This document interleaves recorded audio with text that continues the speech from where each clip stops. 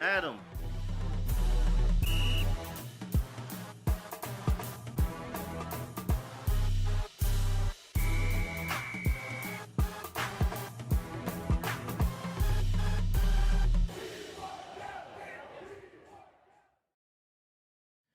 Yes, sir. How we feeling? What's good, everybody? What's good? I see y'all in the chat. I mean, first of all, before we even get anywhere, I saw it earlier before I even hopped on, man. Shouts out my dog, Dwayne Lee, for the big time birthday donation to the Cash App before the stream even started, man. Appreciate my dog, Dwayne Lee, for that one, man. Appreciate that big time. Appreciate all of the birthday wishes I'm seeing.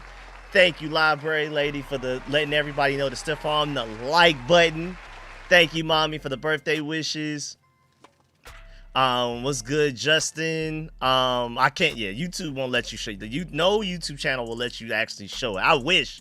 I know how to, and I did it once, but YouTube nuked my I did it on like a separate channel, and YouTube nuked my channel. I wish I could show y'all the game. I would gladly show y'all the game while I'm streaming with me though. What's good, Keith? What's good, Northwestern? Welcome back. You sold your tickets to the game. I mean, there's no Jaden, but there is Terry. Terry's back, as you can see on here. No Jaden. It's crazy. No Darnell Savage already too. But I mean, I guess because Will Harris came back. But I'm just gotta assume Darnell Savage has to be some type of hurt to go from one of your most important safeties to just because Will Harris comes back healthy, he's inactive. Ale Cajo inactive. Tyler Ott, your long snapper, is actually hurt as well. Your starting long snapper, so you're gonna have a replacement there. Trent Scott, George Fant, typically inactive. Jalen Holmes, inactive, active, which is actually crazy because that means that our edge rusher, whose name I still can barely pronounce, the international pathway player, where is he from? I forgot the exact country he's from. But, you know, that's the super talented, high ceiling, but super duper raw rugby guy that we're going to throw out there today for the first time. This is going to be his NFL debut.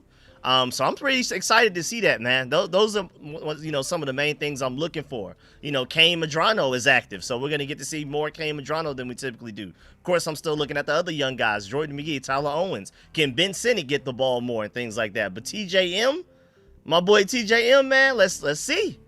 I mean, Drake Jackson looks like he's going to be active. He's going to make his debut. This is Will Harris coming back for the first time in a long time. This is Terry McLaurin coming back for the first time in a long time. There's no Jaden, but you know it's not as bad as it typically has been injury-wise. I mean, we still have a lot of guys on IR, but it's getting, you know, it's getting a little better. At least we're getting guys back to evaluate them before the season ends. You know, that's pretty useful. Yes, sir. Appreciate that, Mr. Jones. Appreciate that, Danny. Thank you, Rod. Appreciate that, the King. Yeah, hey, shouts out LSU for getting Lane Kiffin, man. I'm really intrigued to see how that goes, man, because that boy can coach some offense. We'll see. I mean, you're naturally gonna recruit well in Louisiana.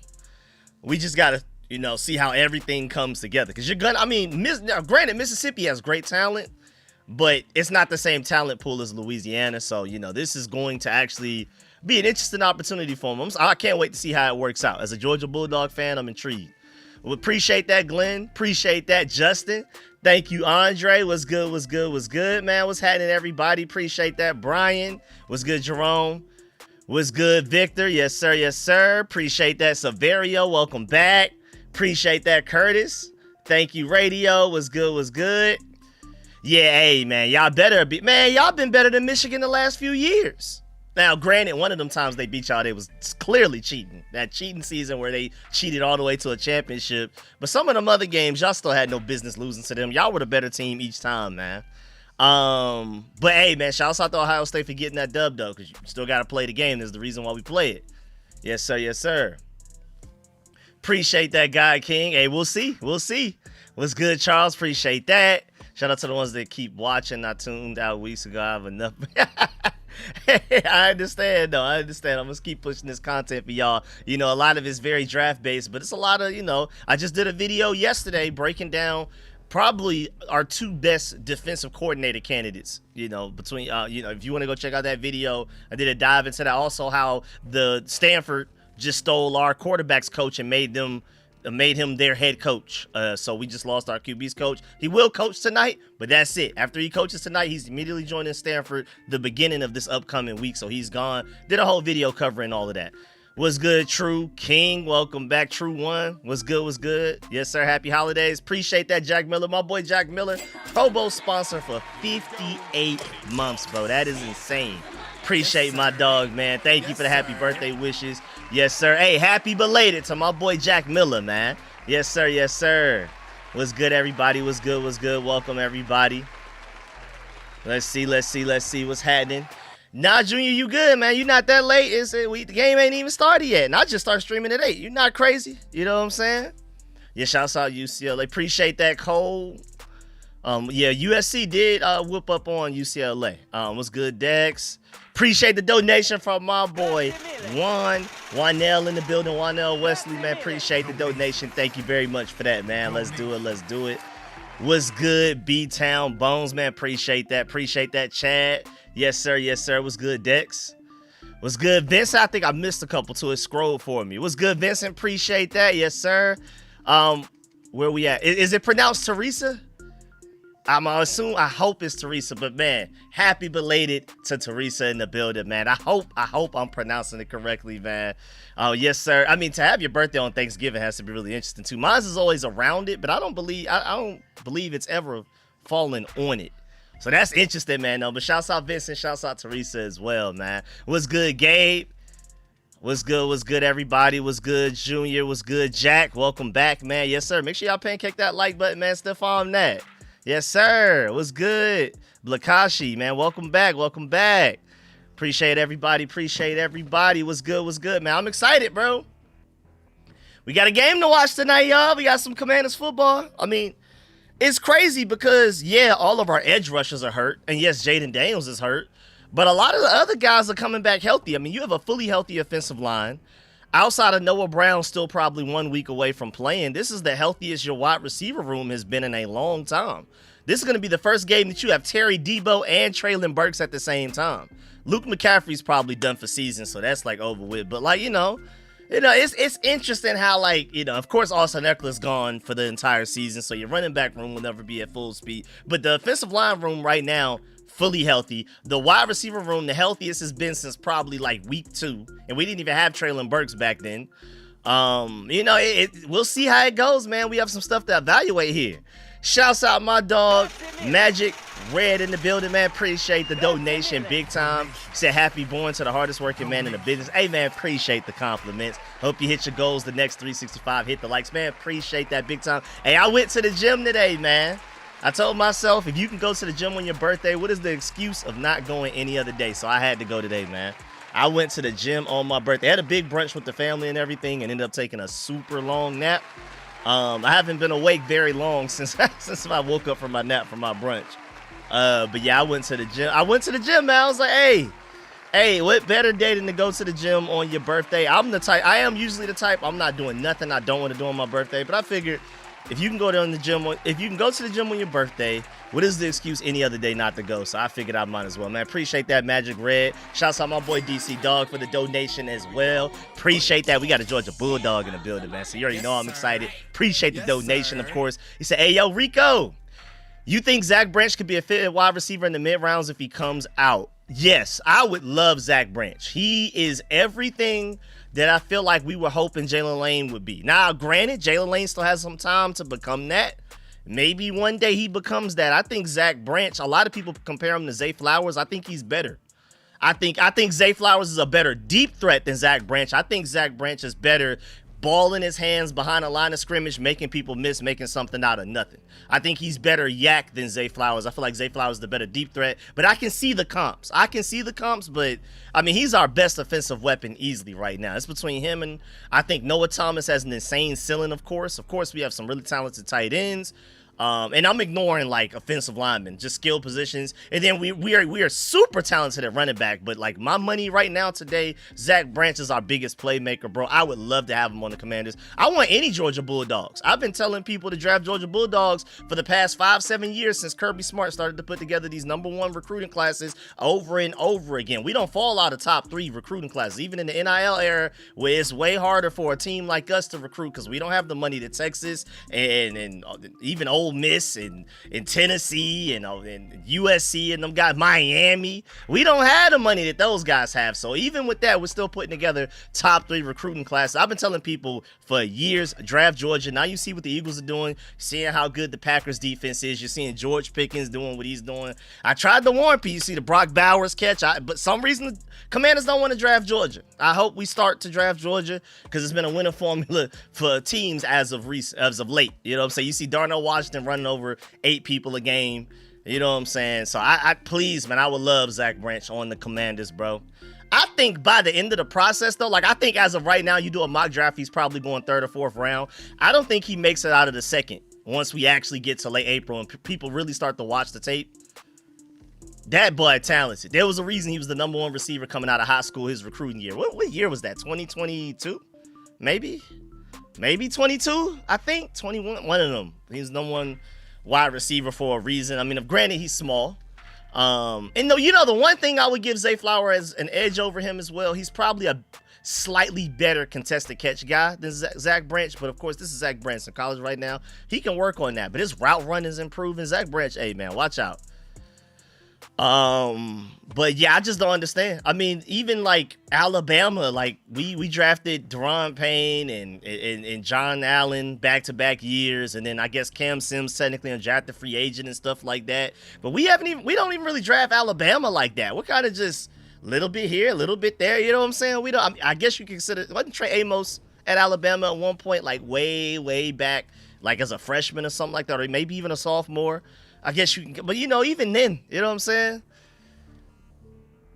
I mean, we have Terry McLaurin from Ohio State. We had Curtis Samuel for a little minute, but we don't even necessarily target a bunch of Ohio State guys. And I would love a Caleb Downs or Arvell Reese or the other linebacker, the Styles kid.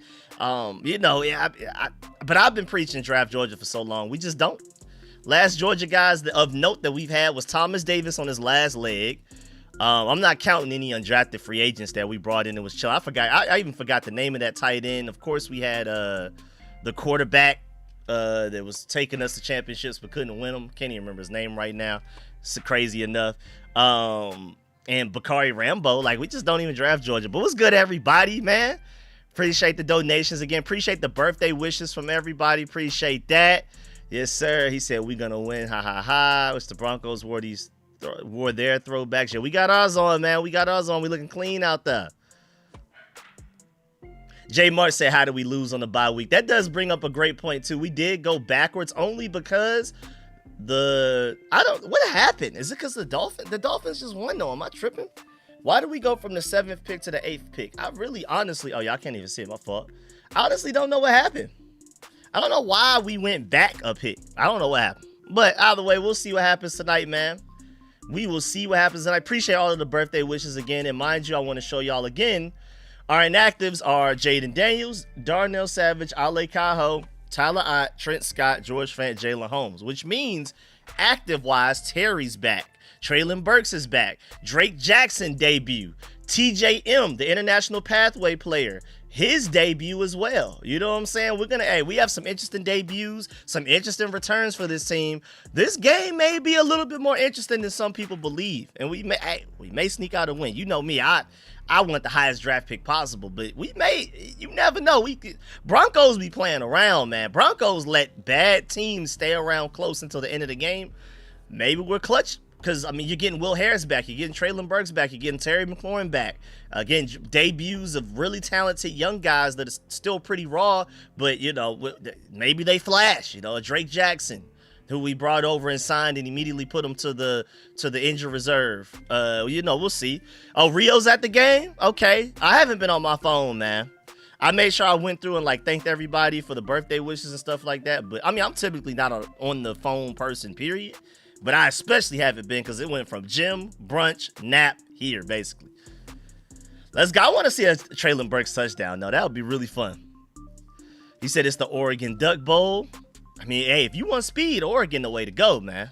I wanted running back for the Tampa Bay Buccaneers, Bucky Irvin, so bad. Y'all can go back and look at the videos, all them live streams leading up to that draft. I was like, please, Bucky Irvin. I put him in like 3 mock drafts to the Commanders. I wanted Bucky Irvin so bad out of Oregon, man. Oh, but you're talking about Marcus Mariota and Bo Nix. I just thought about it. That's what you're talking about. That is interesting. 2 Oregon quarterbacks going against each other. Wasn't the plan. You know, you prefer Jaden Daniels healthy, but that's interesting, though. I didn't even think about that. Yes, sir. Yes, sir. What's good, everybody, man? Appreciate all of the birthday wishes again, man. Thank y'all very much, man. Let's have some fun tonight, y'all. Let's see how this game goes. Terry coming back. Pastor Tan's probably going to follow him everywhere. Deebo Samuel, Traylon Burks. Again, this is probably the best wide receiver core we've walked into a game with since like week 2 or 3. But, of course, again, mind you, our top 3 edge rushers are still out, probably for season. Dedrick Wise, Javonte John-Baptiste, and most importantly, Dorrance Armstrong, who was 5th in the NFL in sacks before he got hurt. And Jaden Daniels is, of course, out. Of course, Austin Eckler's out. Then you have some guys that are so old that, you know, they haven't even looked like how they looked last year with like Bobby Wagner and Zach Ertz, but we are getting some younger talent involved. Kane Medrano was going to play today. Traylon Burks gets back. You're going to see more Jordan McGee, more Tyler Owens, hopefully more Ben Sinnott. You know what I'm saying? I want to see something from Ben Sinnott by the end of the season that doesn't make me think that we have to go get Kyle Pitts in free agency or draft one in one of the first 3 rounds at tight end, bro, because it's that bad. Zach Ertz more than likely not going to be here next year, and without Zach Ertz, or even with him, with the way that he's looked this season, tight end is such a need. It's just crazy because we feel like we need edge rusher, we need corner, we need wide receiver, we need linebacker. I don't think people understand how ugly our tight end situation will be next year if you don't get Kyle Pitts in free agency or take one within the first 3 rounds. But we don't have a 2nd round pick, and we have so many needs. How are we going to do it all? So can we at least please experiment with Ben Sinnott before this season ends, bro? We have like 5 games to go. Please. Oh yeah, I can take that away. I can take which one is that one? That's that one. Okay, let me see. Is this one? Yeah, that one's a lot too. We got the happy birthday over there. Matter of fact, I'll put it because that's gonna be in the way of the game. We'll leave it right there. Everybody knows it's my birthday. I don't gotta have all of the graphics everywhere, man. Appreciate that. I'm trying to hit 30K by the night. You know, but that's going to require 301 exact subscribers. If you're not subscribed, please make sure you do that if you can, man. Really, really appreciate that if you can. Appreciate all of the birthday wishes. Appreciate all of the birthday donations as well, man. Thank y'all big time, man. I got this Timberwolves game up on the side right now. You know my dog Ant.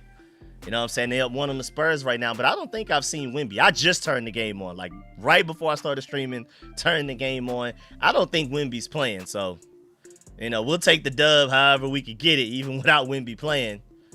But yeah, I have that up on the side. But the Commanders game will officially take priority, major priority over that once this game starts, though.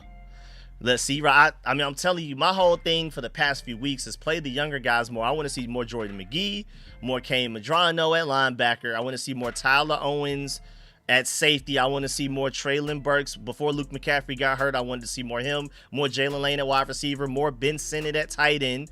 The offensive line can do what it already does. Our offensive line is solid. That's great. You know, as ugly as it is and how many needs we have, you know, the fact that we have quarterback and left tackle good, those are 2 of the hardest positions to find a really good player, Pro Bowl caliber player at.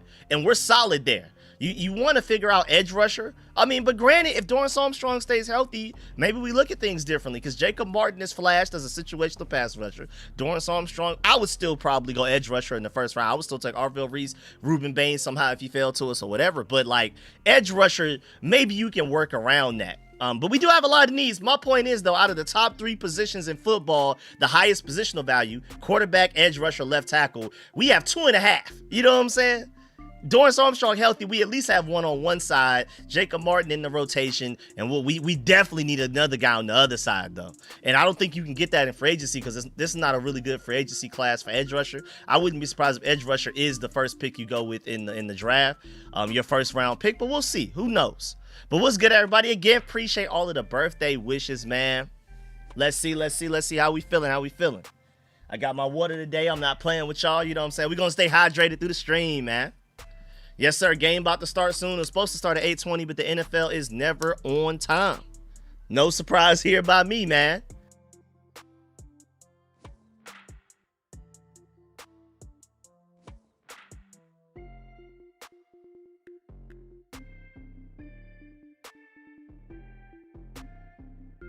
Again, I appreciate all of the birthday wishes, man. Appreciate that. Happy Hustle Day, Mo. Okay. Extra DMV in the building. Let's get it. Washington wins the toss and defers, so we will start on defense, y'all. Again, my whole main thing is I want to see these young guys play more and flash. My whole thing, bro. I keep saying it. I've been saying it for weeks. The young guys are going to make mistakes, but let them make mistakes on the way to making plays, and over time, they will make more plays than they make mistakes, bro. Please play these guys more. You don't want to get into 2026 and you're still like, well, is Ben Sinnott ready or not? I don't know. We haven't given him enough snaps and targets. Is Jordan McGee ready to start at linebacker? I don't know. He hasn't had enough snaps. Tyler Owens at safety. You know, things like that. I mean, we have a lot of question marks that we still have to find a definitive answer by the end of this season, bro. I mean, it doesn't even have to necessarily be the correct answer or a solution. We just need a definitive answer, at least yes or no. You know, like things like even Mike Sanders still. You know, with Marshawn Lattimore out for season, with Trey Amos even banged up. You know, but I think he's ready now. But Lattimore's out for season. Like, is Mike Sanders still an outside corner or not, bro? Is he a slot? Is he an outside? You have a few games to figure that out. You know what I'm saying? I don't want to get into the offseason still having the same questions I have right now. Is Ben Sinnott good enough to be a starting receiving tight end on your team? Is Jordan McGee good enough to be one of your starting two linebackers? Can Tyler Owens be involved in the secondary? Can Chris Rodriguez and Bill do it by themselves at running back, or do you need to bring in somebody that will move them down the depth chart? Not a complimentary piece, but a running back one, and let Bill and Chris Rodriguez be RB2 and 3. You know, these are questions I want answered by the end of the year. They don't necessarily have to be the answers we want. They don't have to all necessarily be, yes, Ben Sinnott is great. Yes, Mike Sanders still is a great outside corner. Yes, Bill and Chris Rodriguez can do it on their own. But I at least want to know definitively by the end of this year, or at least have a better idea of maybe they can't do it, and we should go get a guy that can. You know what I'm saying? That's my main thing by the end of this season at this point. With the way the injuries ruined our season, I want to know by the end of the season who can play and who cannot. Straight up. Do we have starters, or do we just have guys sitting around, man? Do we have to address this need in free agency? And if we do, what's the priority? Do we need this more than this? We need stuff like that. Play these young guys. I want to see Treylon Burks, Jalen Lane at wide receiver. You know what I'm saying? I want to see them get more targets. I love the fact that Terry is back and Debo's healthy. But can we get Treylon Burks and Jalen Lane as many targets as possible, bro? Okay, good special teams play to start the game. Okay. Good start. I like this. Marshall said this feels like a preseason game. Shouts out my boy Disabled Part Hopper with the donation. Didn't even have anything to say. Just wanted to donate, man. Appreciate that. Just wanted to show love. Thank you for the love and the donation from my boy that pulls up every stream, supporting the stream, man. All right.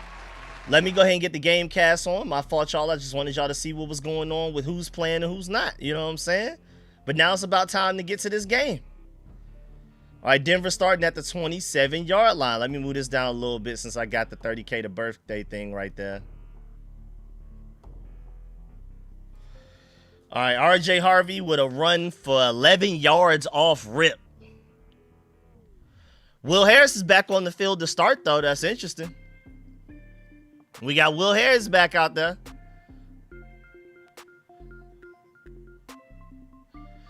All right, immediate run almost right up the middle, man. Lord have mercy.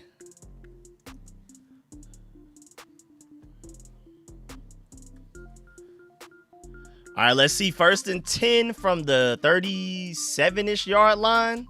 Another run right up the middle, but that time Deron Payne fills the gap correctly. And Jordan McGee goes and, hey, good run fits. Quan Martin, Jordan McGee all involved right there. Deron Payne did his job. RJ Harvey tried to bounce it out, and then Jordan McGee and Quan Martin were there to clean it up. That's how it's supposed to be. Shouts out to Jeremy Reeves for that opening kickoff, though. That was a really good hit right there, man. That was a really good hit.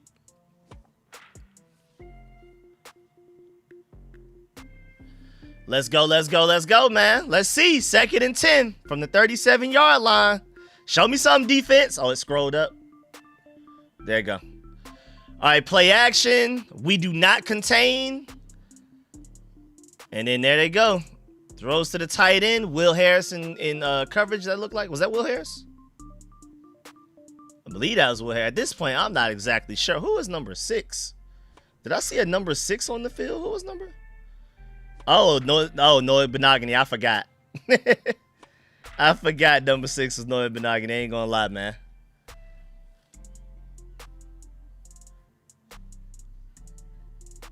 All right, that's 1st and 10 to the 50-yard line. Dang, Ole Miss is getting a lot of decommitments. All right, that was an ugly screen pass right there. That would have been a cool turnover. That would have been a nice little turnover right there. You know what I'm saying? Who's 95? That's Johnny Newton. Okay, I gotta remember these numbers, man. This bye week, between this bye week and me going heavy into draft content, I told y'all like weeks ago, I never expected the season to go like this. I firmly believe if we stay healthy, we will be a strong playoff contender, especially Jaden healthy. We don't have our top 3 edge rushers all hurt. Terry's healthy. I firmly believe we would have been a strong playoff contender. I feel like injuries were the biggest reason this season went the way it did. We have a lot of issues everywhere. We have things we need to address, not only players, but coaches as well. Okay, you almost had Bo Nix, but didn't get him. Incomplete pass, good pressure. That'll make it 3rd and 10. Yeah, injuries were the main reason we this season went the way it did. But I truly feel like we had a competitive team. I forgot what I was about to say something. Us missing that, getting him in the backfield, and had me lost a little bit. All right, man, we got some guys on the field, man. We got some interesting names out there, interesting numbers. Jacob Martin out there starting. You know what I'm saying? He's not even a situational pass rusher anymore. Jacob Martin has to start because of how low we are. Why are we playing so far off, Dan Quinn? How do you not cover the running back leaking out late like that? Right in the middle for everybody to see. How is nobody watching him? How is nobody watching him?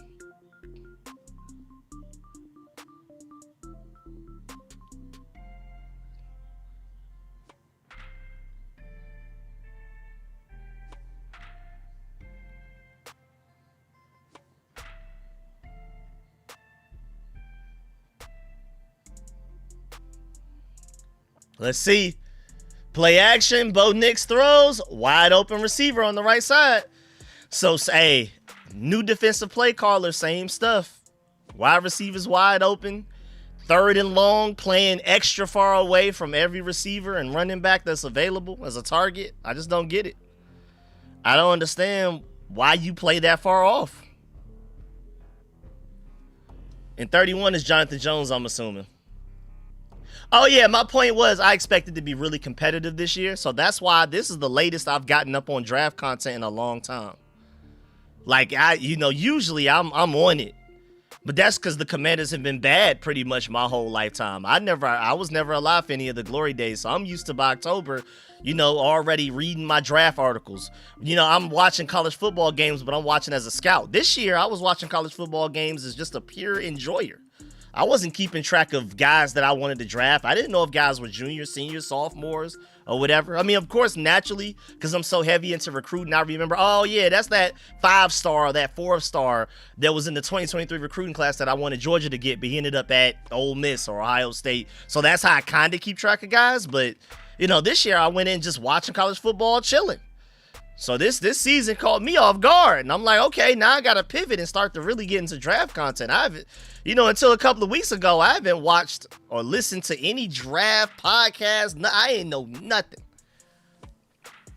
You know what I'm saying? I'm late this year, but now I've been heavily into it. So my point is I'm forgetting Commanders jersey numbers because I've been so deeply into draft content. Like, I've been super, just, what's the word for it?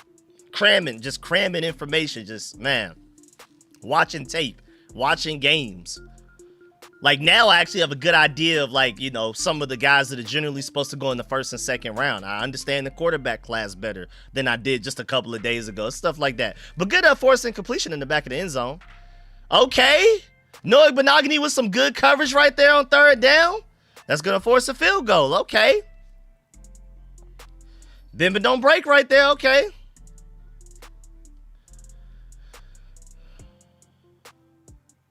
Are they going to go for this?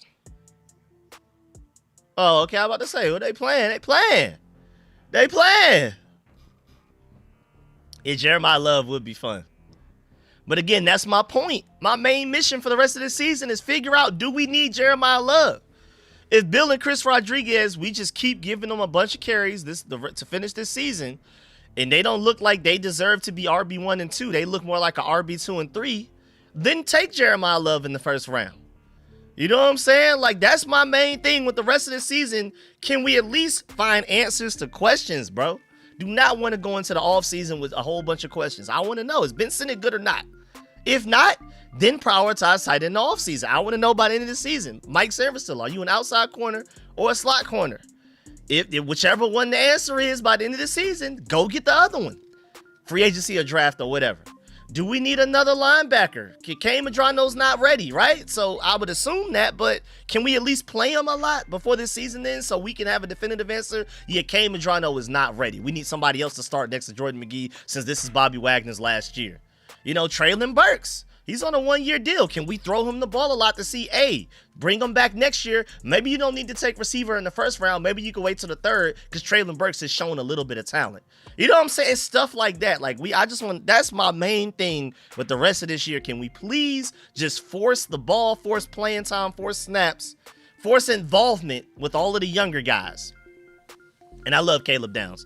Even as a Georgia Bulldog fan, I don't know if y'all know the story. I feel like I've said it a couple of times on my channel videos and live streams, but he did Georgia dirty. He already knew that he was going to Ohio State, but he had everybody, you know, I'm subscribed to everything Georgia. Any recruiting, any Georgia, anything, I'm subscribed to all of them. On 3, 247, you name it, any single one of them. So he had all of like the super duper insiders even fooled. This is like the best anybody I've ever seen in my Georgia hemisphere of information ever fooled, bro. He purposely made it seem like he was gonna choose Georgia over any other team to transfer to after he left Alabama. He already started setting up which classes he wanted to go to. Like he was on campus at one point in time picking out which dorm he wanted to stay at and which room he would pick. He did all of that just to transfer to Ohio State, just to hurt us because we didn't recruit his brother Josh Downs. Josh Downs wanted to go to Georgia and Georgia didn't want him.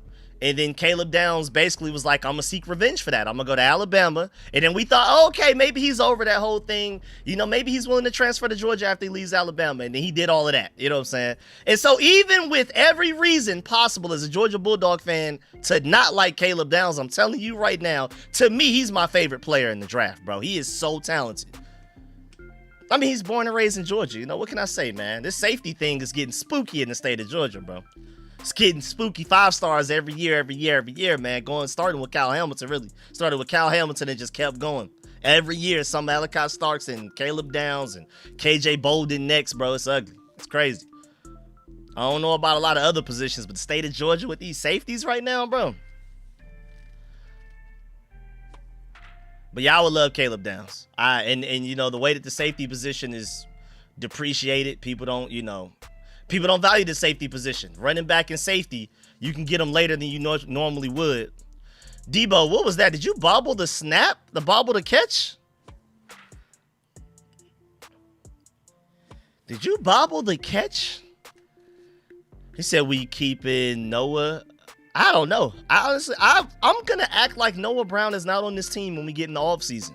If you want to draft a wide receiver because Noah Brown doesn't exist, whether he's healthy or not, I'm taking that first round receiver. Don't change your decisions in the offseason based around Noah Brown being available. He was injury prone before we got him. That's why I'm not surprised at all that Noah Brown has been hurt. What's the flag now? Oh, illegal formation by the Denver Broncos. We will re-kick. Hey, Debo, get it together, man. Shouts out my boy Ant, bro. I don't know what he just did, but the Timberwolves crowd look hype. I have no idea what happened. Again, the Commanders game is taking priority, but I got the Timberwolves game up. He just minty fresh somebody. Splash right in the, okay. Mean contest. Get a bucket, Ant. I don't know if people know, but Ant led the NBA in threes last year, but we ain't going to talk about that. And I love the fact that he did it because people said he couldn't. That's not his game. He don't want to shoot a bunch of threes, but people literally said he couldn't. And then he was like, bet, I'm going to lead the NBA in threes next year. And then he did it last year. So now he's kind of chilling on the threes a little bit more this year because he feels like he already proved himself. All right, let's go. Let's do this kick return again. Yeah, Debo does look like he's a little tired after that. But yeah, Caleb Downs did Georgia dirty. I don't know if everybody knows that story. He did us dirty. He was on campus picking out which dorm and room he was going to live in, already getting his classes together, knowing he was going to transfer to Ohio State just to play us. That was Jeremy McNichols that did the return. Shouts out to that Taylor kid on the Broncos. Good little sweep tackle right there. Not a good return at all. We will start on the 21-yard line. You might as well let that one go out the backfield, out the end zone. All right, Mariota, we got John Bates, Deebo Samuel, Chris Rodriguez just started running back. Terry is back. Hey, man. You know Luke McCaffrey hurts, bro. It looks different without Luke McCaffrey out there. It looks different. Where Terry at, man? Where Terry? Where Terry?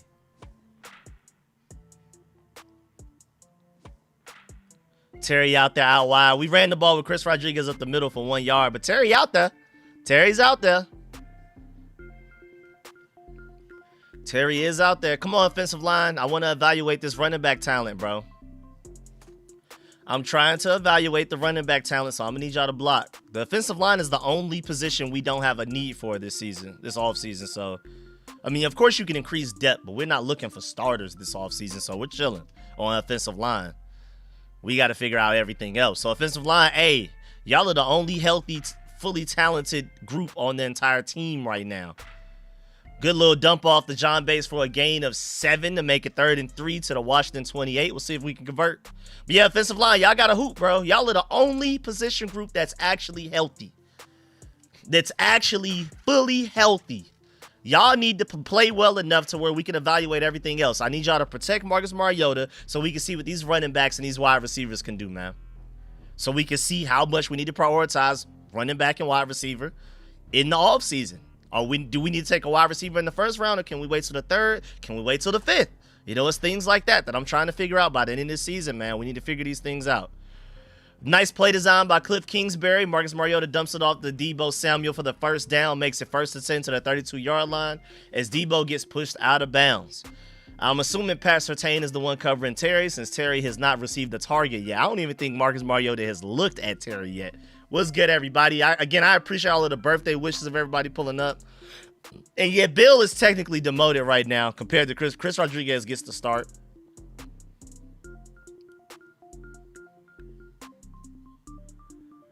All right, play action. Dump off to, was that Ben Sinnott? Oh, that's Zach Ertz. That's Zach Ertz. Man, I want to see more Ben Sinnott, man. Get Ben Sinnott involved, man. Appreciate the birthday wishes from everybody, man. Shouts out to everybody whose birthday is around this time as well. Whether it was yesterday, like my boy Jack, if it was Thanksgiving, if it was, tomorrow or whatever. Hey, man, shouts out to all of the birthdays around this time, man. All right, let's see, man. Let's see what's going on. 2nd and 5. John Bates rotates. He gets a sealed block. Chris Rodriguez breaks a tackle. And then pushes forward. He gets to the 49-yard line after a nice little 12-yard run. Good tackle broken. Shouts out my boy Jay Willard for being a rookie sponsor for 35 months, bro. 35 months sponsor, bro. Appreciate you being a part of the StreetScores family, man. Appreciate that. Shouts out my boy Jay Willard, man. And thank you for the happy birthday wish, man. Let's go. Let's see what we can do. Good tackle break by Chris Rodriguez right there, man.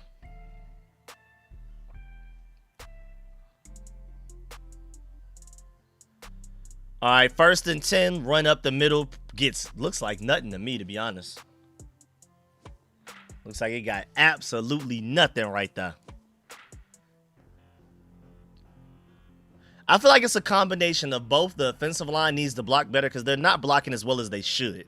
This starting 5 should be blocking better than they are, but I also feel like teams are still stacking the box against us, especially without Jaden Daniels out there. Dang, Ant, that layup. Okay, good throw and catch right there. Immediate quick catch to Zach Ertz right there. Let's go. That'll make it 3rd and 5. I mean, where we are right now, this is go for it on 4th down territory if you're even relatively close. Do we trust Jake Moody to come in here and make really long kicks. You know what I'm saying? You're probably going for it on 4th down, to be honest with y'all. If you don't get it, you know what I'm saying? Maybe we get it.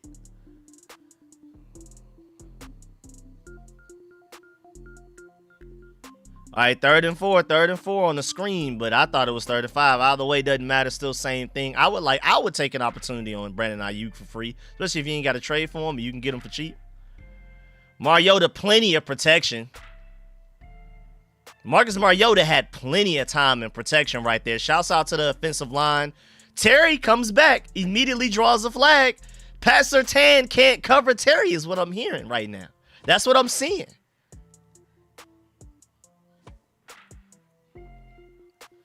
Pat Surtain scared of Terry. Gotta pass in the fear.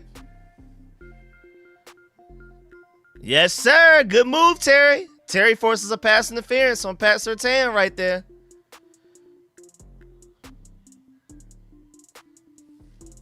Telling you, bro, that boy Terry matters, bro. Don't let, just because he's been hurt this year, don't let that fool you. Terry's still crazy.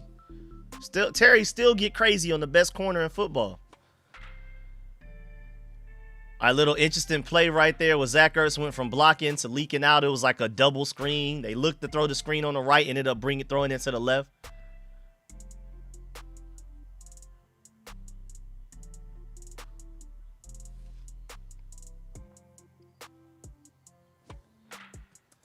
All right, let's see how this going, man. 2nd and 7. Let's see what happens right here.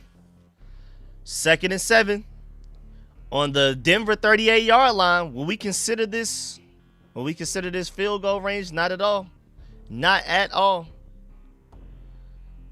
A handoff to Debo goes absolutely nowhere. If anything, they lost a yard. If anything, they lost a yard. If anything, a yard was lost. Shouts out to Zach Ertz with the reception that he had. Now he's at 816. He has surpassed Shannon Sharp for 5th all-time receptions list by a tight end. Shouts out to him.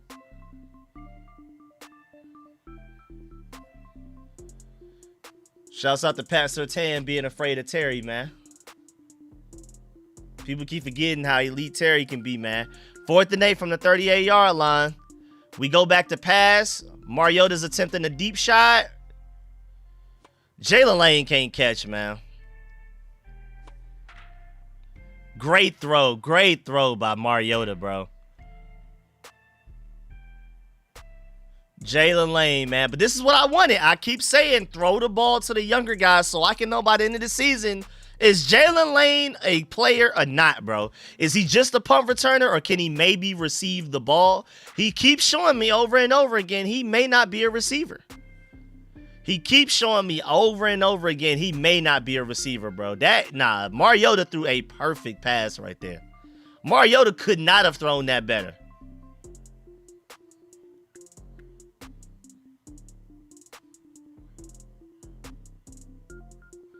That's what I'm saying, though. Those are the type of plays I want. I mean, sadly, it didn't work. Sadly, it did not work out, but I'm like, keep throwing it to him. So I can at least know by the end of the season, hey, let's take receiver 1st round, bro, because we need it. At least I know, yeah, we need a receiver 1st round. I don't want to have to question it. I don't want question marks. I don't want confusion. I want to know definitively by the end of this year, Lane is not a receiver we can depend on going into next season. And so far, it's looking like it. Great punt returner. I think once our defense actually plays defense and we can actually force punts, I think Jalen Lane can truly show his value of being he's still a really good punt returner. I don't know what it is with kickoffs that he can't catch. He's awful at kick returns. But I think he's still a really good punt returner. I don't think that was a fluke that he ran that one back against the Raiders. I feel like he would have ran at least one more back if our defense could actually get stops and force punts this year. But can he contribute as a wide receiver? So far, the answer seems no. Seems like a no, which, again, more data that we're collecting as this season goes on. Now you can formulate your priorities. Maybe wide receiver needs to move up the priority list because Jalen Lane, 4th-round rookie, going into his sophomore year next year, doesn't look like he's learned how to catch yet.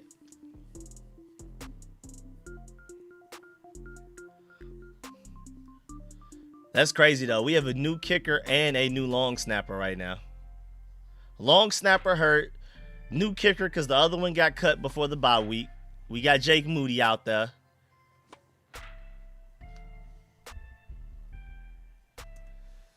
We were in range of a 55-yard field goal attempt and punted.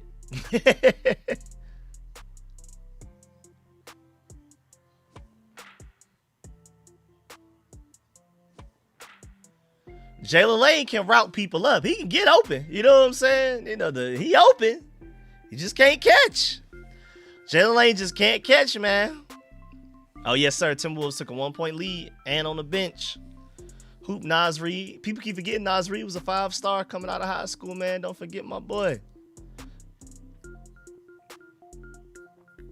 Yeah, right now we down bad, bro. Even our long snappers hurt, y'all. It's just one of them seasons. We get Terry back. You get Traylon Burks back. Long snapper hurt. Okay, thanks. Thanks, injury gods. Okay. We just can't have everybody. Rio said Jalen Lane's not a real wide receiver, but that's the point, bro. Like, maybe eventually he grows into becoming a receiver. You know, it'd be nice if he surprised us. But I want him to keep getting the ball thrown towards him to finish this season so we can go into the offseason having a better idea of, okay, we need to prioritize wide receiver in the offseason, bro. Jalen Lane is not going to be one of them ones.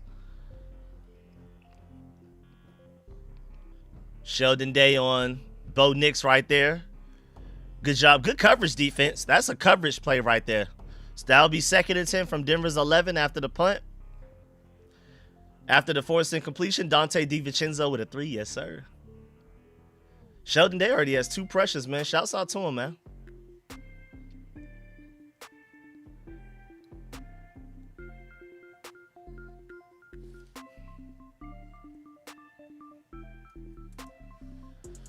All right, let's go. Let's go.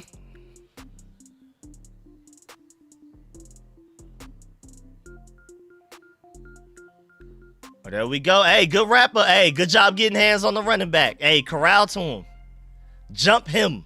Jump him. Somebody get their hands on him, hold him up. Shouts out to Eddie Goldman. Shouts out to the rest of the defense for rallying. 3rd and 9. Hey, Dan Quinn. Don't keep doing that Joe Wood Jr. stuff. 3rd and 9. Cornerbacks 15 yards down the field, bro. Just chill, man. Stop doing that. Stop doing that, please. What's good, mister? Appreciate the happy birthday wishes. All right. 3rd and 9 from the 12-yard line.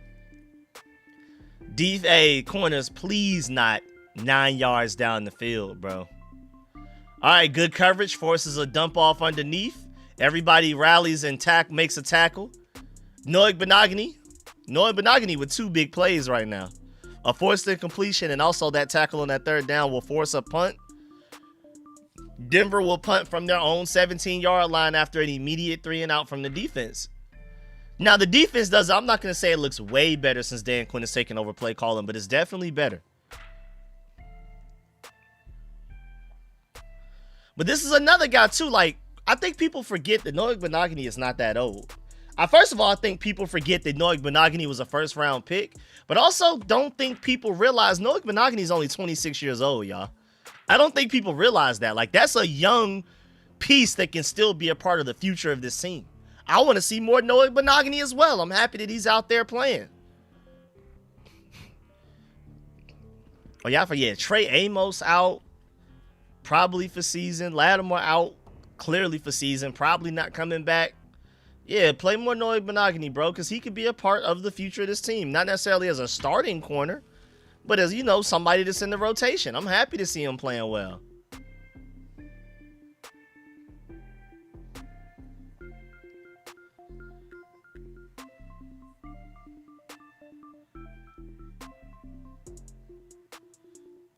Can y'all believe that we just forced a punt in the 1st quarter, though?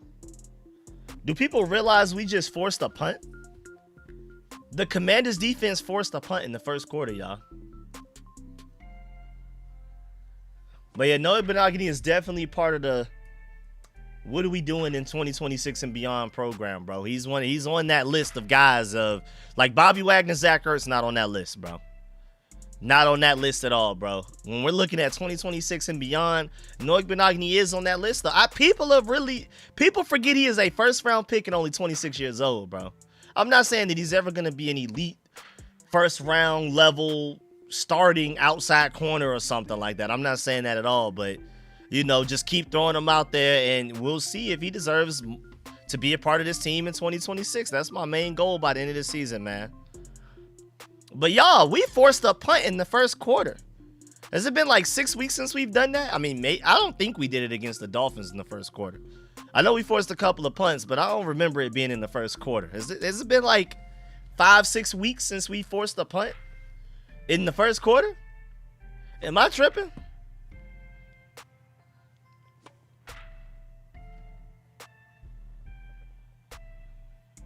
Hogstyle question. Wait, so we are allowed to stop offenses? That's a thing? We're legally allowed to force punts? That's what we doing? Shouts out to Jalen Lane for the return as well. For the fair catch, at least. Solid hands right there. That's important. All right, let's see what we do on offense, man. Down 3-0, starting with the best field positioning of any possession this game between both teams. Let's see if we can take advantage. Neither of us have started as far as the 42-yard line yet this game, so this is going to be interesting. This is going to be interesting. It's a lot of coaches getting hired right now, just left and right. I'm seeing it. New Mexico just got their coach. Okay, great run by Chris Rodriguez right there. Good run by Chris Rodriguez right there. Big open hole by the offensive line right there, too.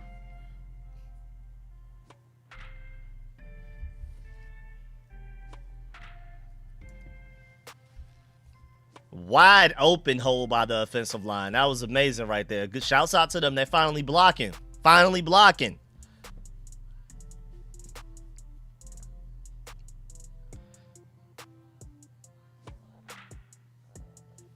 Wait, that's not a first down? Who spotted the ball? Who spotted the ball? Wait, how is that not a first down? Am I tripping?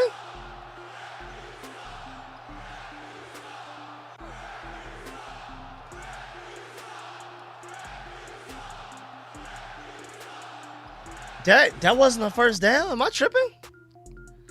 All right, whatever though. All right, 2nd and 1. Let's see. 2nd and 1, play action. This is the time you take a deep shot. Oh, Terry's first target is batted down by the linebacker. Almost picked off. Boy, I don't know. That makes it 3rd and 1, though. Thanks, refs. We'll see how this goes. They had a lot of guys in coverage. I don't know why. I mean, you should have just ran the ball right there. Like, there was... Chris Rodriguez had a one-on-one with the linebacker. You could have just ran the ball. Chris Rodriguez probably runs him over. You know what I'm saying? Chris Rodriguez probably runs him over clean, easily for a first down. All right, Mariota. Quarterback design run. We'll take it. Hey, first down. Now we got our first down to the 47-yard line.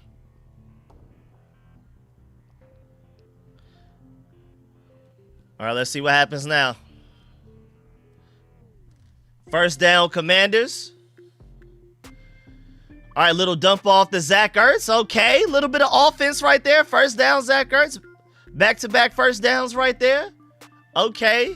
Nice play design by Cliff Kingsbury right there to get Marcus Mariota moving and Zach Ertz wide open underneath. Zach Ertz actually caught the ball and ran, y'all. Zach Ertz caught the ball and didn't immediately fall down.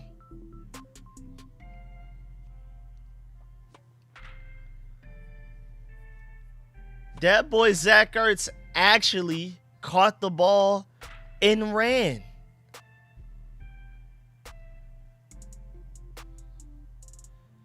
Hey, is that not a hip drop tackle?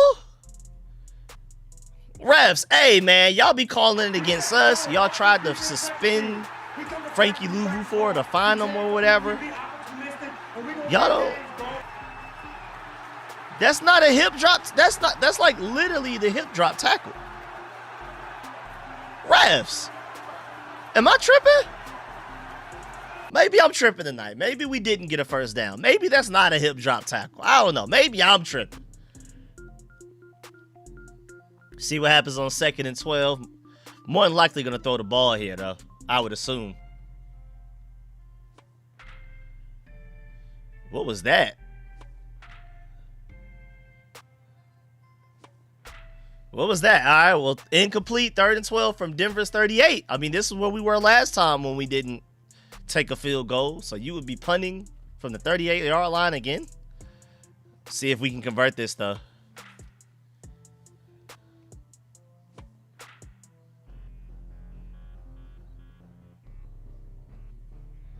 All right, 3rd and 12, 3rd and 13. Let me see something. Let me see something. You know that boy Jeremy McNichols is good for a 3rd and long. That's why they put him in the game. We typically pass it to him, though. Oh, okay. He broke a couple of tackles and got it that way. Okay. I don't know what it is about 3rd and longs, but, hey, Jeremy McNichols figures it out, bro.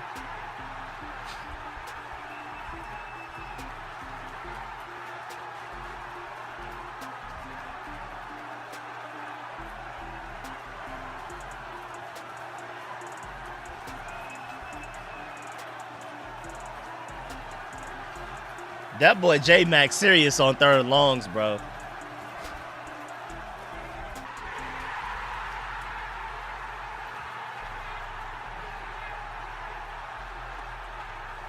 That boy J-Mac different when it comes to 3rd and longs, bro.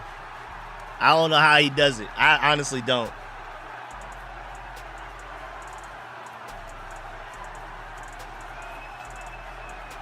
I don't know how Jeremy McNichols does it, bro. That is crazy. That didn't even necessarily look like a good play call. You know what I'm saying? Like, he should have been tackled for like a 3-yard gain on 3rd and 12. I can't even be like, thank you, Cliff Kingsbury. I'm scared.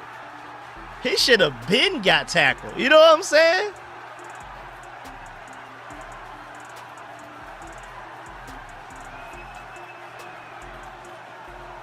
That did not look like it should have worked. Like, I don't know what that was. Hey, Cliff, I ain't gonna lie, bro. Maybe don't call that again. Oh, we got a 10-point lead over the Spurs right now. Yes, sir. They hyped, too. I don't even know what happened. Something good must have happened the way everybody's smiling and dancing and doing all their signature handshakes and stuff. Broncos are the 10th team to score on their first possession against Washington this season. That's horrible. It's terrible, bro. We got to chill, bro. Y'all got to chill. Y'all got to chill. Yeah, Cliff, hey, man, don't call that one again, bro.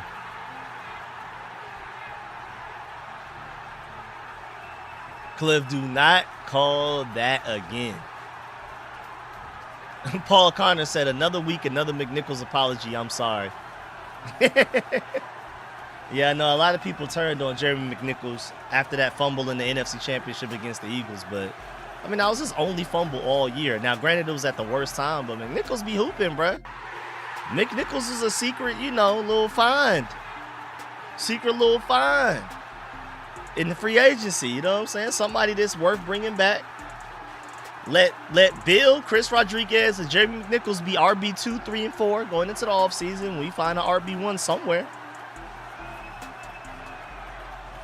Or maybe some people feel like Chris Rodriguez can do it himself. Maybe Chris Rodriguez RB1, Bill RB2.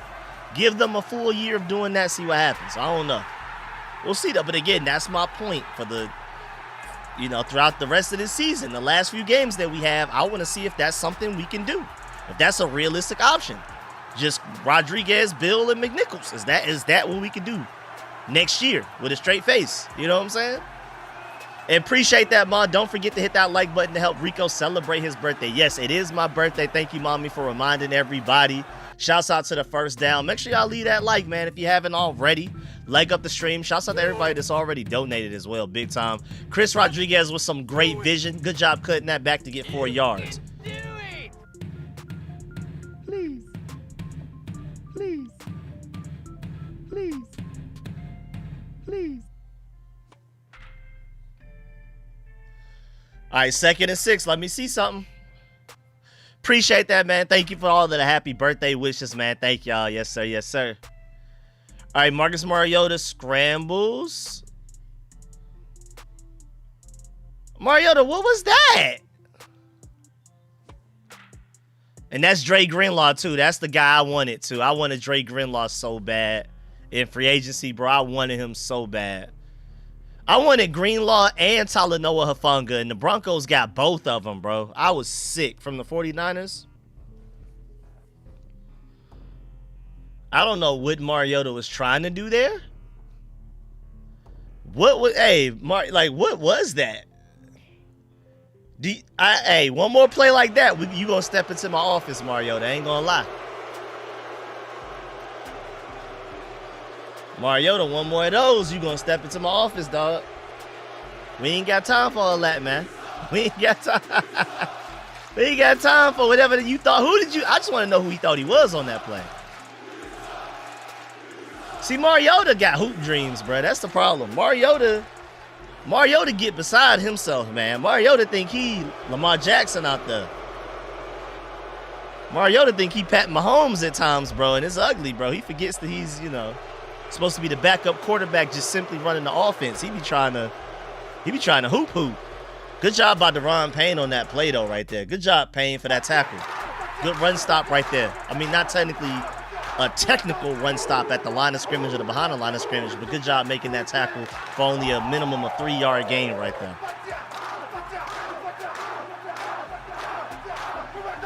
That looked like a quarterback in his rookie season trying to make some shake unnecessarily. That was ugly. What's going on with the run defense, man? Wagner slow missing tackles and stuff. Lord have mercy, but it's still 3rd and 1 defense. Let me see something.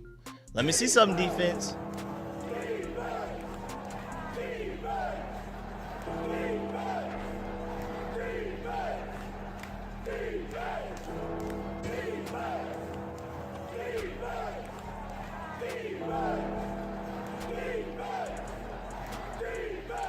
That was horrible, bro.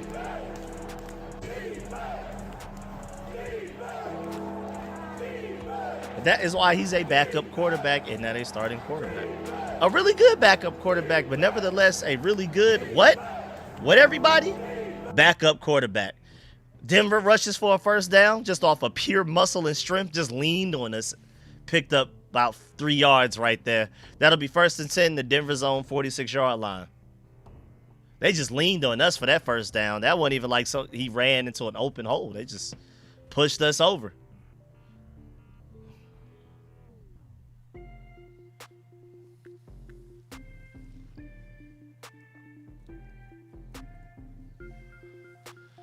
All right, let's see play action. Little dump off, and he doesn't catch it. Evan Ingram, no hands. That's that stuff we were seeing on the Giants, my boy. I like rooting for Evan Ingram, though, because he's from the state of Georgia. He's from, like, Marietta or something, right? Douglasville? One of them over there. One of them right outside of Atlanta metro area things. Marietta, one of them. Did he go to McEachern? Or, where is he from? He's from somewhere over there.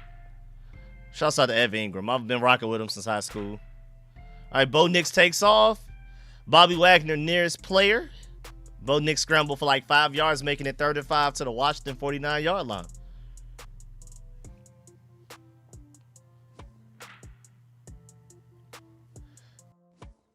All right, defense, can we get a stop here, man? Talk to me. I want to see some. Ooh, Timberwolves up 14. I haven't seen a bucket in like 10 minutes. Every time I just look up, I see the score. I'm not seeing any buckets.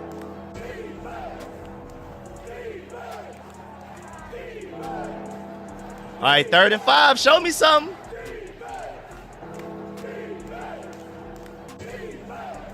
I think he's down. I think that's down. Good job, Jonathan Jones. He didn't stop him from completing the pass, but at least he got there. Was able to touch him.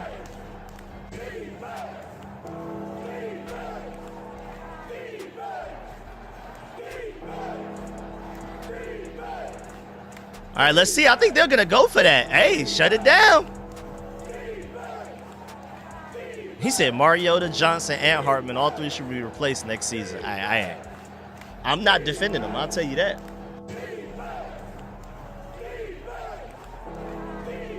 All right, 4th and 1, play action. Open. Oh, Noah Benogany juked out by a tight end. We can't even tackle right now. Big time first down by Denver right there. Oh, I clicked the wrong button. That's me. That's wrong button. That's wrong button. Come on, son. Wrong button. What's good, Dr. Christian, man? My boy Marcus Purnell in the building. Evan Ingram did go to McEachern. Okay, thank you. Appreciate that. Appreciate that. Okay, yeah, he did. I was like, I knew he was from the Metro Atlanta area. I've been rooting for Evan Ingram since high school. I don't remember what college he went to, but Come on, son. I know he's from the state of Georgia. You know what I'm saying? I thought he went to McEachern. I know I wasn't tripping. He from over there, Douglas Village. Somewhere over there, Cobb County. Come on, son.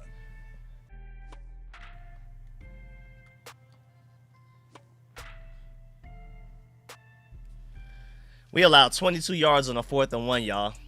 That's pretty much how this season's been going, ain't it? Oh, Powder Spring. Yeah, okay, my fault. Yeah, Powder Spring specifically. Yeah. I'm sorry. All of that runs into like Marietta, Powder Springs, Douglas. For that, just all kind of. I don't be over there that much. I used to be over there at what's that open court? They have the free court. It's off Hiram Road, I think, or something like that.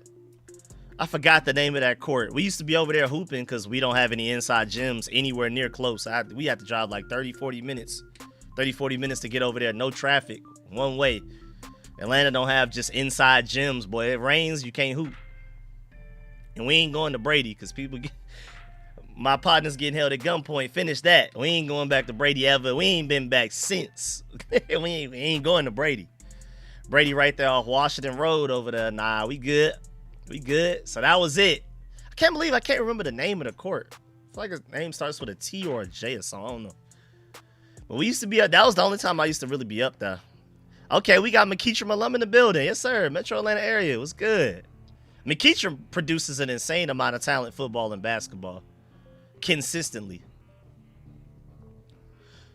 All right, 2nd and 7. What we doing? Dump off. Nobody really in range. It didn't get ran over. Oh, my Lord. Who? Reeves. I'm used to you to being the one delivering the punishment. Not the other way around. My boy Jeremy Reeves just got ran over.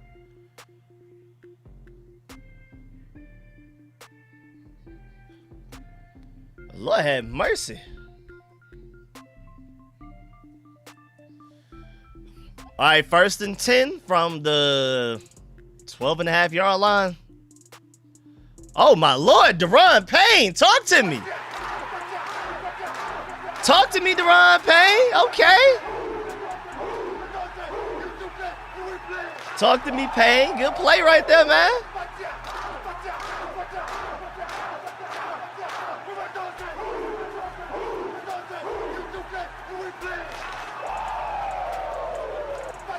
Okay.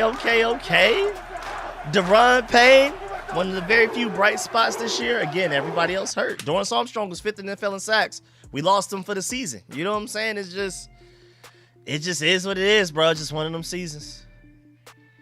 Now, see, then on that play, Deron Payne is getting pushed back 4 or 5 yards. He was there on the tackle, but I don't think y'all noticed he was getting pushed back 4 or 5 yards before the tackle.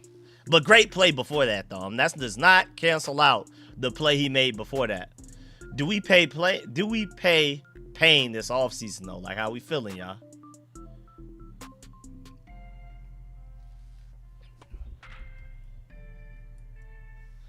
All right, 3rd and 8. Show me something. 3rd and 8 from the 10-yard line. Bimba don't break. Bimba don't break right here. Who's number 52? Shouts out Frankie Louvu. Shouts out Louvu for being there. But who's number 52 that was there on the play, that made the play? Oh, that was Preston Smith. Preston Smith made a play. Wow. He didn't finish the play, but he was the one that had Bo Nix running for his life. Okay.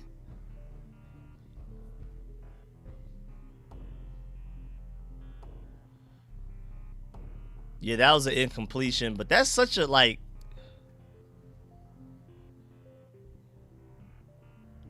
That looks like cheating. That's cheating, bro, to just throw it at the guy that's about to sack you. You're like attempting to throw it to his leg. No wide receiver, no running back. No running back in even relatively in the area of where you might be throwing it. That has to be intentional grounding. That is, nah, that's cheating, bro. I don't care. Whatever that is, I don't like it. Cheating or not, I hate it. But either way, though, yeah, I don't know why Luvu dropped his head like that. Yeah, Preston Smith looked old on that play. But either way, we're down 6-0. Defense, not horrible. Not great either, but not horrible. You know what I'm saying? It's really the offense right now.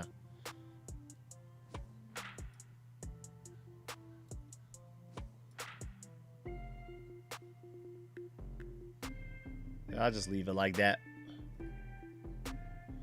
Put it right like that. Right there. Okay.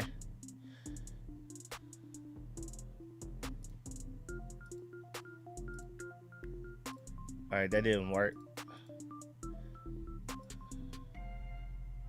I'm gonna have to move this down. That's what I'm gonna do. I'm gonna move this down because I gotta move it to where you can see it.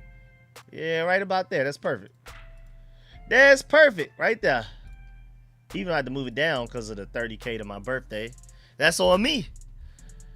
All right, offense. What we gonna do with the ball again, Mariota? You just gonna follow instructions and not get too frisky?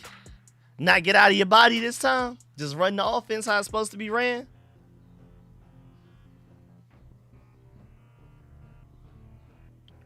I know Cliff Kingsbury has to be so frustrated. Like, you were doing what I told you.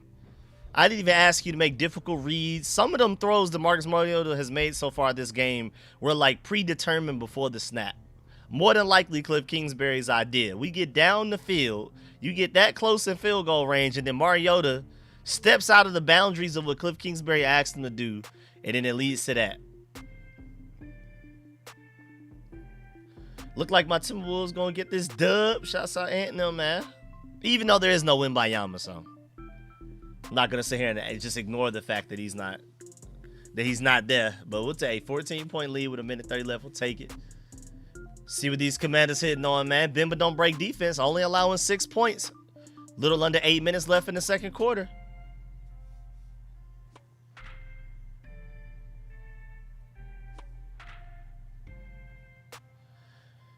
The Commanders have the best red zone defense since week 11 statistically. That's interesting. I didn't know that. That's actually really interesting. Nicky Javala said the Commanders have the best red zone defense since week 11 of the NFL season.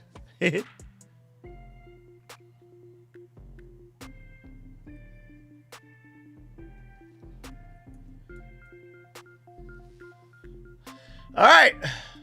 See what this return hitting on, y'all. All right, not a great kick. So Deebo Samuel has an opportunity. Runs into a pile of people. Got to like the 29-yard line, I would say. Probably about 29, maybe. 29-yard line, just about. I really wish I could show y'all the game, man. I know how to. I have the technology to, all of that, but YouTube would literally nuke my channel. I tried it on a separate channel, and YouTube literally banned that channel for like a month, I think. I remember that. I'll never forget that. What's good, my boy Tony? He said if Marcus can't win games, how good of a backup is really? First of all, appreciate the donation. Especially thanks for the donation on my birthday tonight, November 30th, you know what I'm saying? And then also, yeah, I mean, when he's not getting too frisky, he's solid. When he's not getting too frisky, he's solid. It's just when he steps up out of his body, he thinks he's somebody he's not. When he starts to believe he's Pat Mahomes, that's where things get ugly. When Marcus Mariota remembers he's Mariota, things go fairly well. I like him as a backup as long as he's doing Mariota things. It's when he tries to be Pat Mahomes that gets ugly. And appreciate that, Craig. It's my birthday. It's my birthday tonight. And shouts out my boy Bill finally getting in the game against some carries, breaking a tackle. I like it, bro. I'm telling you, I like Chris Rodriguez, but Bill is better. Straight up. And I'll stand on that. And there go Bill right there. There go Bill right there with a big-time 13-yard run. Right after I said, I still think Bill has the higher potential, the better ceiling, the higher ceiling, all of that. Boy, Chris Paul had to stop Bill from fighting somebody. What was that? Appreciate that, Craig. Appreciate that.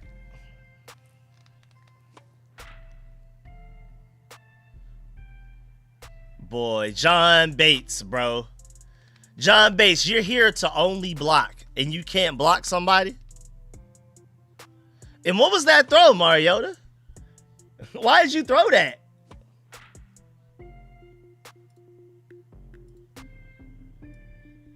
Mariota, what possessed you to throw that?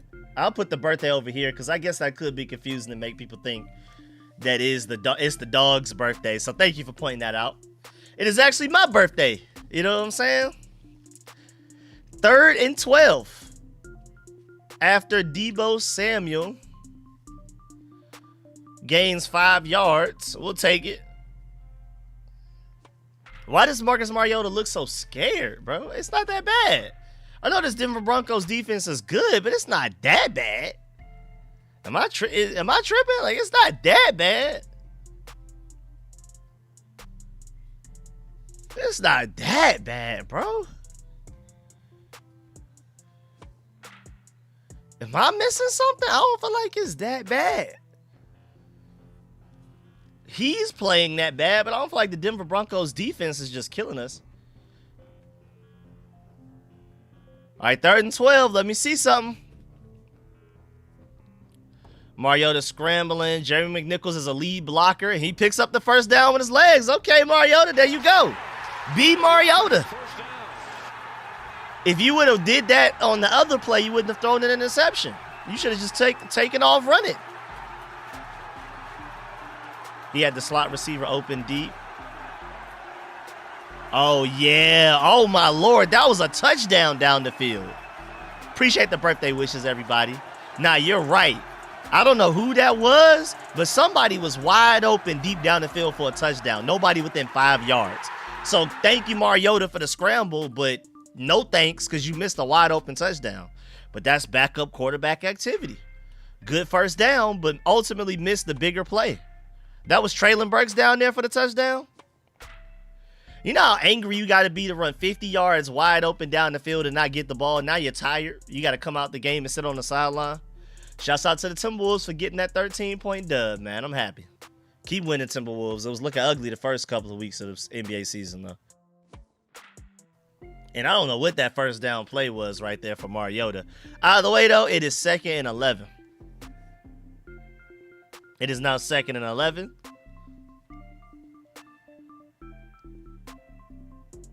All right, fake screen to Bill. Okay, good throw and catch to Zach Ertz. Okay, good throw right there. Mariota doing Mariota stuff. Keep doing that. Shouts out to Zach Ertz, man. Already 5 catches for 45 yards, man. Shouts out to Zach. Go ahead and get it in now, because I don't think he's going to be here next year, bro. Get it in now. Bill with a good run. I mean, it only gained 1.5 yards, but that was a good jump cut right there. I like that jump cut. I thought he was going to get more after the jump cut, but they sealed it up. All right. I forgot Jaden Daniels was our quarterback. I can't wait for him to get back. Not necessarily this season, but, man, I'm telling you, whew, next season we're on revenge, bro. Next season, we're on a revenge tour right here. All right, 2nd and 9. Show me something.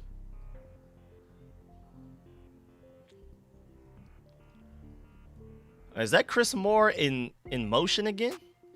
Yes, sir. Okay, Terry. Okay, Terry, run somebody over. Run somebody over, Terry. Yes, sir, Terry. Run somebody over, Terry.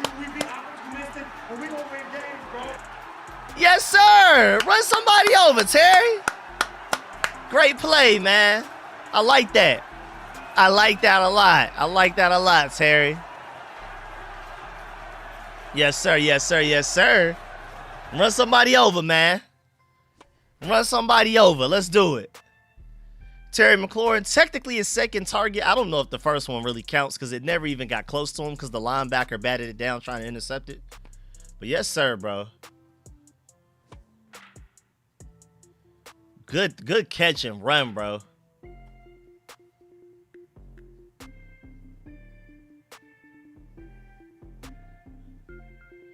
I like the fact that the crowd was chanting Terry. Direct snap and a flag. I don't know what that was, but we'll see. Illegal formation. Yes, sir. Shouts out to Cliff Kingsbury to ruin the little bit of momentum we had. Yes, sir. Yeah, sure. Yeah, sure. Like the fact that the crowd was chanting Terry. Shouts out to all of y'all at the game chanting Terry, bro.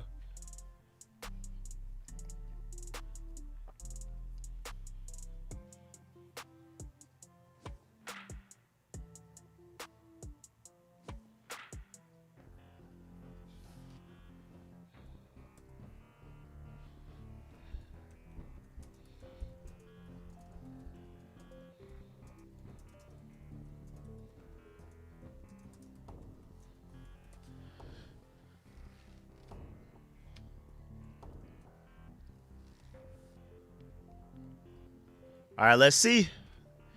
All right, after the second timeout for the Broncos, it'll be 1st and 15.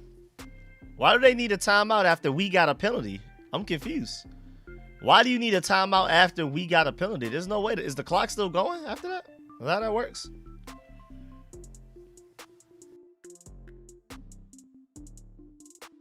First and 15. Show me something. Show me something. Hey, just throw it to Terry, man. Just throw it to Terry, man. Don't even overthink it. Just throw it to Terry. What was that, bro? Meanwhile, Tyler Biotish in a sumo wrestling match. What was that? Well, that would make it 2nd and 15, 16. What was that? Biotish, you good? Like, Biotish, get it together, man. Oh, Biotish had help from Chris Paul at first. Chris Paul left. And then now, you know, Tyler Biotish, since he was double teaming the guy, he was only blocking half the guy. Chris Paul leaves. Tyler Biotish is only blocking half the guy still. And the guy runs by him. So I can't be too mad at that. I can't be too mad at that. It looks like it's probably going to be a flag on Denver, though.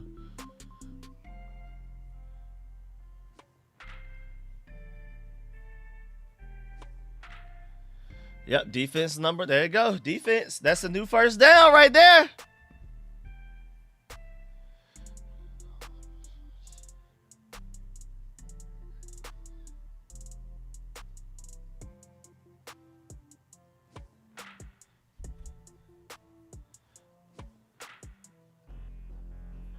All right, 1st and goal. Let's go. 1st and goal from the 8-yard line, Commanders. Okay, okay. Let's see what we got going on right now. Red zone offense. Red zone offense.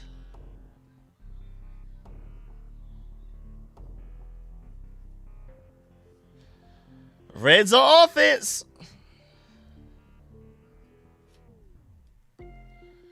Let's see, let's see. 1st and goal. C-Rod up the middle. Whoo! Clean ran somebody over, too. Okay. Clean ran somebody over. I mean, clean. Like, didn't fall to the ground afterwards, too. Woo! Chris Rodriguez, okay.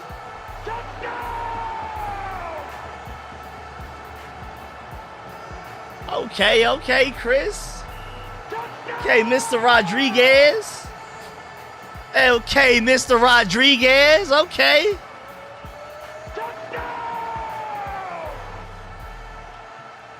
Okay, Mr. Rodriguez in the building. You know what I'm saying?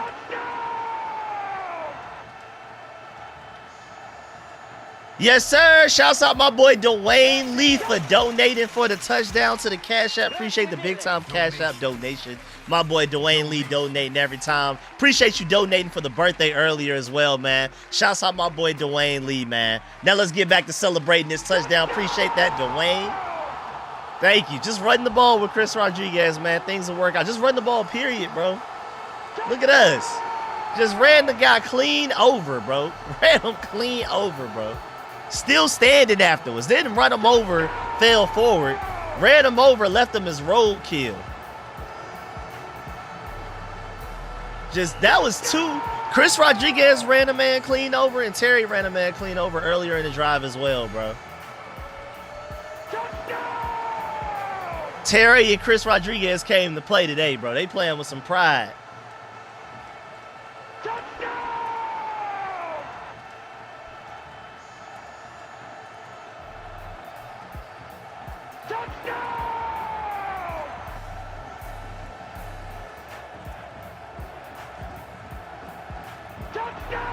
My boy Chris Rodriguez turned that man in a roadkill, boy. That boy C-Rod, man. He not playing with y'all today, man. Shouts out C-Rod, man. Again, shouts out my boy Dwayne Lee for the donation for the touchdown, man.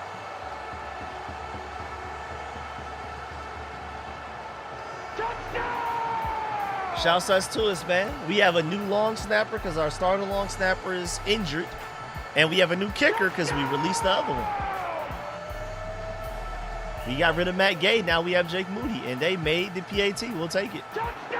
Tressway the holder, of course. And the snap was pretty high, but, you know, Tressway's Tressway. You know what I'm saying? Tressway, man.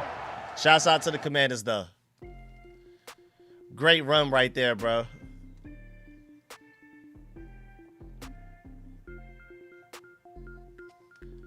That boy C-Rod ran a man clean over. Like the type of run over where he's still up and running after you ran him over, bro. That's crazy, bro. And then shouts out to Tyler Biadasz because I'm looking at the replay and he blocked two guys on that Chris Rodriguez run. That's why he wasn't met by anybody until he got to the safety. He ran over the safety.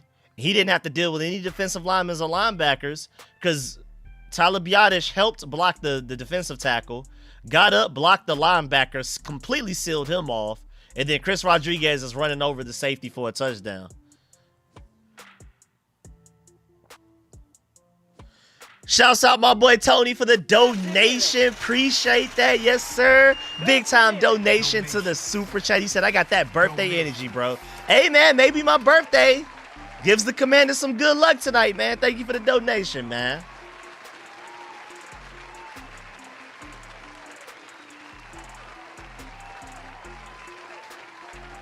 Oh, Lord, they breaking tackles on the kickoff return. Uh-oh.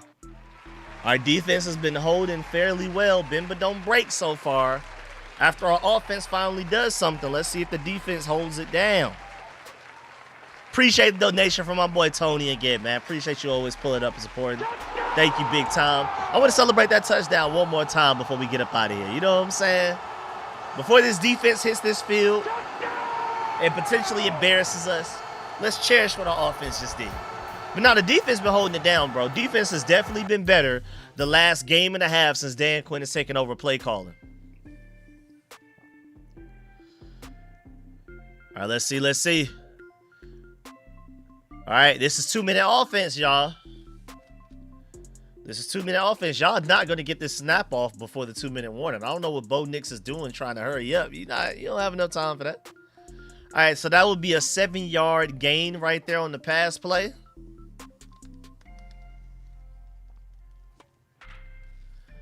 Yeah, man. Again, I want to point out the fact that Tyler Biadasz blocked two guys on that Chris Rodriguez touchdown. But again, of course, shouts out, super duper shouts out Chris Rodriguez for running the guy over, though. That him and Terry running guys over in the same drive and it resulting into a touchdown. Beautiful. But Tyler Biadasz, even though he had that ugly block on that Mariota tackle, Mariota, I guess, sack, even though it was a quarterback design run, whatever you want to consider it. Shouts out to Tyler Biadasz for blocking two guys. He helped Chris Paul with the D tackle, and then he ran off and got the linebacker, and then it was just beautiful. Shouts out to my boy HP for the donation to the super chat. He said, has CW and May proven to be better than JD5? Yes, nah. Sir. No, they have not. Even though, shouts out, Bears and Patriots, they have better teams around their quarterbacks, though. They haven't specifically outplayed Jaden Daniels directly, in my opinion. Like, they have not just played better individually. I gotta find the stat, but I remember it was like 4 weeks ago. And Drake, it was like some stat like Drake May has not won a game where he's thrown the ball over a certain amount of times. It was like 22, 25 or something like that. It wasn't even like a crazy amount. You know what I'm saying? It wasn't even like a crazy amount. Now, granted, that was a few weeks ago. Who knows? Maybe now they've won a game where he had to throw the ball quite a bit. My point is, though, I think Drake May is better than Jalen Hurts, but he is part of a really good team that he doesn't have to carry. Jaden Daniels had to carry this team, a worse team, all the way to the NFC Championship game. So first, we got to see if Drake May can even make it, or Caleb Williams can make it to their conference championships, let alone their teams are better. I don't think y'all understand how bad this roster was last year outside of Jaden Daniels putting the team on his back. Caleb Williams and Drake May are not putting teams on their back. They're playing well. They're making good plays. They're not carrying the Bears and the Patriots. They're not at all. The Patriots spent the most money in the offseason out of any team in free agency.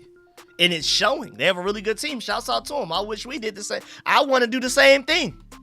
I would love to go out there and spend a bunch of money and make our team better around Jaden Daniels like the Patriots did. Shouts out to him. But Drake May, as an individual, not better than Jaden Daniels. Shouts out my boy Disabled for another donation. Appreciate that. He said, the D doing some work, pick six or fumble. Hey, let's see. Let's see. Let's see. Appreciate the donation again from my boy Disabled Park Harper. Always supporting the stream, man. Appreciate that. Appreciate that. Oh, Bo Nix, bad throw right there. Underthrown. Wide open receiver. Now, the team was not better last year. The team was just healthier last year. We were not better. On paper, we're literally better this year. You didn't have Debo last year. You didn't have Bill last year. Chris Rodriguez wasn't even getting the ball. You didn't have Laramie Tunsil. We were only better because we were, I guess you could say, healthier. So, yeah, by default, I guess we were better because we were healthier. But still, Jaden had to carry that team. That team wins 5. I promise you that team wins 5 games without Jaden Daniels last year. Marcus Mariota's your starting quarterback last year. You win 5 games. I tell you, Drake May or Caleb Williams is your quarterback last year. You definitely don't make the NFC Championship. You probably don't make the playoffs. I'm telling y'all right now. Okay, Bo Nix doing Bo Nix stuff right now. Messing up the 2-minute offense for the Denver Broncos. It's some decent defense going on right now, but it's more so Bo Nix just messing things up.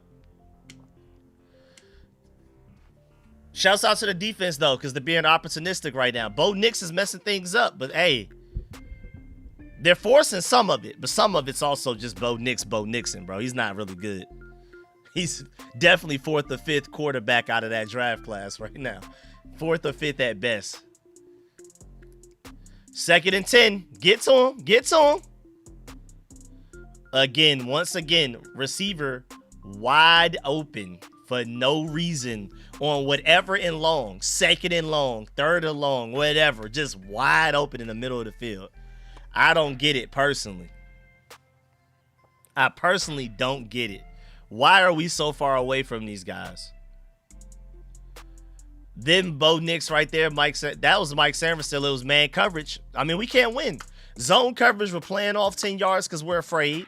Then we play man coverage, and Mike Sanford still can't cover the guy one-on-one. Gets beat by a double move inside route. Now it's 1st and 10. On the 26-yard line, Bo Nix underneath throw. Is that Bobby Wagner slow self in coverage? Yes, it is. That'll be a nice little pickup. Yeah, here we go, bro. It's ugly. They're putting us in ugly situations. Our defense is not ready for it right now.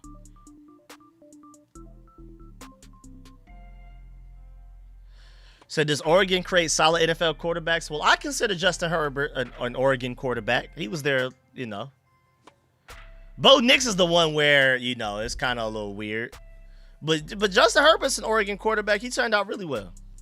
It's just because they've run a very college system. They don't run the NFL system. It's a little gimmicky, so there's always that, you know, they kind of struggle with that transition going from college to the NFL because they just have a bunch of speed, and they don't run a pro-style offense. It's a very shotgun-heavy, college-y, gimmicky offense. So it works in college, but that's why those quarterbacks struggle when they get to the NFL. But shouts out to Justin Herbert. He will not be denied. When healthy, Justin Herbert's a really good quarterback. So Oregon at least got him. Bo Nix, Marcus Mariota, good backup, you know, but outside of that, maybe I'm missing somebody. I mean, Dante Moore got better, though. Dante Moore even got better this year with Oregon from where he was the previous year. What was that, UCLA? Didn't he come from UCLA or something? Dante Moore got better, like, mechanically this year. Now, of course, a lot of that probably is him doing his own work and developing himself, but Oregon is doing a better job of developing quarterbacks as of late. I just think Bo Nix isn't fixable. I don't think there's any coaching staff that can get Bo Nix greatness. I mean, man, it was like a 5-6 year quarterback in college. You know what I'm saying? So I'm not going to blame Oregon for Bo Nix. Dante Moore got mechanically better going from last year to this year, and Justin Herbert is Justin Herbert. So Oregon straight. You know, they're straight. All right, 1st and 10, 33 seconds left. Dump off. Okay, Sanford still. Good hit. I like that. And talk your trash too, man. You be wearing crazy outfits on the way to the game. Some very questionable fits. But that's not a questionable hit, bro. Questionable fits, but not questionable hits. I like that, bro. Good hit right there, man. Yes, sir. Good job, Sanford still. Good hit. Good hit, good hit. That'll be 2nd and 10 from Washington's 11-yard line. Let's go. Let's go, let's go. They're in the red zone. Let's see what happens. A good hit by Sanford still, though. That was beautiful. That was beautiful. 2nd and 10. No way. Bo Nix halfway to the ground. Touchdown throw to Cortland Sutton. Wow. Nah, that's crazy. Come on, son. Come on. And as soon as I talk crazy about Bo Nix, there you go. Great play. Gotta admit, great play. Great play. He was Bo Nix in that whole drive until the very end. Come on, son. Good play right there. That's a great play. Fall into the ground, dot. Fall into the, and that's a dot too. Like, he couldn't have placed that any better. Honestly, he may have messed up that throw if he had a clean pocket and was standing still, knowing Bo Nix. That was a dot. That's arguably the best throw I've ever seen from Bo Nix's life that I've seen. Of course, I haven't watched every Bo Nix game, but that was crazy. Like, for real, there's nothing you can do about that. There's nothing you can do about that, dog. That's just a great throw, man. I can't lie. Will Harris wasn't even that far away. The coverage, I mean, I wouldn't say the coverage was great. He was like a step behind. But a typical Bo Nix throw, Will Harris is close enough. You know what I'm saying? That's the thing. Typical Bo Nix, Will Harris is close enough. But that was a dot. Bo Nix, hey, you got to clap it up, bro. That's a great throw, man. That's how you know this is a game of inches. His knee is 3 inches away from the ground for it technically being a sack instead of a touchdown. That throw is maybe 6 inches away from Will Harris being able to bat it down. This is a game of inches, bro. It's football, man. That's why football is so fun, man. Game of inches, bro. Game of inches. But now we're down 13-7. That's not too bad, though. But that was a great throw. That was an insane throw. Shouts out my boy HP Living for another donation on my birthday, man. Appreciate that. He said, Mariota sold us. It should be 13 to 10.5. You are not lying. You are not lying. Right there. Well into field goal range. We probably would have saw Jake Moody attempt his first actual real field goal attempt as a Commander. And then, Mariota thought he was Pat Mahomes. Got ugly. It got ugly quick. It got ugly real quick. Appreciate the donation from my boy HP Living again, man. Thank you for that. I mean, typical 2-minute offense right there, or for our situation, 2-minute defense where we just play bend but don't break too far, and then you break at the end. We're playing so soft, so passive all the way down the field, and then when it's time to clutch up, we break, bro. You should just probably play more aggressive on, before we get down there. We play scared, but I don't know. Maybe that's indicative of the lack of talent we have on defense, whether it be through the injury or we just suck. I don't know. But it's Dan Quinn, and even before then, Joe Wood Jr. had this defense playing real passive, bro. And then if you're going to allow a score at the end anyway, you might as well get aggressive. You might as well play aggressive. But this 5 yards away from the nearest wide receiver, 13 yards down the field at minimum, like whatever that is, don't take that in the 2026, dog. Whatever that is, don't take it to 2026, bro, please.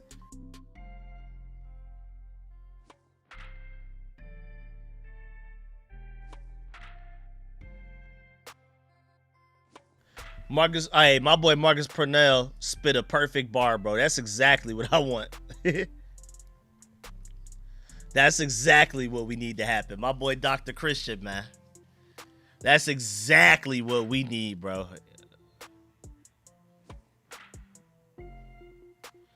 Debo, did you fumble? He broke like 3 tackles and fumbled? And no, we are not tanking. We're actually trying really hard to win. We're just that hurt. Or, you know, in some ways that sorry. But more than anything else, we're just that hurt. But we are not tanking at all. We're trying to win. Debo fumbled, but he was able to get it back, I guess.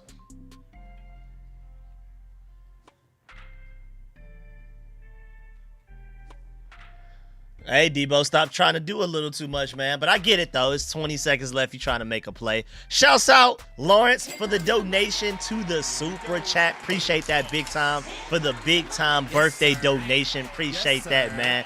Thank you for the Super Chat, man. Appreciate that. Let's go, man. Thank you for that one, man. Appreciate that. Shouts out my boy Lawrence in the building, man. All right, let's see. Let's go. What's going on now? Wait, we're taking a knee? Huh? We didn't even want to attempt. I told you, this team is very passive. This team is very passive. They don't even try. And my main thing with taking that knee is, can we all get on the same page?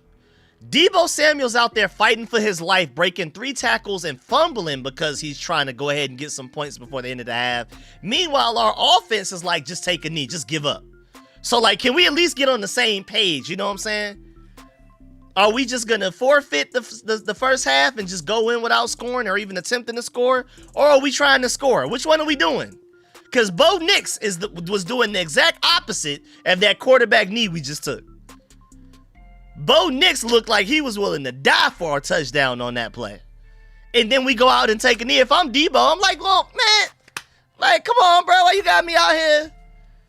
You got me out here going through it, and he's just going to take a knee the next play? I'd be so mad if I'm Debo Samuel. I'd be hot.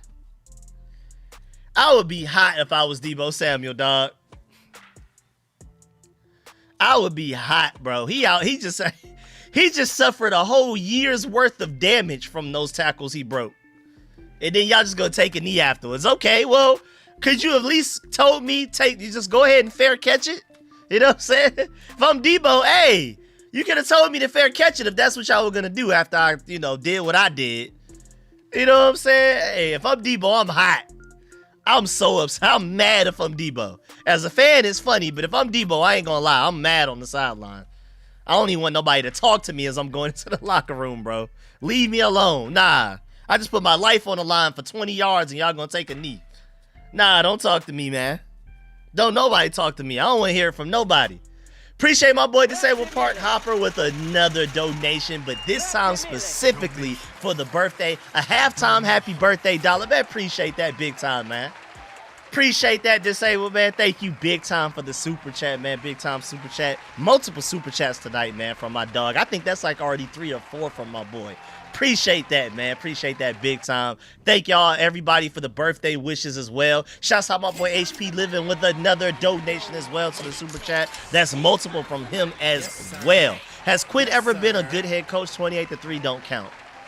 I mean, I feel like Dan Quinn is solid.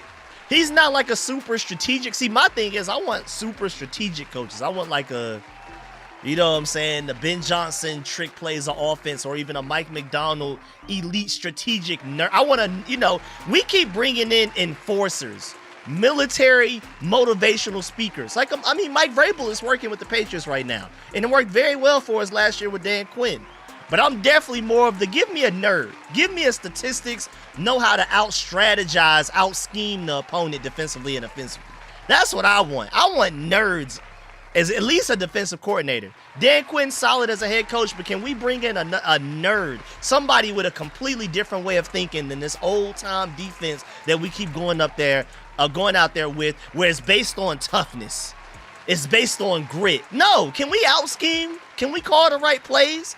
Can we design the right plays and call them at the right times to beat our opponents, please? Can we please get nerds in our coaching staff? Please, I beg you. All of this toughness ain't going nowhere. Yeah, we're toughly losing. All we doing is toughly losing. All we out here doing is getting tough whoopings. Can we please out-scheme some people? It always feels like we're getting out-schemed. It feels like other people know our playbooks. Seems like other people know what plays we call before we call them. Can we please get some nerds in the building, man? Please, I'm begging you. This whole gritty, tough stuff that we've been doing since Ron Rivera, it ain't working. It's working better under Dan Quinn than it was Ron Rivera, but it's not working. We just be getting tough whoopings. Yeah, we tough. We just getting whooped tough. But yeah, man, we got some stuff to do. I would love Al Harris. I just did a whole video talking about why exactly we need Al Harris. I brought stats and everything, bro. That was my video that I did yesterday if y'all haven't already seen it, man. But hey, man, we're down 13-7. Not that bad. You know, the defense hasn't been horrible. Bimba don't break up until that last drive right there, but you know how 2-minute offense gets with our defense. Especially with all the injuries that we have, bro. And again, appreciate everybody for the happy birthday wishes. Thank y'all for those. Wait, McGee was not out there? I noticed a lot of Bobby Wagner and Frankie Louvu, but I was just hoping Jordan McGee was at least on the field. I didn't notice, though. I've been paying more attention to the defensive line. I should be paying more attention to Jordan McGee. I'm going to start looking out for that. Thank you for that. I got to get some Thanksgiving leftovers after this game, man. Appreciate the birthday wishes from everybody again, man. They super appreciate all of the birthday super chats, Cash App donations, all of that, man. Also, leave a like, man. If you can leave a like, man, I'd really appreciate that for my birthday as well, too. That's a perfectly good birthday gift right there. If you could just leave likes as well, man. And please leave a like on the stream. I'd really, really appreciate that from y'all, man. For real, for real. All right, let's see. Yeah, the Steelers got whooped, man. I didn't see any of that game. I didn't see a single play from that. I told y'all I knocked out, bro. I went to the gym again. For those of y'all that weren't here, I went to the gym earlier today, even though it was my birthday. My logic was, if I can go to the gym on my birthday, what's the excuse to not go any other day? So I went to the gym, had a big birthday brunch with the whole family. Well, the majority of the family. And then I took a long nap with Brody in my lap, too. I was out in the family room. Brody laying in my lap, took a nap with me. And took a long nap, woke up, like, you know, a little bit before before we pulled up for this stream. And now I'm here. You know what I'm saying? So, but I gotta get to these Thanksgiving leftovers afterwards, man. I'm heating that up as soon as this game in, or as soon as I end my stream. You know, maybe something happens. It's worth discussing after the game. We'll see. But when I end this stream, bro, Thanksgiving leftover. I'm not even that hungry yet, but I know it's gonna hit. I know it's on the way. But what's good, everybody? What's good? What's good? How we feeling in here, man? What's good? What's good, everybody? How we feeling so far? 13-7. Matter of fact, I'm going to do what I typically do. I know the season's a little ugly, but I still like to show y'all, you know, some of the stats. Some of the stats, you know, halftime stats. Chris Rodriguez, 7 carries, 30 yards, 4.3 average. Bill's typically going to have a higher yards per carry average than Chris Rodriguez. I'm not surprised Chris Rodriguez has more carries than a touchdown, though. Mariota, 9 of 13, doesn't sound too bad. Then you get to that interception, and it was clearly his fault. That was an interception that he straight up threw himself. And then, I'm not that hungry yet. I'm good. I'm chilling. I'm just thinking about Thanksgiving. I'm not even hungry. I'm just like, man, I can't wait to get to the leftovers. I just keep thinking about them even when I'm not eating them. Shouts out my boy Cap78 for the big time donation to the super chat. Say happy birthday to you, Rico. Looking forward to the offseason predictions and free agency, the draft. Much respect. Appreciate that, man. Appreciate the donation, of course, for the birthday, first of all. And then, yeah, man. I mean, I've already started the draft stuff, bro. I'm doing mock drafts every week. I'm trying to do it on Mondays, but I just keep ending up actually doing them on Tuesdays and Wednesdays, how it's been basically every week. But either way, once a week, y'all are getting y'all are getting mock drafts. And I already have a couple of players that I'm loading up in this one. And I'm going to go ahead and tell y'all now, sneak peek, I'm taking a Nicholas Harbor in this one. I'm taking Nicholas Harbor in this mock draft. But, of course, I got to wait until at least the end of this game to see what draft pick we have. If we lose, I think we go right back up to 7, which we've had the past couple of weeks. If we win, I think we move it down probably to... Let me see. If we win, I ain't going to lie, we move all the way down to the 13th pick, y'all. At best. Oh, wow. I didn't know it was that bad. Hold on. Let me move this. Appreciate the donation from my boy Cap78 again. I didn't know it was that bad. Wow. You win tonight? You have the 13th pick at best, bro. Whoo! Whoo-hoo! Whoo-hoo-hoo! Whoo-hoo! But if you lose, I think you go right back to 7 because we were 7th before the Dolphins or whatever they did and stuff, and I think we go right back to 7th, I think. I don't know. We were definitely the 7th before this week started. I don't know what happened. But, boy, you lose. You have the 13th pick at best, maybe even the 15th. Woo! That's ugly. I ain't gonna lie. We'll see how this goes, though. But I didn't know it was that much at stake. You lose 7th pick. You win 13th pick at best, at the earliest. Maybe all the way back to the 15th? Wow. It's a lot of 3-4 win teams out there, y'all. It's a lot of 3-4 win teams out there. That is I didn't know it was that bad, bro. I didn't know it was that bad. You could end up with the 15th pick, maybe? 13th at best? Whoa. Woo, I'm scared. Appreciate the birthday wishes again. Thank you.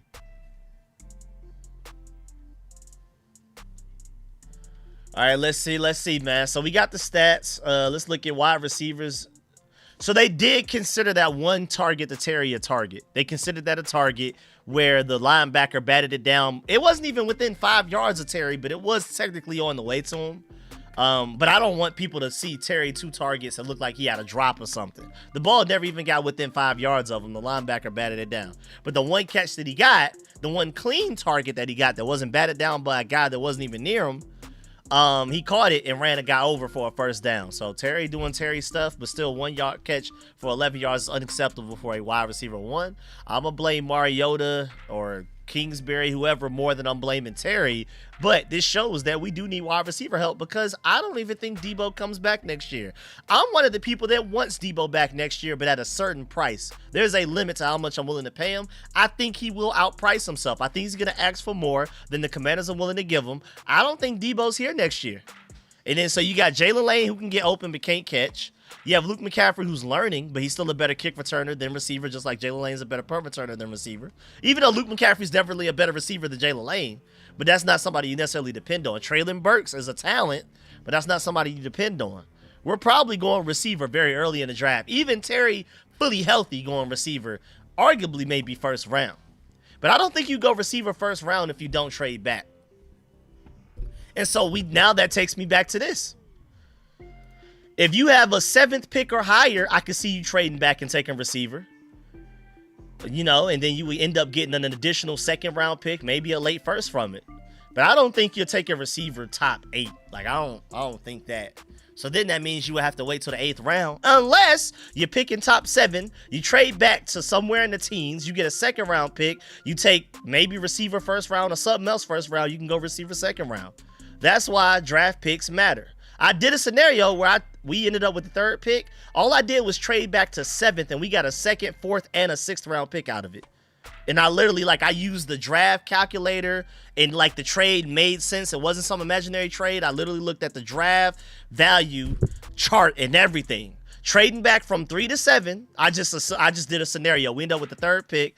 We traded back to 7th. You got the 2nd and the 4th back from the Laramie Tunsil trade, and these are high 2nd round picks. It was like the 4th or 5th pick in the 2nd round, the 4th or 5th pick in the 4th round, and then a 6th rounder as well. Then we had 3 6th rounders on top of finally having one first round, 2nd round, 3rd round, 4th round, 5th round, all of that. So that higher draft pick is very important, but we'll see though. course, Mariota has a fumble. Deebo Samuel has a fumble on the kickoff. Let's see.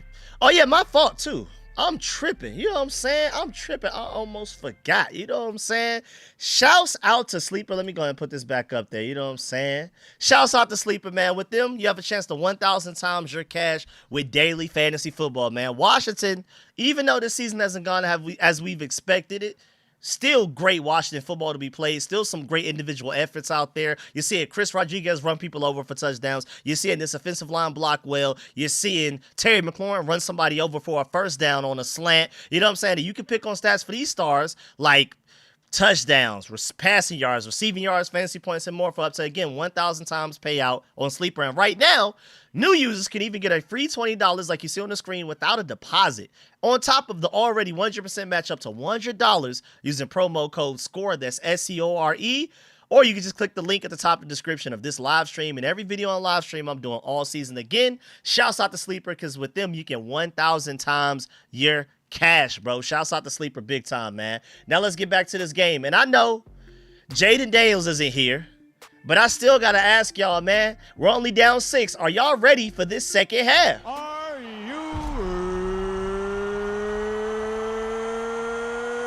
ready? For the thousands in attendance and the millions watching around the world, from the capital city of the United States of America, Washington, D.C., ladies and gentlemen,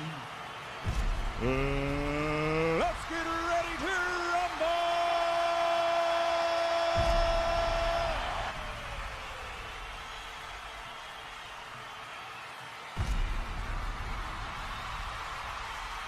Let's get it, man. It's a 6-point game after Deebo has a decent return. He's not the fastest guy, but he'll, you know. Oh, man, Kentucky just fired their head coach, too. Man, hey, man, that's a lot going on out here, man. Watch out.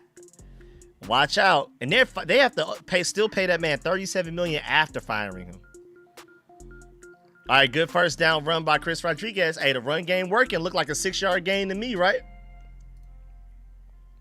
Let me bring Gamecast back. That looked like a 6-yard gain right there. Appreciate all of the birthday wishes. Thank you, Craig. Thank you, everybody, man. Thank y'all for the birthday wishes. And again, shouts out to all y'all that have left likes on the stream for the birthday. I really appreciate that. That's a great birthday gift as well. And then shouts out to those of y'all going above and beyond, even donating for the birthday. Appreciate that big time, man. All right, Mariota to an open Zach Ertz. Zach Ertz having himself a game tonight, y'all. Okay, again, when Mariota plays like Mariota, the offense does well. It's when he tries to become Pat Mahomes, it gets ugly.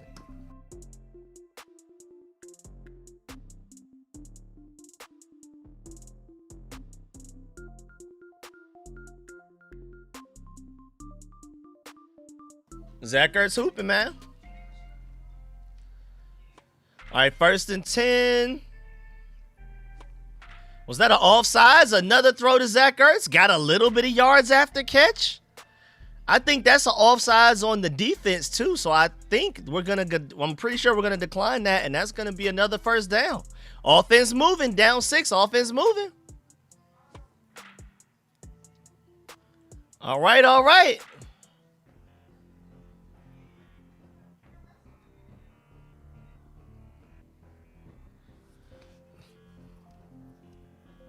If Ben Sinnott isn't ready, we may literally have to bring Zach Ertz back next year. He hasn't been very good this year for the most part, but, I mean, what are our other options? And we have other needs, so. Okay, good read option by Mariota to keep it because Chris Rodriguez got killed in the backfield. Chris Rodriguez wasn't going anywhere. Rodriguez wasn't going anywhere. Shouts out to Mariota for keeping that read option because Chris Rodriguez, boy, great fake. Hey, Jaden, you are better than Marcus Mariota in a lot of ways, but you got to tap into this read option game, bro. You got to tap into how to be better with this read option, bro. But I honestly think a lot of it just has to deal with defenses prioritize stopping Jaden more than they prioritize stopping Mariota. You know what, Jaden is probably like 50-50 stop, you know, pay attention to the running back, pay attention to the quarterback. I feel like with Mariota, you know, they pay a little bit more attention to the running back, but still, Mariota, please teach Jaden how to do the read option better. Jaden's the better thrower, the better processor, pre-snap, post-snap, more accurate, all of that. Faster, better runner, a lot of different things. Better throwing the ball over the middle, better at avoiding turnovers, all of that. But boy, Mariota, help Jaden learn that read option though, man. Help him learn that read option. All right, 2nd and 9 from Denver's 16-yard line. Good start by the offense right here.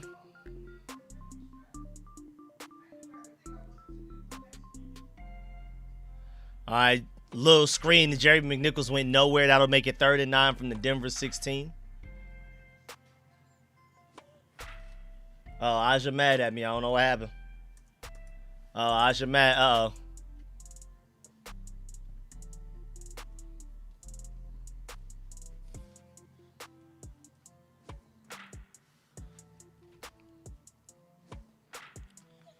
All right, let's see. 3rd and 9. Let me see something. Oh, Aja not playing with me. I'm sorry. What happened? Mariota. Did Terry catch that? Terry caught that? That low throw to his ankles. Hey, man, Terry said, I'm not playing with y'all today, man. That throw was insane. I think the route was even better, too. The route was, let me see the route again. You got open, open in the zone. Yeah, good throw by Mariota, too. That catch, hey, man, that was low.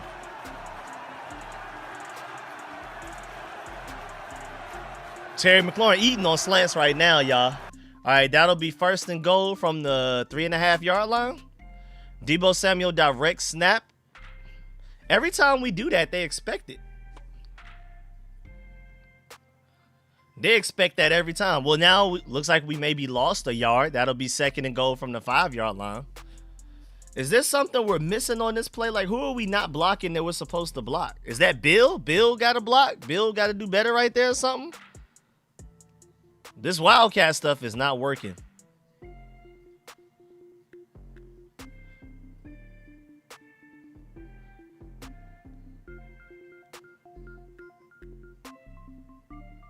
That play is not working. 2nd and goal. Play action. Back in the end zone to Terry. Not able to bring it in. Was it too high? Was it a drop? What was that?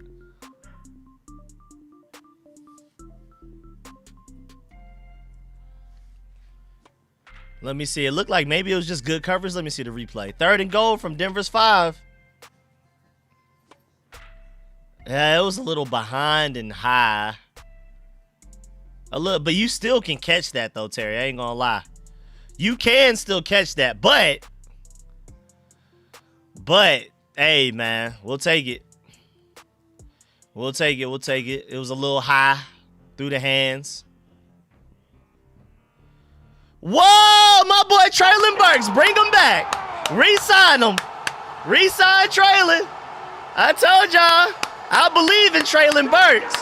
I believe in Traylon Burks. Re-sign him. Re-sign him. I told y'all before we even signed him, bring him in. That first round talent just didn't disappear. He just got to stay healthy and get a good quarterback, bro. He's been dealing with all of those bad quarterbacks that Tennessee had. And we just placed the blame on the wide receivers, the quarterbacks. There got to be somebody. I'll tell y'all, Traylon Burks, even though injuries had a lot to do with it, was getting thrown under the bus with Tennessee, bro. I told y'all. 2 games ago where he played, he was hooping for us. He looked like our best receiver, and then he does that. Told y'all Traylon Burks was, hey, I'm telling y'all, he's part of your receiving core next year. Bring him back. Bring him back. Bring him back. I'm not saying he stops you from taking Carnell Tate or anything like that, but Traylon Burks is a hooper, bro. Traylon Burks with the one-handed contested catch, bro. Stop playing with him. Stop playing with him.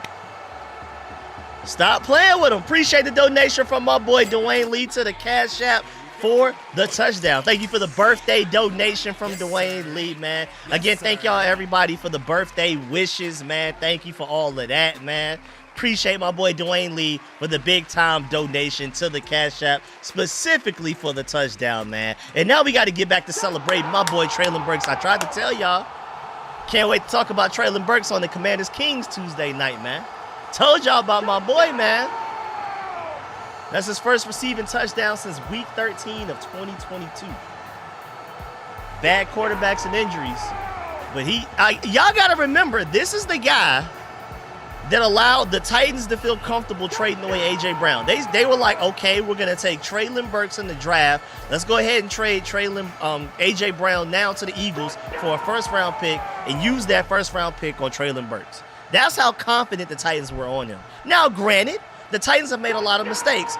Granted, that still wasn't a good idea, but there is some talent lying dormant in there. There is a reason they thought they may have been even a slightly decent, kind of, almost, sort of, alright idea at one point in time. Yes, sir, man. Traylon Burks with the catch of the game. Arguably the catch of the year for the Commanders, bro. Told y'all, though. I didn't expect him to go out there and get a one-handed touchdown catch, but I'm telling y'all, Traylon Burks has talent, bro. He just imagine what he's going to do when he stays healthy and Jaden stays healthy and they're playing together. With Terry and I mean, we'll see about Debo, you know what I'm saying, next year and stuff like that. But with Terry opposite, you got to worry about Terry. Now Traylon Burks is in the corner of the end zone, one-on-one with a DB. Throw that up every time, man. Shouts out my boy Disabled Park Hopper with another donation to the Super Chat. Appreciate another birthday donation. Said one arm, one hand, touchdown, Burks, let's go. I'm telling you, the talent is there, bro. The talent is there. That's the best catch I've seen from a Commander all season. If you would have told me when we first signed Traylon Burks, by the end of the year, Traylon Burks would have the best catch of the Commanders of the entire season, I wouldn't have been surprised. The problem is, can he stay healthy? Can he stay healthy? He got a little bit of Noah Brown to him where he kept getting hurt with the Titans. He came here, got hurt immediately after we got him. But good hoop. Look at Jalen Daniels happy too. He like, yeah, that's somebody I can throw the ball to when I come back. Yeah, that's a great. Even Bo Nix is like, yeah, he got it, bro. He got it. Appreciate the donation from my boy Disabled Park Hopper. Let's continue to celebrate that touchdown just a little bit more, man. Let's continue to celebrate that touchdown just a little bit more. Shouts out my boy Traylon Burks, man. My boy Traylon Burks is that guy, man. I'm telling y'all, just give him. All he needs is the opportunities. That's not only the best catch of a Commander all season, period, but that's one of the best catches I've seen all year from anybody. Sadly enough, though, my boy Brock Bowers, my Georgia dog, you know what I'm saying, had a crazy catch earlier today that was even more difficult. It was the same, but that was an insane catch by Traylon Burks. Best catch by a Commander this year, bro. Shouts out my boy Dex Wayne for the donation as well. He said, shouts out Burks. Arkansas, stand up. That's what I'm talking about, man. Yes, sir. Yes, sir. Arkansas, stand up. Represent, man. Shouts out Traylon Burks for that catch, man. We have a 1-point lead, y'all. We have a 1-point lead over the Denver Broncos, who are 9-2. Injuries killed this season, bro. We would have been a strong playoff contender if it weren't for injuries, and I like seeing Jordan McGee moving right there. Jordan McGee was definitely involved on that play. Good tackle right there. Shouts out my boy Dex Wayne for the donation again, and then shouts out my boy Critical Concept for the donation as well. Oh, this is Shahid. Say happy birthday, Rico. Appreciate that, Shahid. Patriots won on my B-Day. Hopefully Commanders win on yours. Whoa, whoa, whoa. Slow down. Hopefully is aggressive. Hopefully it's very aggressive. But appreciate the donation, my boy, my dog Shahid, man. Can't wait to have you on the stream again for the first round of the draft. If you're pulling up, you know what I'm saying? Always love that. Always love that. And congratulations to your Patriots too, bro. They hooping. They are hooping. They spent the most money in the offseason in free agency out of any team in the NFL, and it's showing. You know, a lot of teams do that and it doesn't show. Now that I think about it, we spent the most money last year and went to the NFC Championship. The Patriots spend the most this year, and they have one of the best records in the NFL. There may be something to that. You know what I'm saying? Congratulations to the Patriots, though, Shay. Y'all hooping right now, bro. Y'all took Travion Henderson and Kyle Williams from me. Those are two guys I wanted in the draft bad. I feel like y'all took somebody else I wanted in the draft bad. And they are hooping. So I even feel validated just off of the fact I wanted those guys bad, and they hooped. Yes, sir. Yes, sir. Louis T got to respect Traylon Burks now, man. You know what I'm saying? 3rd and 8 defense, what we on? Are we going to play too far away? Yeah, my hopefully is aggressive. Shay, you got to chill a little bit with that hopefully. Oh, man, we just let Bo Nix run. He don't even know how to slide. What was that? Did y'all see him just compartmentalize? Whatever the word. I don't know how to describe whatever he did. He fell down in sections. He fell down 3 times. Y'all didn't see that? At the end of that run? He don't even know how to fall, man. We just let him pick up all them yards, man. But that's Bo Nix. That's somebody, boy. That man fell in sections. He fell in pieces. Appreciate that, man. Appreciate all of the birthday wishes. Really appreciate all of the birthday donations. Appreciate all of the birthday likes on the stream as well. If you haven't liked the stream, please do that. Matter of fact, just to remind y'all, yo, how did he get that many yards? I thought he was about to go out of bounds. How did he get that many yards on that? Just do it. Oh, yeah, Christian Gonzalez, when we thought we were going to take him, somehow we took Forbes. And Forbes is playing fairly well for the Rams. He's been on and off. He's had great games. He's had really bad games. But he's been better for them than he was ever for us. But he hasn't played like a first rounder for the Rams. But he's playing well, though. But yeah, we should have took Christian Gonzalez. But we all knew that. Everybody knew that. That's not even like some genius, crazy take.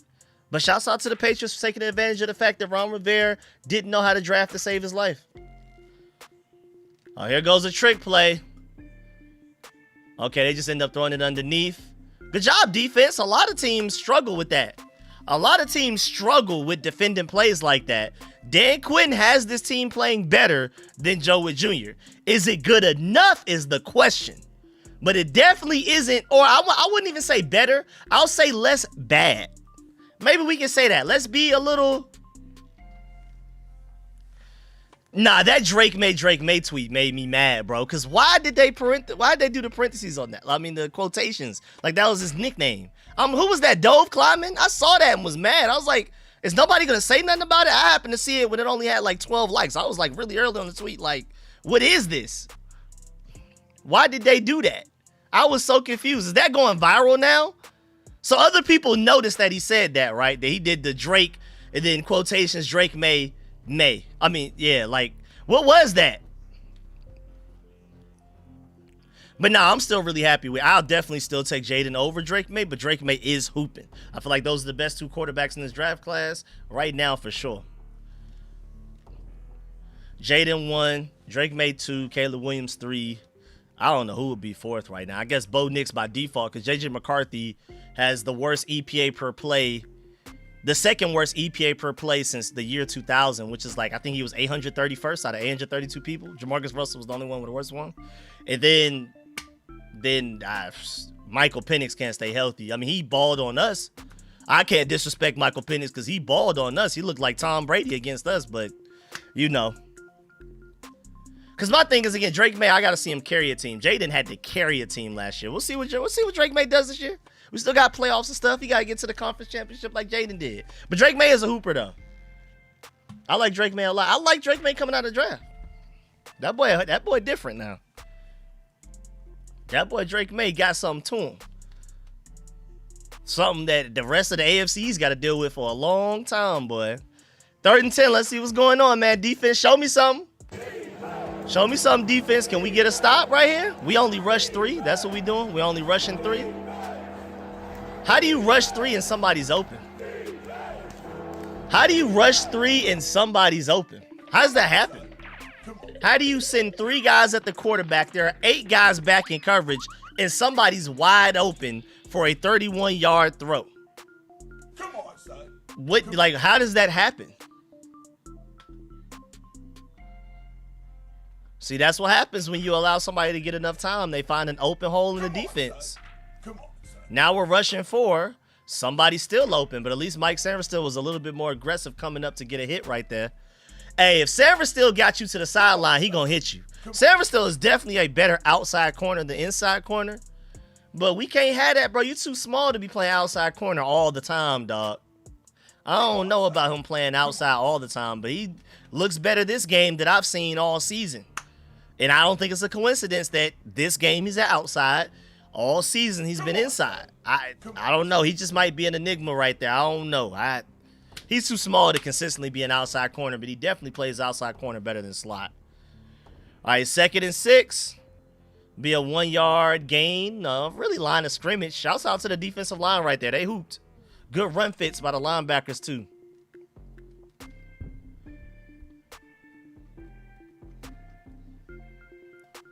Let's see what's going on.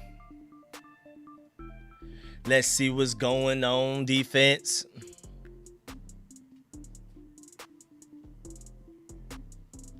They do the same thing with Nas Reed. I've never seen tweets about Nas Reed. That's crazy. Shouts out Nas Reed, though. 5-star recruit hooping for my Timberwolves right now. You know what I'm saying? All right, 3rd and 5 defense. Can we get a stop?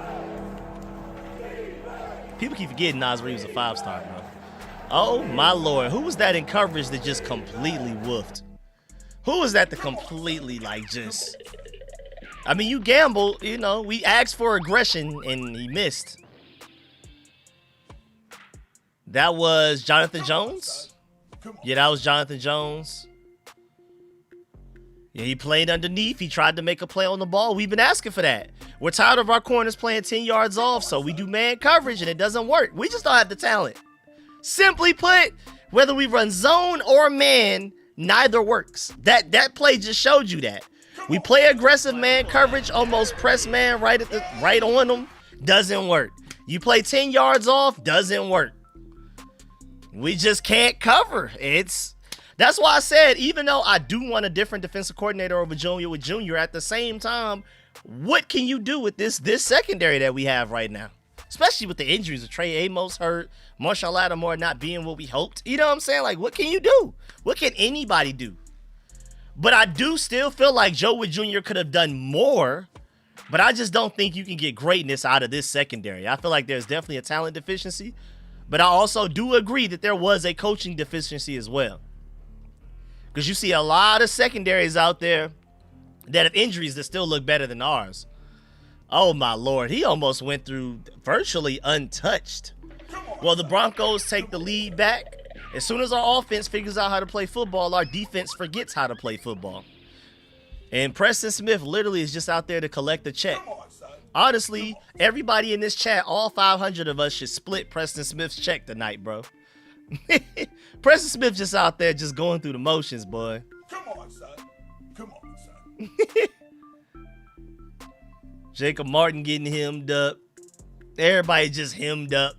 You know, just hemmed up, not doing nothing. Come on, son. All right, I'm surprised they didn't go for the 2-point conversion. I don't know why they want to go up 6 instead of 7. Come on, son. I don't know why they... can anybody explain to me why they did not go for that 2-point conversion right there? Am I tripping? All right, man, I want to see more Terry this drive, bro. Can we see more Terry? No, I'm really perplexed. Why did they not go for 2-point conversion? But they should have done it the other time, too. I wondered why they had 12 points. They didn't go for 14. Now I'm wondering why they had 19. They didn't go for 21. I don't know, though. I don't know. That's weird. I guess they don't expect us to be able to score another touchdown to take a 1-point lead. So maybe it's disrespect. Either way, though, I want to see Terry hoop, bro. Let's go. If you're not going to throw it to Terry, can you at least throw it to these younger guys, Jalen Lane and Traylon Burks, more often? Yes, Jalen Lane may drop it, but hey, he's only going to get better by getting the ball thrown towards him. And maybe, hey, maybe he learns mid-game how to catch. And now you have another receiver that you can be excited about going into next season along with Traylon Burks, another young receiver. But let's see, man. Defense struggled a little bit on that drive. That was definitely bend and break. That was your classic 2025 Commanders bend and break defense. Beautiful, right?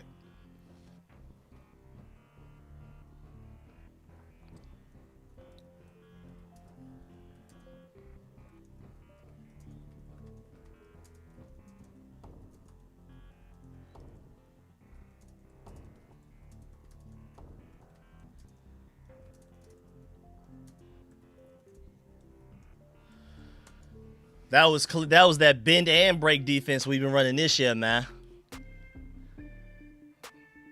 We got all sides of the booty covered. Every side of the booty covered. Bend and break, bro. We owe it. Yo, as soon as the offense got it together, the defense crumbled. We just can't ever have both at the same time. We can't get a defensive stop, the offense scores a touchdown, and we get another defensive stop. It's impossible. We just can't. You just can't go 2 possessions in a row of scoring. When was the last time we've gone 2 possessions in a row of scoring? This season.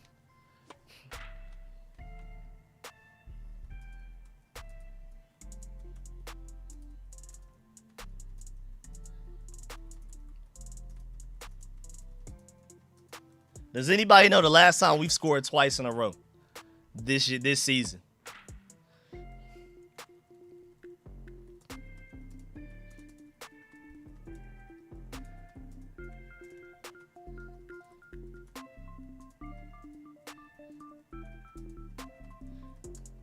Debo doing a lot of returns, bro. Taking a lot of hits today. My boy Disabled Park Hopper said right now. Okay. Well, we need a new defensive possession, so we need a touchdown, defensive stop touchdown, maybe.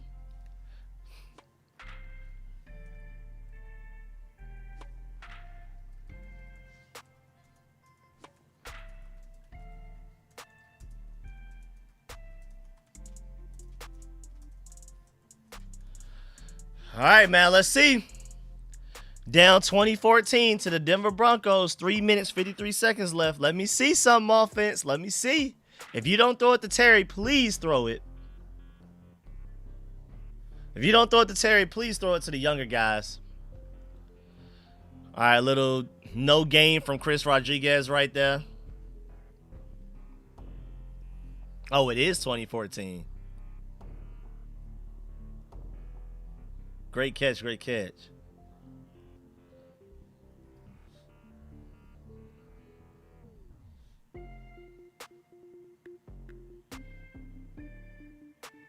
Second and 10, second and 10. Let me see something. Second and 10.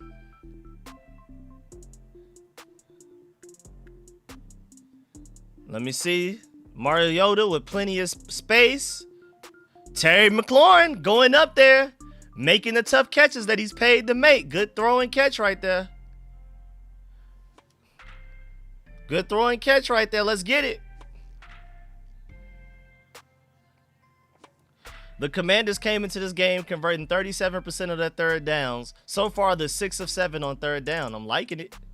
I'm liking what I'm seeing a little bit. You know what I'm saying?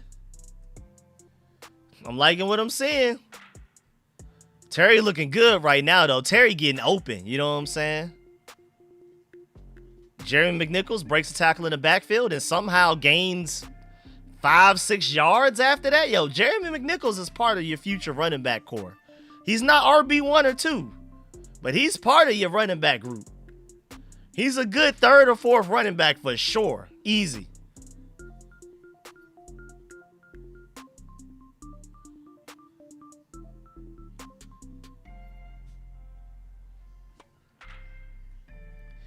And I also want to make sure people know that I don't want to say Treylon Burks has been injury prone since he's come here, because I remember Seawall Sports updated everybody that his finger got caught in a cornerback's helmet or a face mask or whatever with the last time he got hurt, most recently with the Commanders. And his finger literally broke in half. That's not really injury prone. You know what I'm saying? I consider injury prone like it's just, I don't know, your diet. Maybe it's just the way you were built. It's just whatever. Like you just get hurt in situations that other people wouldn't get hurt. You just consistently hurt because you're just brittle, whatever, weak, whatever. You know what I'm saying? I don't really consider Treylon Burks hurt, especially since he's been here, because that injury, again, anybody would have been hurt that way. Your finger gets caught in somebody's helmet and it breaks in half. You know what I'm saying? And then he's going out there and making one-handed catches like that within just a few weeks of that. So Noah Brown is injury prone. I'm not going to put that on Treylon Burks just yet. That's just me, though.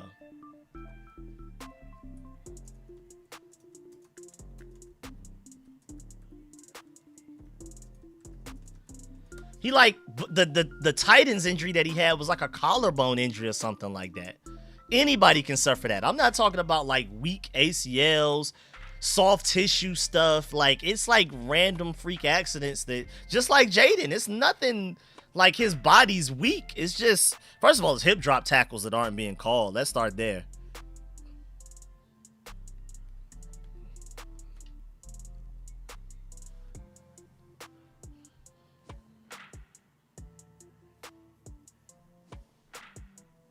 I said, I think every team has an opportunity to take over the trap this season.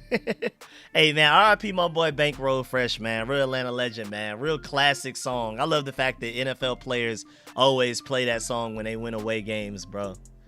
That's a real Atlanta legend, man. Real Mechanicville legend right there, man. That's how Bankroll.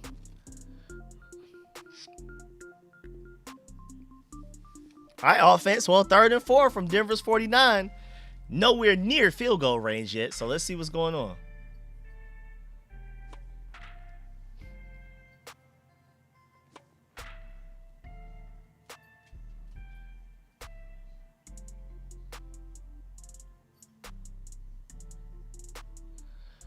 All right, let's see.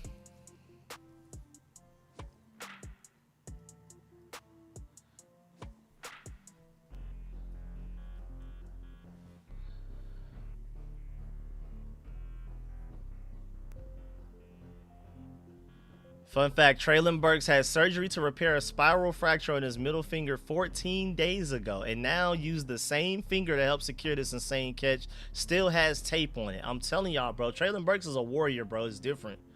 Traylon Burks is a warrior. That's not injury prone, bro. Ian Rappaport just tweeted it. Matter of fact, I'll go get it.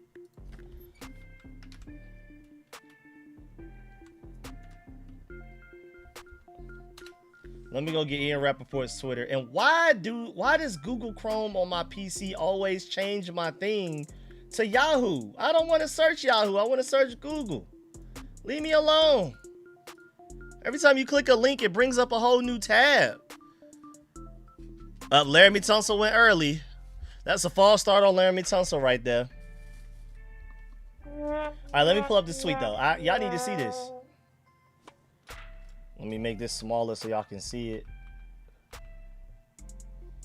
So y'all can see what I'm talking about. Let me move Mr. Krabs Sad out the way.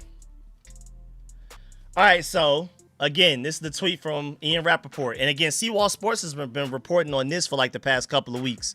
But just 14 days ago, his middle finger got split in half. Oh, that is crazy that Traylon Burks happens to wear the same number as Odell. I didn't even think that's the part that's crazy to me. 3rd and 9. Mariota with pressure just throws something down the field. Traylon Burks, I guess, was the nearest receiver, but it didn't work out. We will now punt. Oh, thank you for sending that, Ma. Offense right back to where it started. Reverted right back to factory default settings. Laramie Tunsil's false start right there. Backed us up, forced us to throw. They get pressure on Mariota. He just heaves it, and now we're punting. Tressway got his work cut out for him this year. He barely punted last year, but he been putting his tail off this year, boy. I earned that check this year, man. Oh, Odell even tweeted it. He said 13-13. He even tweeted about it.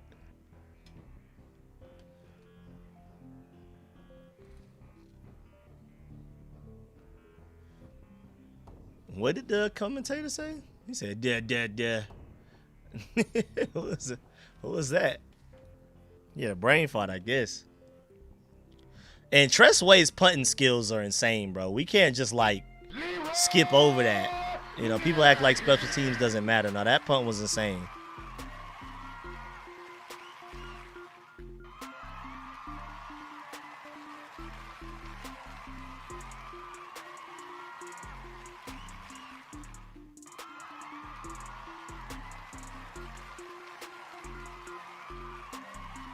That was an insane punt by Tressway, bro. We not about to just skip past that without acknowledging it, bro.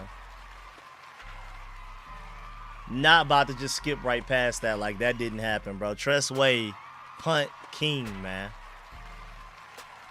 He deserves a ring, bro. We got to get Tressway a ring before he get up out of here, man.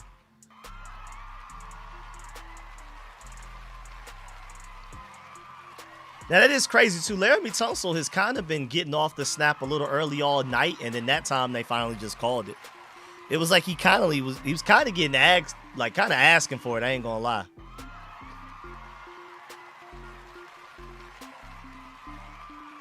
And it's crazy enough though. That's Laramie Tunsil's 8th penalty this year, which isn't good. You know what I'm saying? That's not great. It's not bad, but it's not great. But that's his first one since week 6. You know, Laramie Tunsil hasn't had the penalty issues since week 1 for real.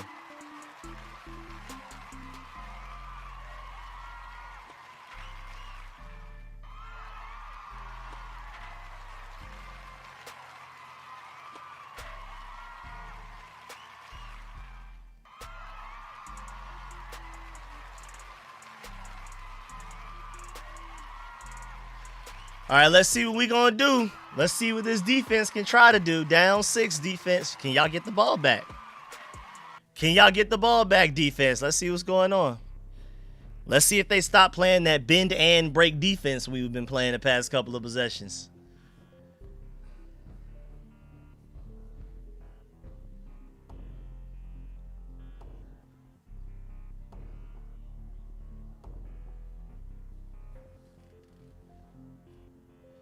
That's annoying too. Looking back at it, those guys were open down the field. Maybe if Mariota had a little bit better protection, maybe he would have taken his time throwing the ball better. But we had some guys down the field.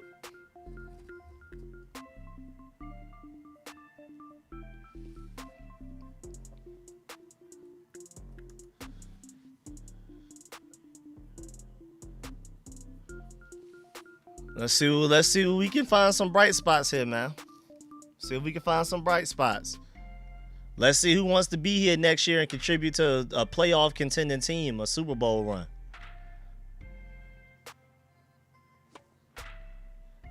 Let's see who wants to be a part of a Super Bowl run, man. Okay. Good run stop right there. Who was that? Jeremy Reeves and Johnny Newton. Look at Johnny Newton. Okay, that's a positive play. Not getting pushed back 5 yards backwards, man. I like it. I like it. I'm happy to see that, man. I'm rooting for you. First round talent, got him in the early 2nd round. I need to see it more though, man.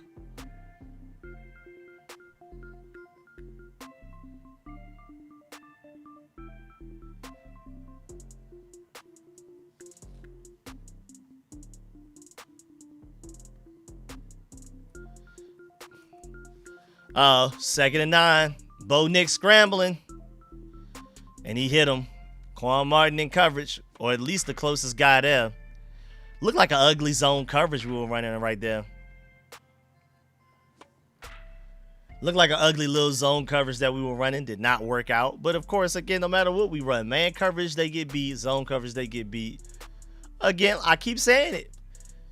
There wasn't much you could do with this defense, no matter what defensive coordinator we had here. But I do agree that there are way better defensive coordinator options out there than Joe Witt Jr., who could have done more, but it's not a lot. You can't do a lot but what we got going on right now, man.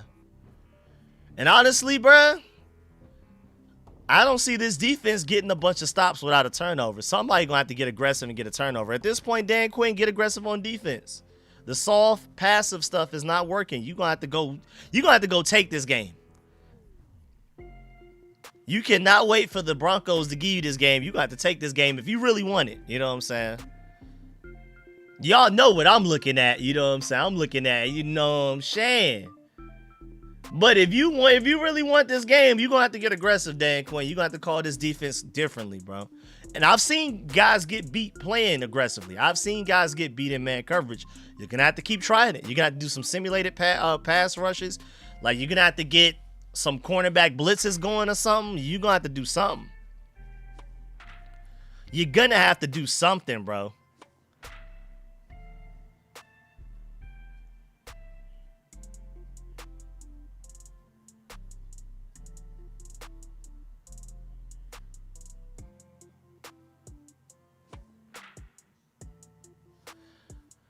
It's already the start of the 4th quarter. I didn't even notice that. The 3rd quarter went by the quickest out of any quarter. Oh, wow. Down 6, though, again, you're going to have to change this up, man.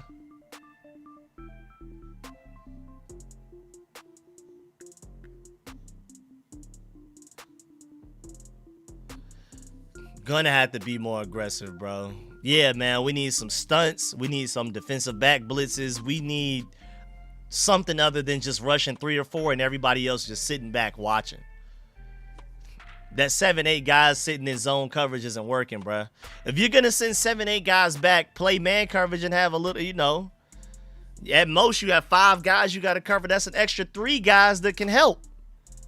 If you're gonna rush 3 or 4, that's an extra 2 or 3 guys that can help zone up and help the other guys that are running man. I don't understand why we just have a million guys running zone coverage. It's still allowing holes.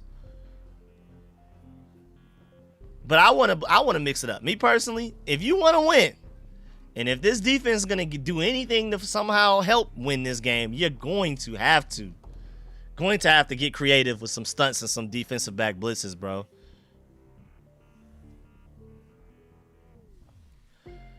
All right, 1st and 10 from the 31-yard line. Little dump off throw. There you go. Zone coverage, but they were there quicker. I think that was Jonathan Jones on the tackle right there with the close coverage.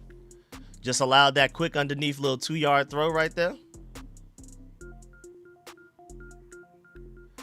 All right. They're calling plays to chew the clock, it looks like. 2nd and 8 from Denver's 33-yard line.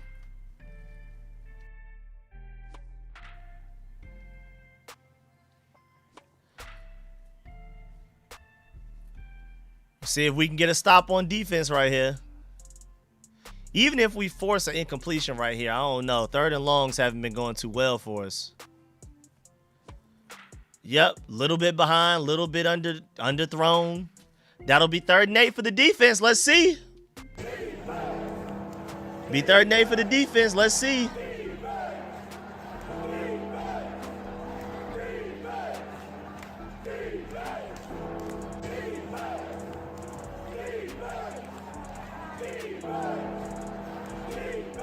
Let's see.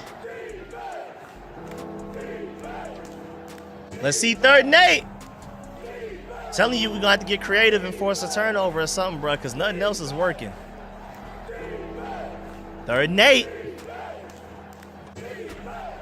Bo Nix under pressure, throws it right to Bobby Wagner. Wow. I mean, directly to him.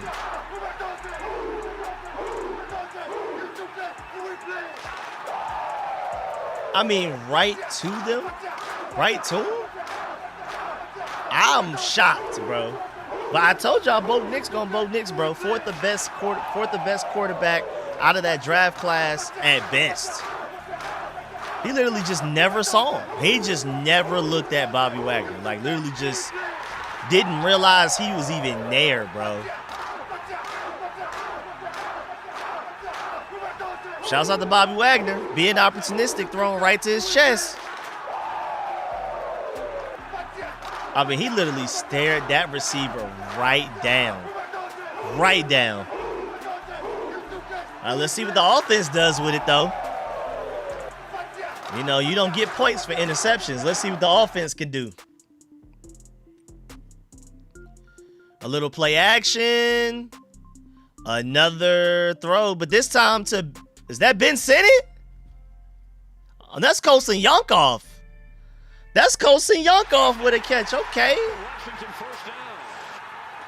That's Colson Yonkov, man.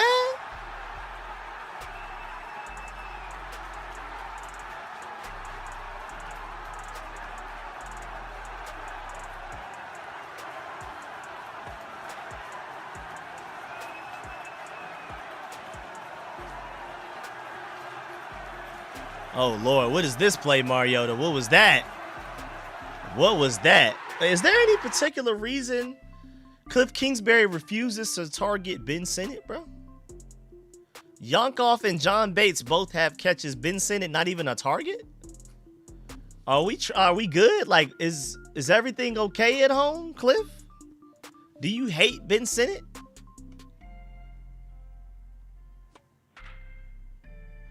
Do you hate Ben Sinnott? Maybe so. Either way, 2nd and 10 from Denver's 22-yard line. Little underneath design throw to John Bates. My point exactly. Another John Bates catch. Do you hate Ben Sinnott? Let me know now.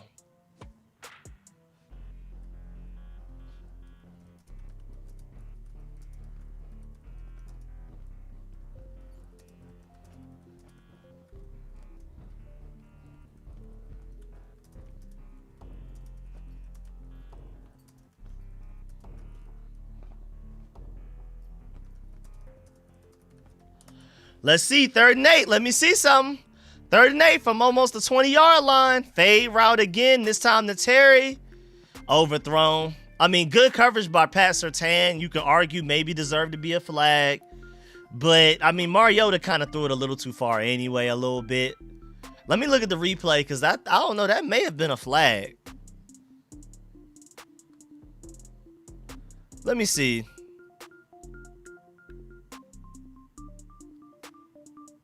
Oh no, that's a flag. Oh, that's a flag, bro. If that's one of the like premier receivers on one of the teams that has a better record right now, they throw that flag, bro. I don't know, bro. That was definitely just it's just the Commanders. We're not gonna call that flag. Oh, they're playing go-go with the transition. All right, good job making the kick. Okay, so Jake Moody made a field goal, a 38-yarder. There go Jake Moody with his first field goal made for the Commanders. He's 1 of 1 as a Commanders field goal kicker right now, even though it's only 38, though. He better have made it.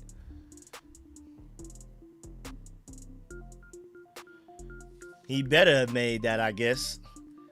Yeah, nah, I sincerely believe if that's like even my Georgia dog, George Pickens, they would have thrown that flag.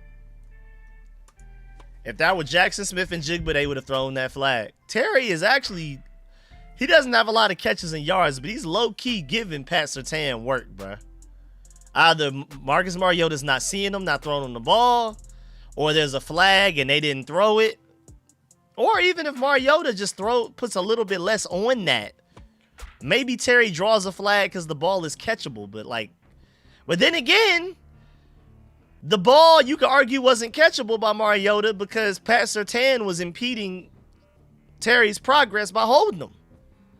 So I don't know, bro. I don't know. I feel like that was a flag, but that definitely would have been called for one of the top receivers in the NFL right now. But it is what it is.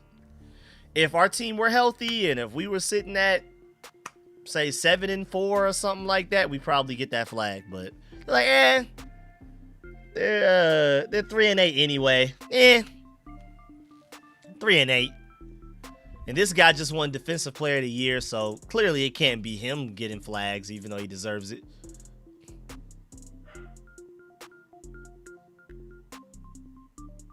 Chad Johnson saying he wants to be a wide receivers coach for Lane Kiffin. That's funny.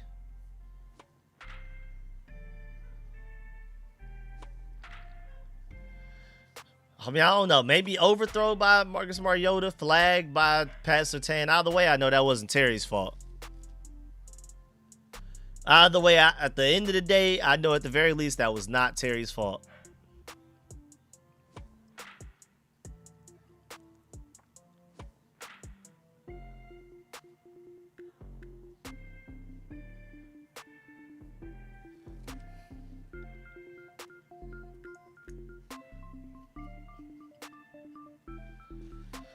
But yep, we got a free possession off of a Bobby Wagner interception. Only got about 20 yards after that, if that, and then ended up kicking a field goal. So we'll take a free 3 points. But if you're really trying to win, you need a touchdown right there, to be honest. I mean, how much do we honestly expect?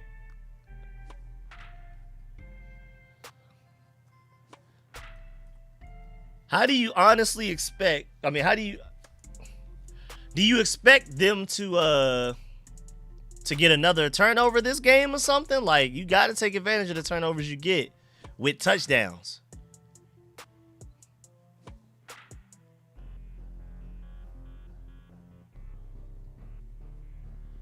Ian Rappaport is still tweeting about Traylon Burks. He just did another tweet. Fun fact, earlier today, Traylon Burks texted his high school coach, Bo Hembry of Warren, Arkansas. high to have Hembry send them videos of how Burks played with a cast during high school, making 100 catches. Then he made one a night. That's interesting. That's random. Put some respect on my boy Burks' name, man. Put some respect on my boy Burks' name, man. I want to see more hoopish from my boy Burks, bro.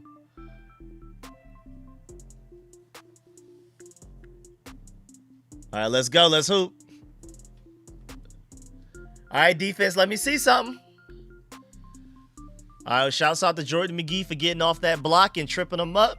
Only a 2-yard gain. Jordan McGee, I'm telling you, we need athletes and on his defense. Jordan McGee's one of those athletes. He's still a little young. Still a little inconsistent. Still a little immature. Still a little unaware at times. But that play was made because he's a great athlete. Playing with passion. Playing with aggression. To get off that block and trip him up like that, I don't think Frankie Louisville or Bobby Wagner do that this year. That's a Jordan McGee special on this defense. 2nd and 8. 2nd and 8 on the 31-yard line.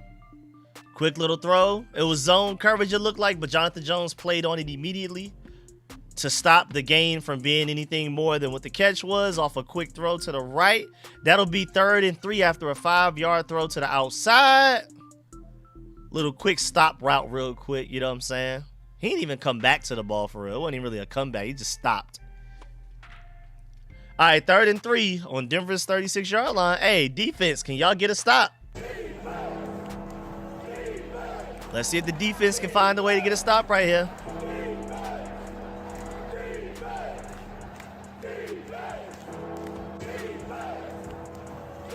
Okay, good job, defense. Okay. Louisville with a sack. Okay. That's a coverage sack right there. That's a great sack, but that's a coverage sack. Shouts out to the secondary for holding. Shouts out to Louisville for taking advantage. Never giving up on the play. Yes, sir. Okay, okay.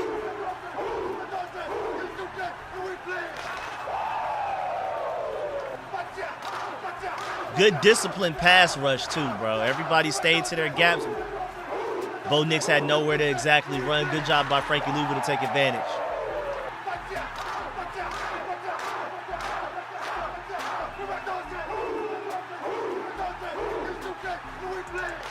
All right, Frankie Louisville learning how to pass rush a little bit. You know, maybe there's something to that. You know, taking notes for next year. Jalen Lane back on the punt, but the punt goes out of bounds, so he has no chance to return it. Shouts out to Louisville, man. He's probably learning how to get better on pass rushing a little bit. Good hit right there. People keep trying to call you a dirty player, but that was a good, solid hit. Nothing crazy, nothing extracurricular. Did what you were supposed to do.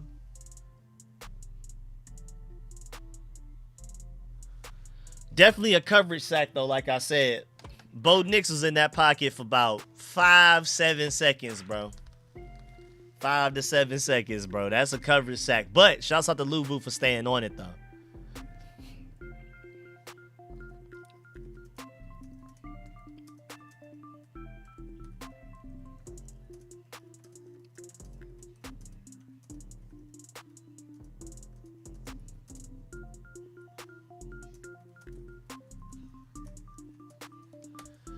All right, let's see what's going on. Are these Five Nights at Freddy movies actually good? I like some of the games that they do and stuff sometimes, but are the movies actually worth anything? I'm just gonna assume highly unlikely. But I don't know. I like the Five Nights at Freddy's games, especially when people remake it and it's not just you staying in a room the whole time. Like you actually get to walk around.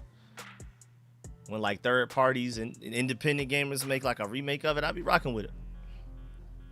The movies are bad. They cool. My kids love. Okay. Something to watch when bored. Appreciate it. That was a lot of immediate responses. I didn't expect that. I'm seeing mixed reviews everywhere. I'm seeing bad, middle, good. Appreciate it though. But shouts out to Louisville again for that. That hot pursuit on that sack, bro. He wasn't playing. He was running the whole time. That whole play he was running. I mean, to loop all the way into the backfield and then to come back towards the line of scrimmage, that's a lot. That was a lot. That was a lot going on. He ran quite a bit for that.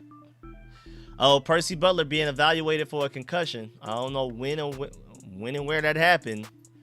I guess it happened on that special teams play, but there was no. I mean, the punt went out of bounds, so that's unfortunate.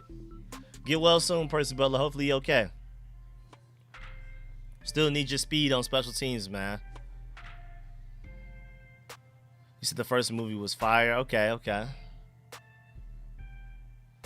I'm just so sick of seeing Talanoa Hufanga highlights, bro. I wanted him and Dre Greenlaw. And the Broncos somehow got both of them from the 49ers in the same offseason, bro. I'm still confused. Still don't know how we let that one go. Imagine this defense with Dre Greenlaw and Jordan McGee, bro. Completely different level of speed, bro. Completely different defense. 1st and 10, Chris Rodriguez. 6-yard run up the B gap, looked like. Looked like it was right inside the right tackle of Josh Connolly. Big hole open, too. So shouts out to Samuel Cosme and Josh Connolly for that hole for Chris Rodriguez to run through. Shouts out to him for keeping his feet moving, falling forward. That'll be a 6-yard gain, making it 2nd and 4. Anthony Lynn standing right next to Bill. I think I do remember hearing that Anthony Lynn is the one that decides which running back gets in the game. Cliff Kingsbury is the play caller, but I think it's Anthony Lynn's decision of which running back is in the game. All right, little read option. Mariota keeps it while running into... Do we have Jeremy McNichols and Chris Rodriguez on the field on that play? Because I saw Chris Rodriguez in the backfield on the play action, and I think Mariota ran into Jeremy McNichols right there. He got tackled by Jeremy McNichols more than the defensive player. And I see Ben Sinnott walking to the sideline from the field. When did you even get on the field? Dre from Arkansas, too. That's what's up, man. Hey, Dre, we needed Dre Greenlaw, bro. Hey, man, we need both of these Arkansas guys, man. All right, 3rd and 2. We keep taking risky plays on, like, money downs. It's 3rd down, and we're throwing fade routes. That's like the 3rd or 4th one in this game. Why are y'all throwing low probability? Why y'all calling low probability opportunities in money on money downs? Am I tripping?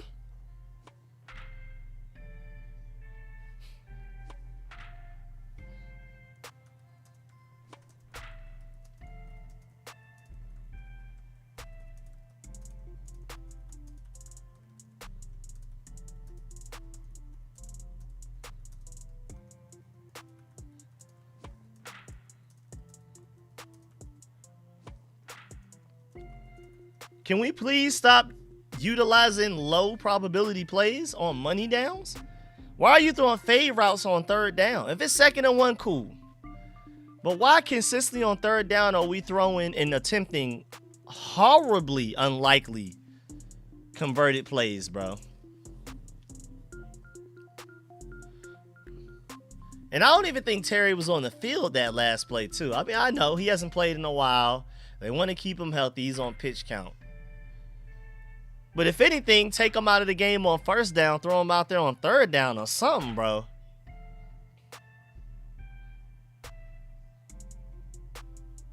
But Mariota is also overthrowing these fade routes because it's only so much you can blame on him. He doesn't necessarily have chemistry with these guys. He's the backup quarterback. Of course he's overthrowing fade routes. I blame Cliff, if anything, more than anything else, just off of the fact that why are you calling fade routes on 3rd downs?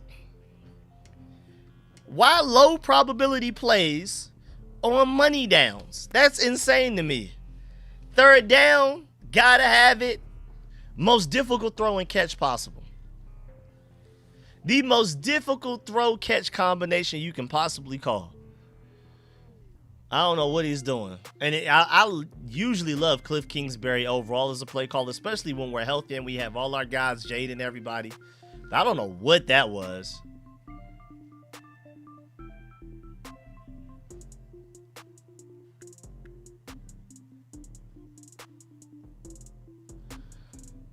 Debo hasn't necessarily been able to get open either, though.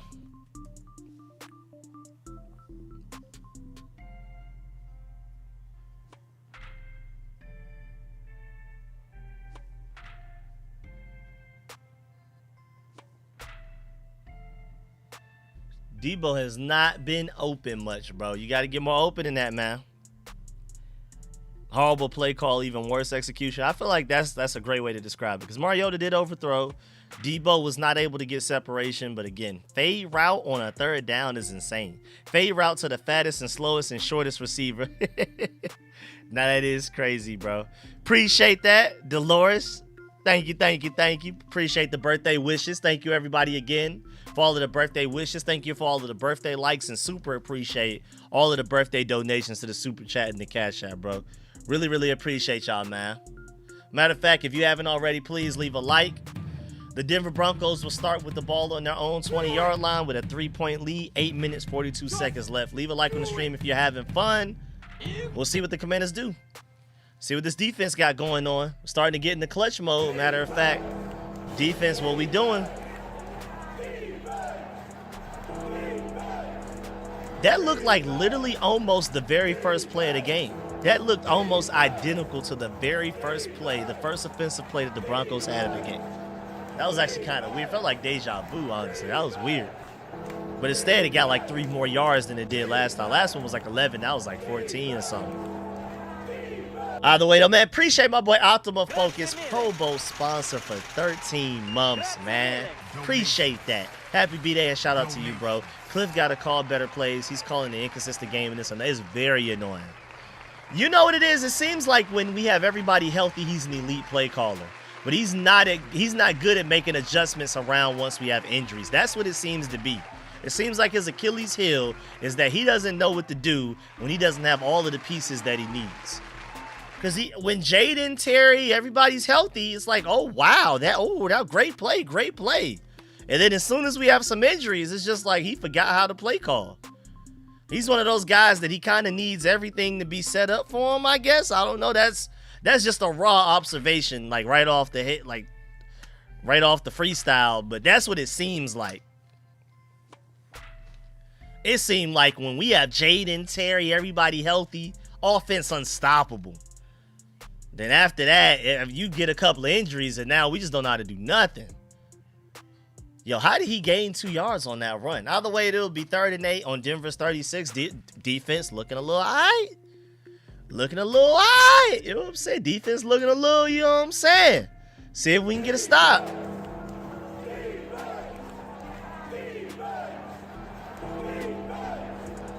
Let's see. Defense 3rd and 8. They're taking R.J. Harvey off the field. They're bringing in J.K. Dobbins, their receiving back. What's going in with the ref? What's the ref? Why are we looking at the ref?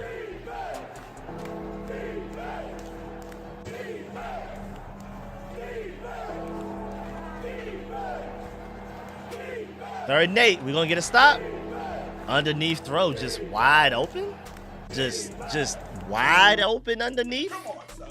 Like nobody near. I know he's a fullback, but I mean, somebody got to check for him.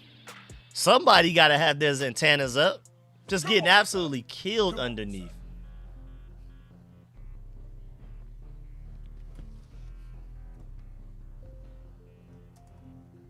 Come on, son. Come on, son.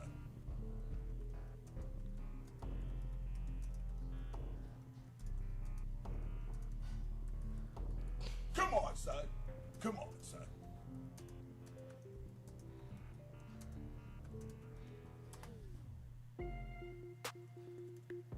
Come on, son.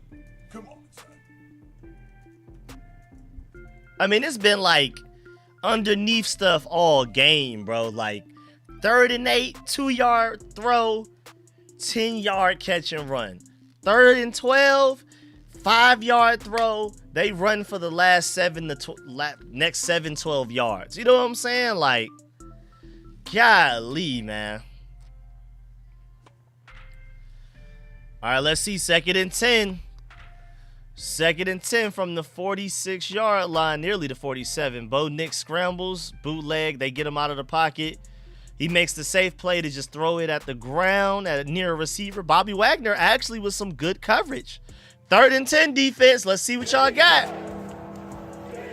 3rd and 10 defense. I ain't gonna lie, they looking tired. Bobby Wagner looks tired after that play. Look at him getting back. Look at him getting back to the defense. I don't know, bruh. If I'm the Denver Broncos, I throw it right at Bobby Wagner, how much he's panting. Is 59 the TJ guy? That's a good question. Is that him?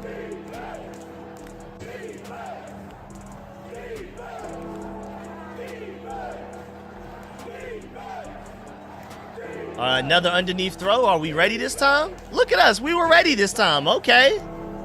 Okay, good job, defense. We actually covered an underneath throw on 3rd and long finally.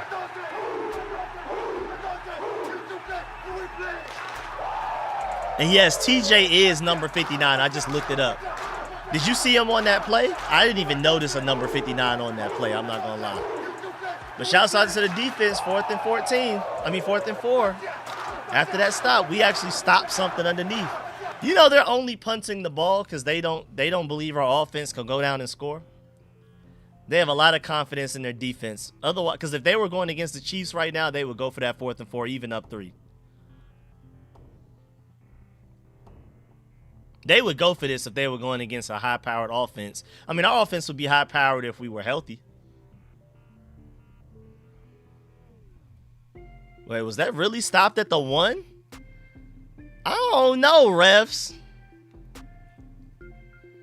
I don't know, refs. That kind of looked like it. I don't know. He said, let's go, Mariota, then put a laughing emoji. I don't know. Oh, no, man. That's a touchback. His foot is on the line, refs.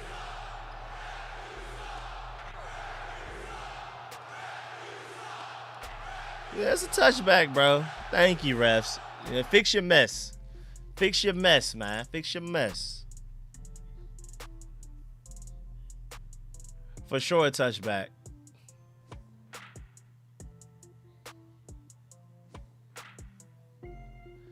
All right, so now I want to... Okay, so if the Denver Broncos keep throwing stuff underneath and it's working, why can't we do that?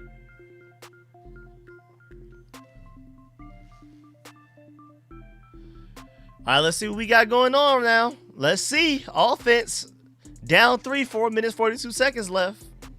Is this a potential game-winning drive right here? Take up the whole 4 minutes? Or, you know, let's see. The way things been going, it feels like it's going to be another immediate 3 and out, but we'll see. Cliff Kingsbury and Mariota could cook something up.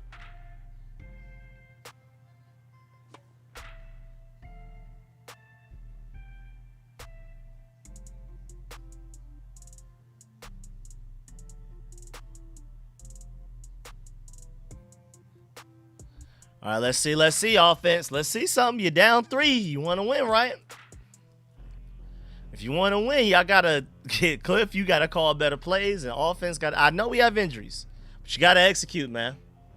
If that's really y'all goal for real, then act like it.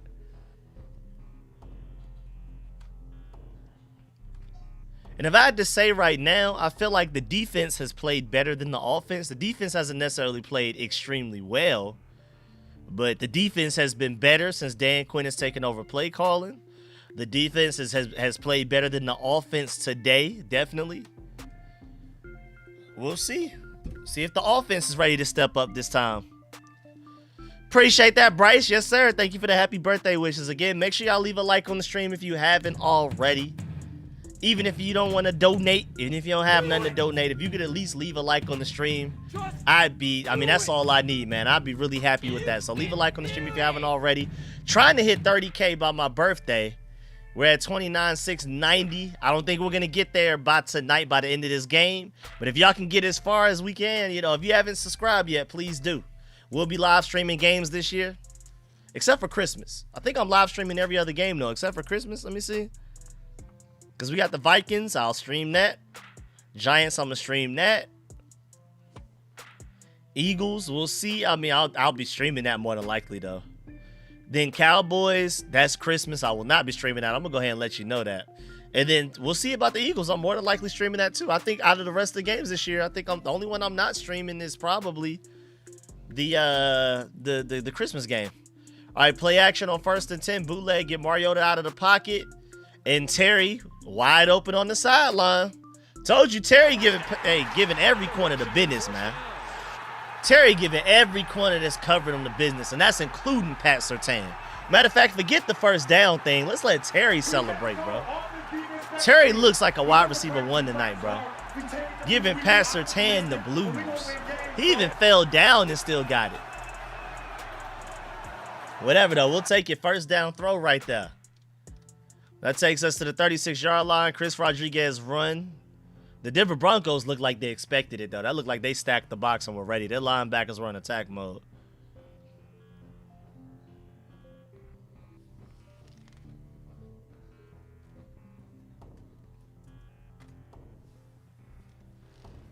All right, let's see, man. Good throw to Terry again, though. 2nd and 9.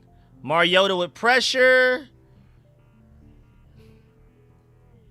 Wait, what? Is that coming back? What was that? What was that? What was any of that, bro? What just happened? Was that a sack or not, bro? Was he not touched? It's about whether he was touched or not. We should have hurried up and called a play because he may have been touched. May have been touched. And while the challenge is going on, thank you, Jeremiah, for the biggest donation of the night to the Cash App. Appreciate that. He said, happy birthday, Rico. Thank you for the big time love and big time donation to the Cash App. Biggest donation of the night to the Cash App. Shouts out my boy Jeremiah. Thank you big time for that donation. Thank you for the birthday wishes as well, man. Let's see if the Commanders can get something going. It looks like he's down, though. Yeah, he touched him. Isn't that a penalty? So you can't review you can review the play, but you can't review the flag. That's crazy, NFL. That's actually wild, bro. That's crazy. He literally tripped him. That's literally a flag. And you can replay it to see that he tripped him so that he's down. But you can't act like he tripped him to do it. We all saw it. We all see it. You know, use some type of discretion. You know what I'm saying? Everything ain't got to be black and white that bad, man. That's crazy, NFL. Now, that's insane. That goes in the history books. That is the history books, bro. That's one of them ones, bro. Zach Ertz had it, but guess who? Talanoa Hufanga. One of the people I was willing to break the bank for in the offseason. And there you go.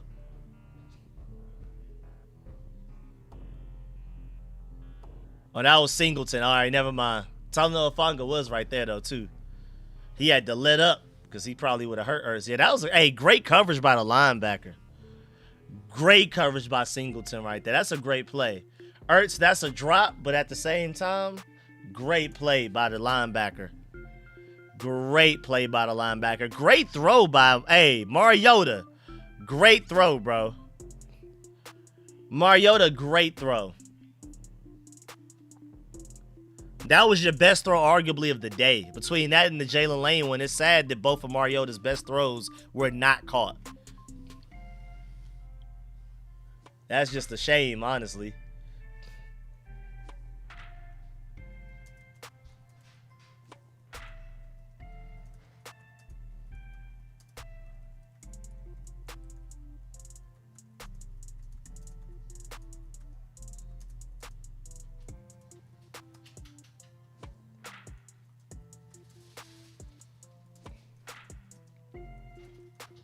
Both of Mariota's best throws have been incomplete passes because of drops. Jalen Lane, I mean, that one was technically a forced incompletion from Zach Ertz, but still, bro.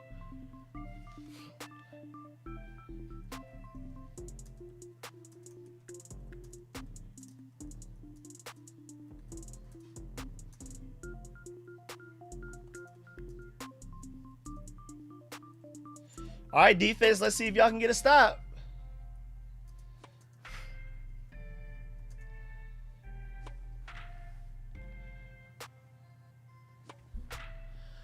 All right, let's see. Oh, yeah, the TD dot was crazy, too. But that was more of a great catch. Like, that Zach Ertz and Jalen Lane stuff was, like, right where it needed to be. I mean, yeah, that was still a great throw, too. But, I don't know. That one, I don't know. That felt like more of a dot, and it just dropped. But the Traylon Burks one was a great throw too, though. But I just felt like that was such an amazing catch.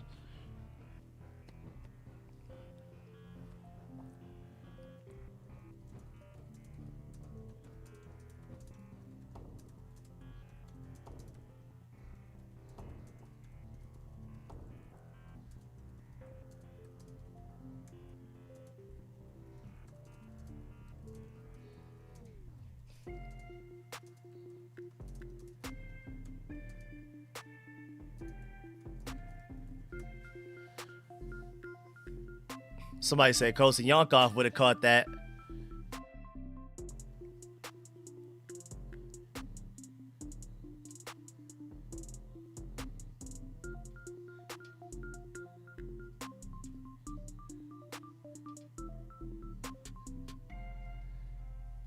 Oh, right now, Ma? I'll take like 5 or 6.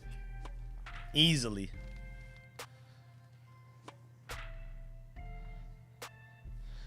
Yeah, no, that was a great play. I mean, you kind of expect guys to catch that. Like, I expect, like, George Pickens, he's coming down with that. Even with the linebacker. Because, just, you know, that's just hand strength. But, like I said, that was more of a great play from the linebacker than a bad play from Zach Ertz. But still, nevertheless, you still supposed to catch that.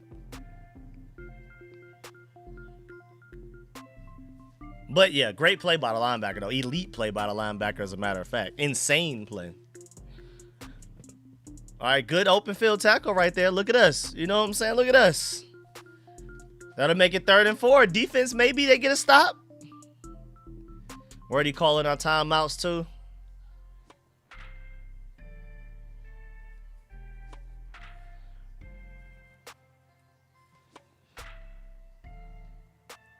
I'm still stuck on the fact that you can't review that flag. That is just insane, bro. That flag was crazy.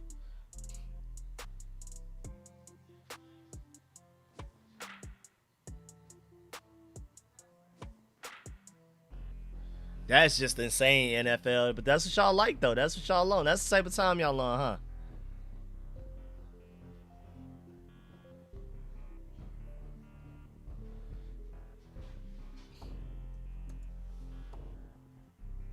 Shouts out to the refs for that call.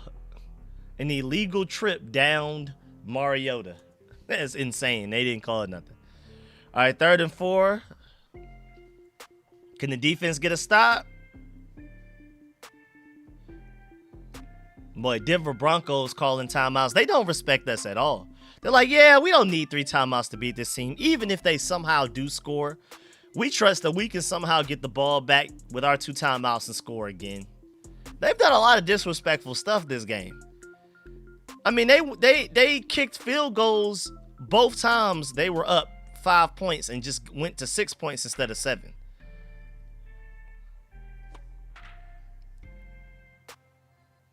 Like, it's just crazy.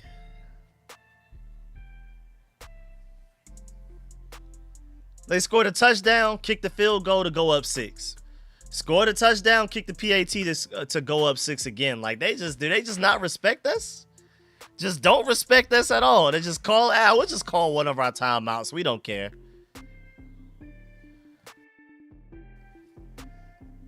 Third and 4 defense. Let me see something. Bobby Wagner had to walk up and tell somebody something.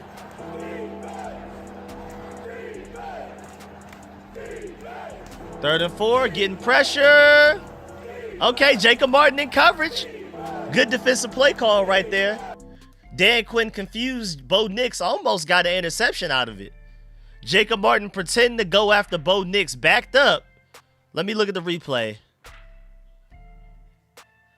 Yeah, it looked like he was about to help as a 4-man rush, then he just backed up, went into coverage, and then he literally just cut off Sutton. Oh, that's an elite play call by Dan Quinn. That's Dan Quinn's, I mean, at least from what I'm aware of. He probably called some other great plays that we don't know about, but that was an elite play call to send Jacob Martin to literally hunt for Cortland Sutton to disrupt that route. And Bo Nix just threw it regardless of what happened. That was an elite play call by Dan Quinn. That play call was insane.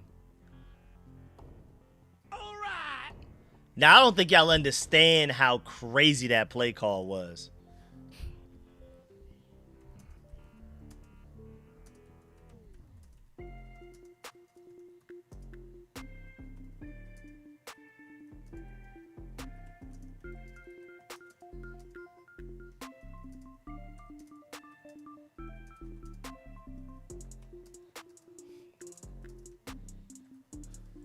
That play call, I'm still stuck on that play call by Dan Quinn. I know, Jalen Lane kind of let us down with that return right there, but that was a crazy play call. Let's see, offense. Let's see. Let's see. 1st and 10 from the 15-yard line. Marcus Mariota steps up in the pocket. I ain't gonna lie, Traylon Burks looked like that. He was being accosted on the sideline, but they're not gonna call anything. But first and foremost, consistency in approaching it, and then the standard's got to be the standard no matter what. This is the time to get it done here. Make sure we're putting our guys in the best situation possible. It's a cyclical game, and if you kind of stay stagnant and not progressing and not evolving in your drill work and your scheme and your coaching practice, then they will catch up to you. 2nd and 10, Mariota scrambling. Okay, he got the first down. Okay, I see you. I see you, Mariota. Now, Traylon Burks definitely looked like he was getting mugged on that previous play. I was like, what? We're not going to call that. But even Traylon Burks didn't complain, so I was confused.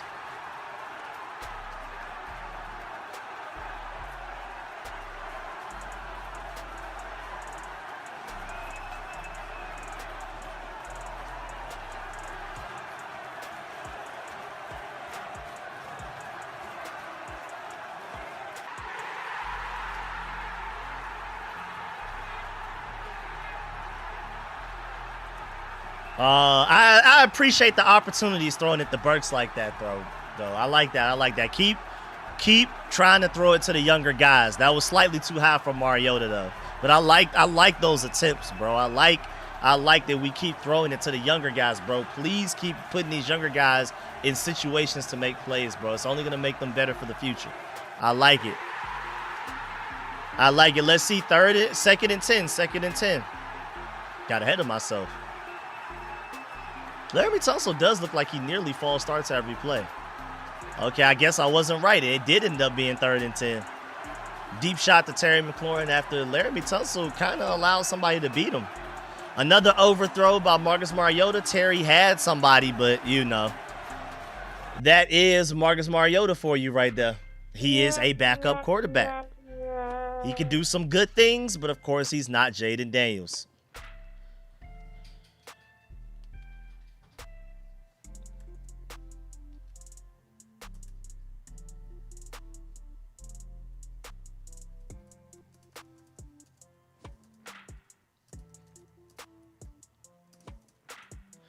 Let's see.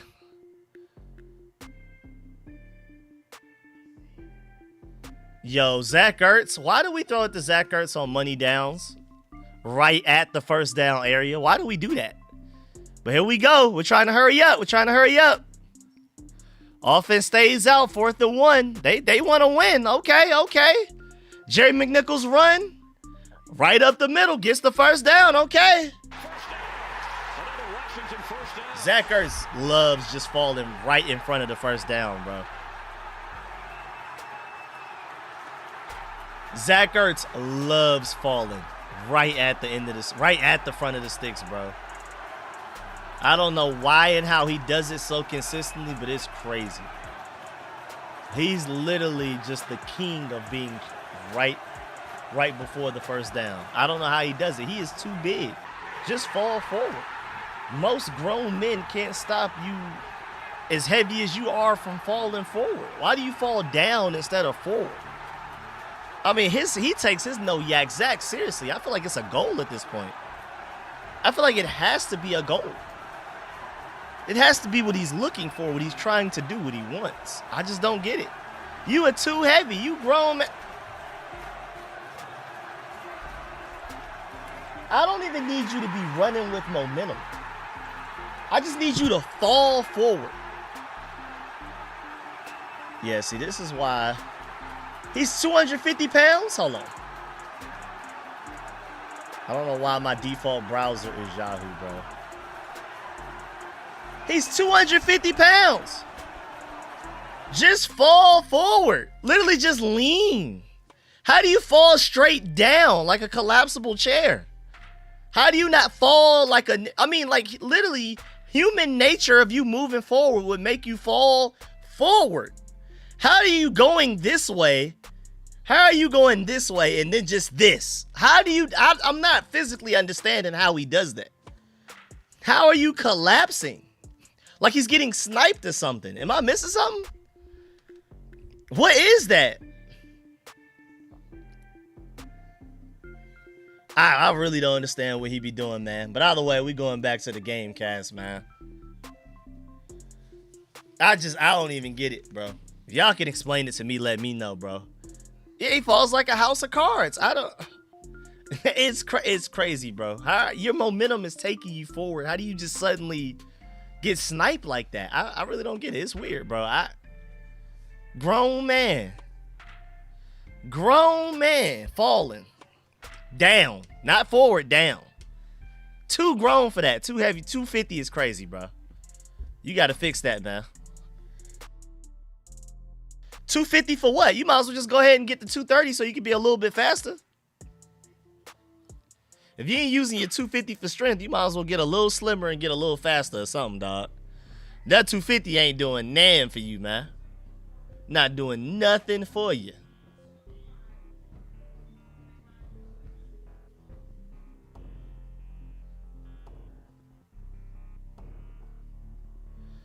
All right, 1st and 10. 1st and 10 on the 37-yard line. Mariota with plenty of time. This offensive line is blocking his tail off. Zach Ertz, of course, makes a catch, falls down immediately. I mean, he's so good at falling straight down. He was falling before he made the catch. Golly. Man was falling before he caught the ball. That's scary. What's the flag on now? Illegal motion. Uh-oh. 10-second runoff. Zach Ertz is having a good overall game, though, but golly.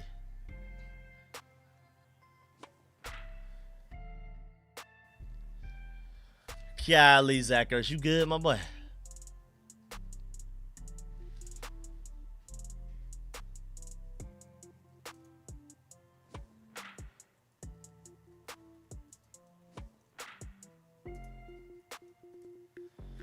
What's the flag on? Go ahead and talk to me.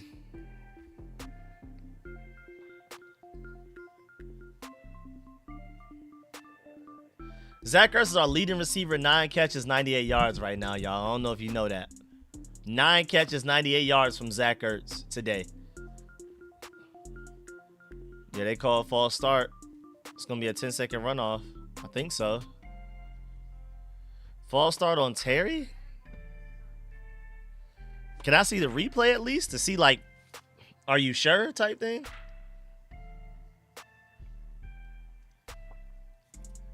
Let me see. He was set. That's a bad call. Shouts out my boy Joyce. Shouts out to Joyce for the donation. Joyce, well, my boy or my girl, my dog, whoever. Shouts out to Joyce for the donation to the Cash App. Appreciate that. For the Commanders, thank you big time for the birthday donation. Thank you. And that call against Terry McLaurin, I'm stuck on that. Appreciate you again, Joyce. That call on Terry is insane.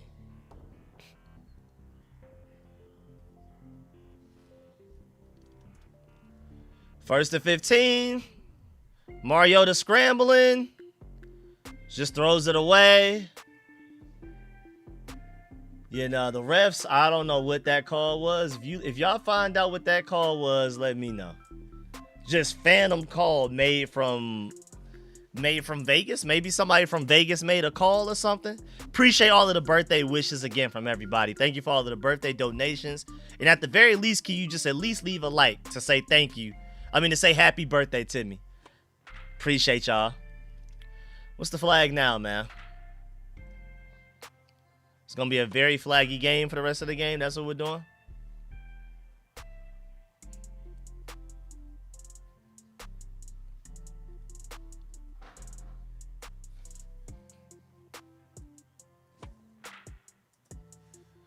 What is this?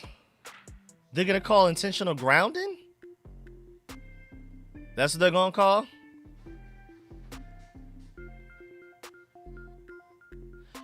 Now, the Terry call was a bad call. This one I can kind of see. I can see this one.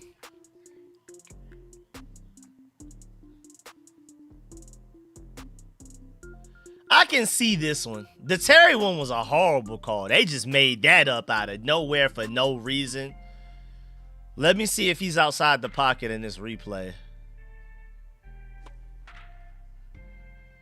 It's like he knew literally where the line was and stayed in it. He like literally stayed in the line. I don't know though. I think that wasn't grounding though, because it wasn't that far away. I don't think that was grounding actually when I'm looking at it. Live, that looked like grounding. That did look like grounding. Replay, that he threw it over Terry. Didn't he throw it over Terry? I don't think that was grounding, refs. I know, y'all just getting, I don't know, bruh. Refs getting active right now, bro. Refs say, oh, nah, we about to take over this game.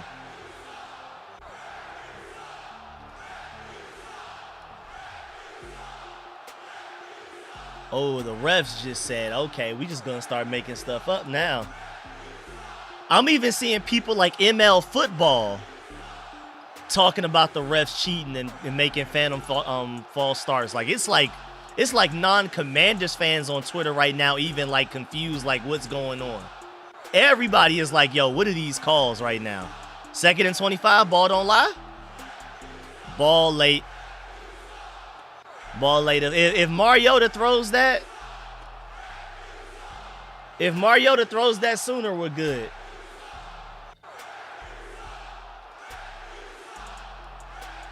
Mariota throws that quicker or with a little bit more zip, we're good. But, NFL refs just took over the game.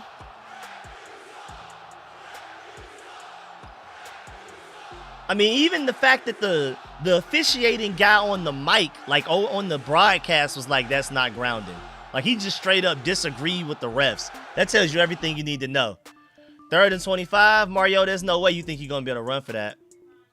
Okay, good throw to Terry. That makes it 4th and manageable now.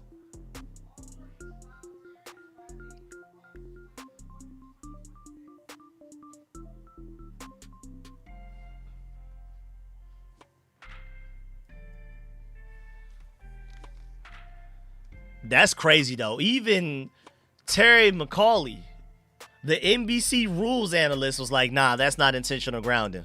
That's crazy. All right, 4th and 6. Okay, Cliff. Okay, Cliff.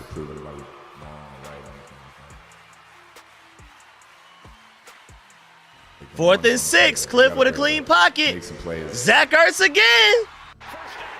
Zach Ertz again, still alive. No timeout. No, we have one timeout. One timeout. Uh-oh. Let's see. Debo, good catch for a first down. Debo with a good catch for a first down. Good throw by Marcus Mariota. Flag. Uh-oh. What's the flag on? Uh-oh. What's the flag on? That was definitely a hip drop tackle on Debo, though.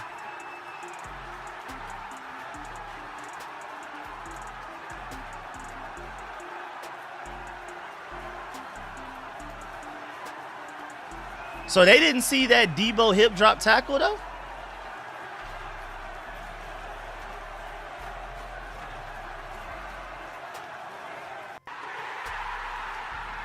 Yo, Zach Ertz has 10 catches for 106 yards, y'all. Zach Ertz has 10 catches for 106 yards.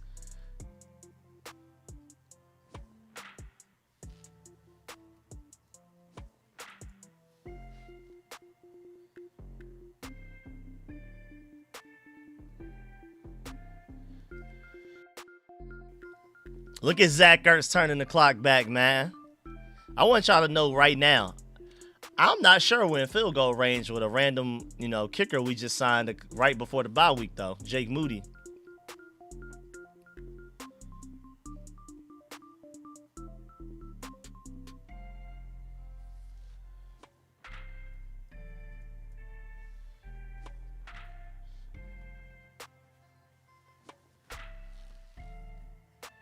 All right, let's see. Terry back on the field now.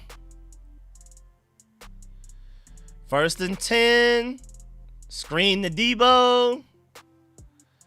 Shouts out to the offensive line helping push him for a 7-yard gain, looks like. Clock stopped. They took the timeout now.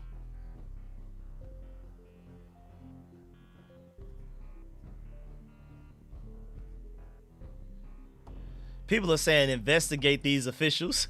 Nah, Twitter is literally the refs for this game are trending right now. How bad these calls have been.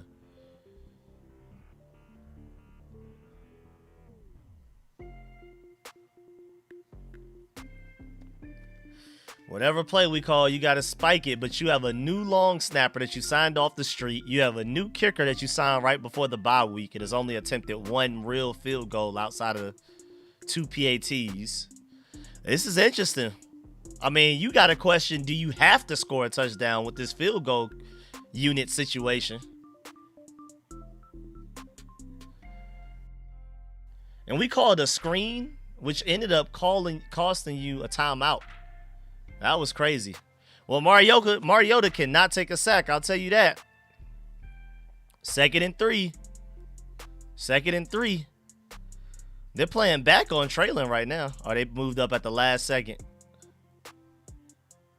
Mariota took a shot to nobody. Absolutely nobody. Refs deciding who to give the win to. Yo, who did he throw that? Jaden was up in the booth. Now he on the sideline. Shouts out my boy Arm Childs for the birthday donation. Appreciate that. He said, did they tell the refs Dan Snyder is gone? Yeah. Appreciate the donation and appreciate the laugh as well. That's a good point, bro. That's a good point right there. Appreciate it. Appreciate it. Thank you for the donation from my boy Arm Childs. All right, man. It's a clutch mode right here. Mariota QB design. He wasn't able to get out of bounds, I don't think. Did he get out of bounds? He was able to get out of bounds? Okay. Mariota was able to get out of bounds right there. 1st down run by Mariota. Good block by Jeremy McNichols. He had to run Pat Surtain over to get to the out of bounds. Okay, Mariota, okay. Okay.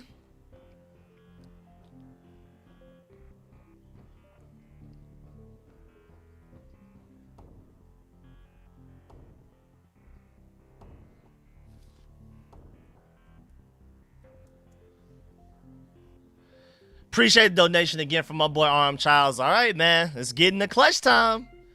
We getting clutch time.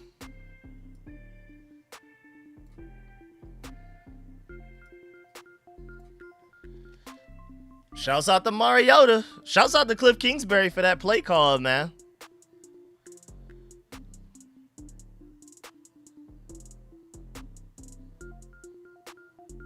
That was a great play call right there to have that run by Mariota, bro.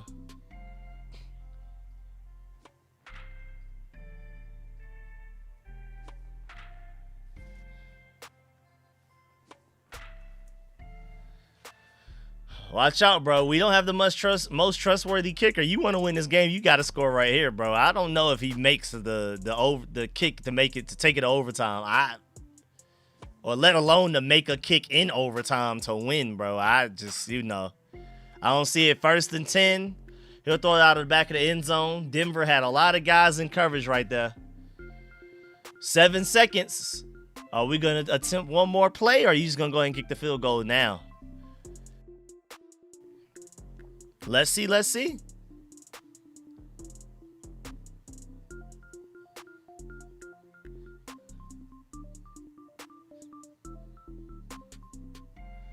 All right, let's see how this goes. 2nd and 10, 7 seconds left. What we gonna do?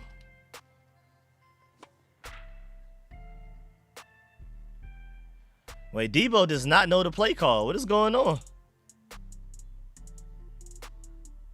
And just throw it over Terry's head. What was the purpose of that?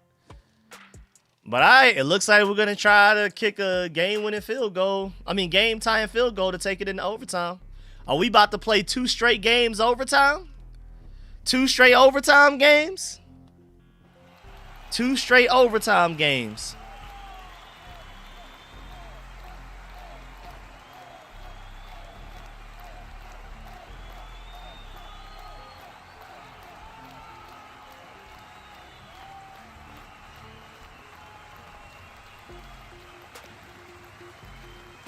Thirty.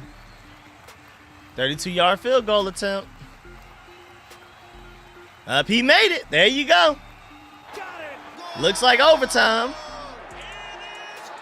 Looks like it's overtime. Here we go, y'all.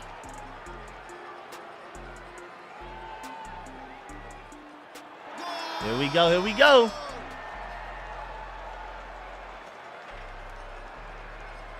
That's crazy, too, because Mariota did throw that interception immediately as soon as we got into overtime with the Dolphins. That was crazy.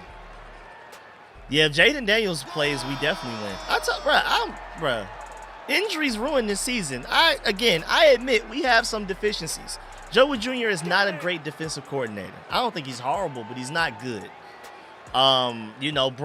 Bobby Wagner is slow at linebacker. Frankie Louisville hasn't had as good of a year. Our coverage hasn't been good this year. Like Lattimore wasn't what he was supposed to be.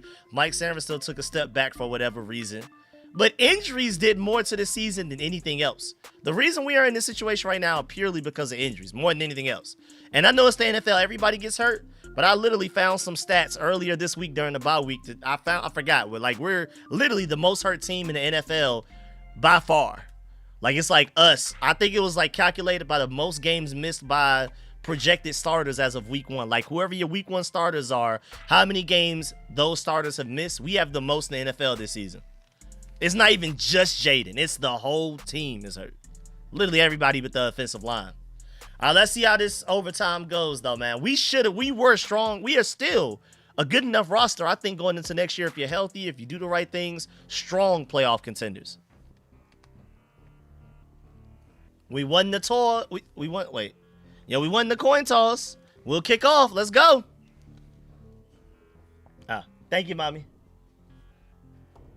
Birthday cookies. We won the coin toss. We will kick. We're going to start on defense, y'all. We are going to start on defense just to let y'all know.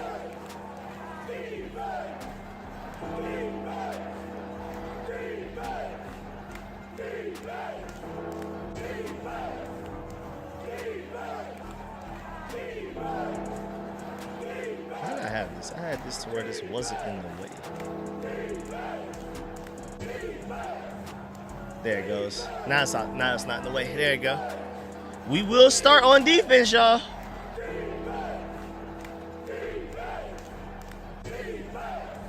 Let's see. Let's see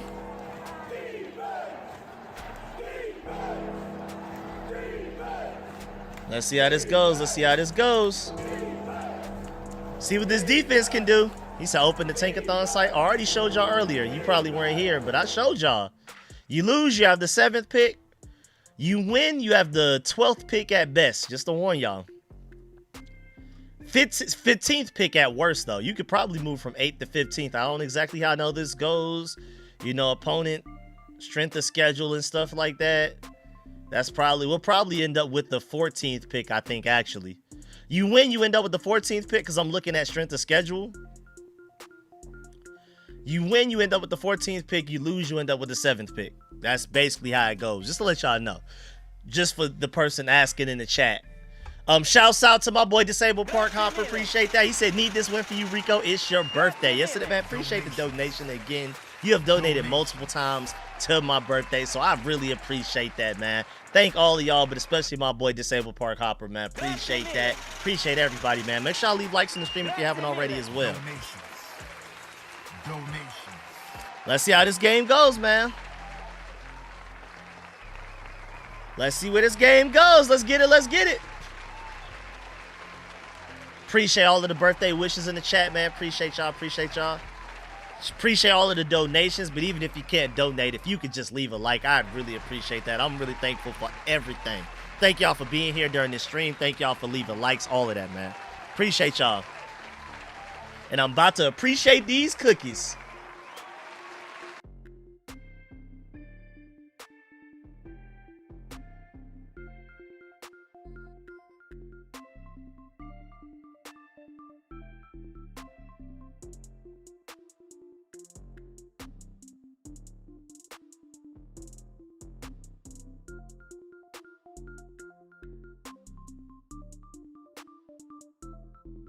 Appreciate the birthday wishes again, y'all. Thank y'all. Thank y'all. Thank y'all.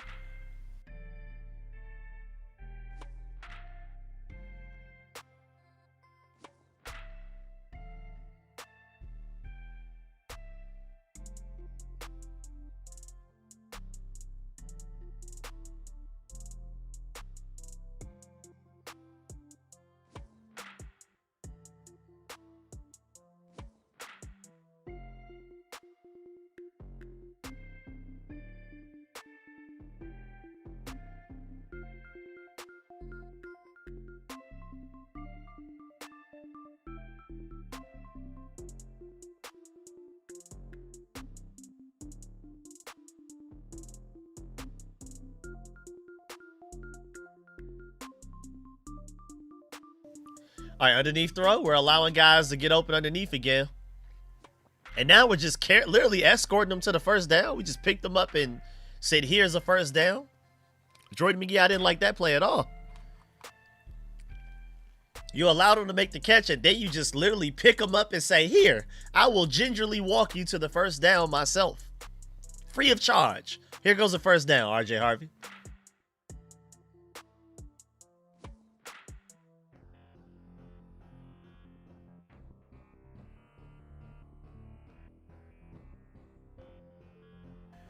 First and 10 from the 36-yard line.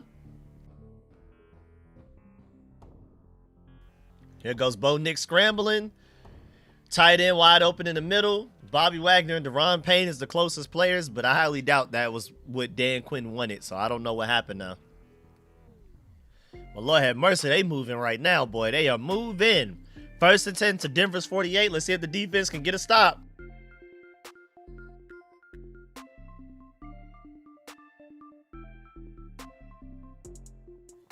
I like that Jordan McGee blitz right there, though. Just good. You challenged their running back to make a good block, and he happened to make a good block. But I like that blitz call by Dan Quinn. Use your athletes, bro. Use your faster players, bro.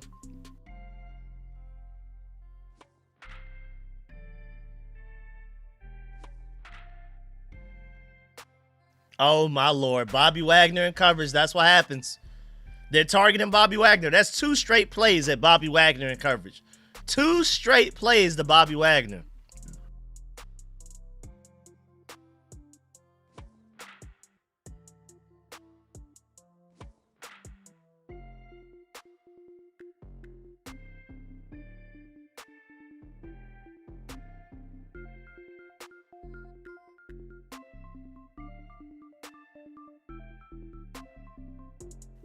All right, defense, let's see. Bend but don't break here. First and 10. Bobby Wagner in coverage is ugly, bro. All throws have been right in the middle of the defense. I hope y'all see this. All throws in the middle of the field. That's another 6-yard gain right there to make it 2nd and 4 to our 5-yard line.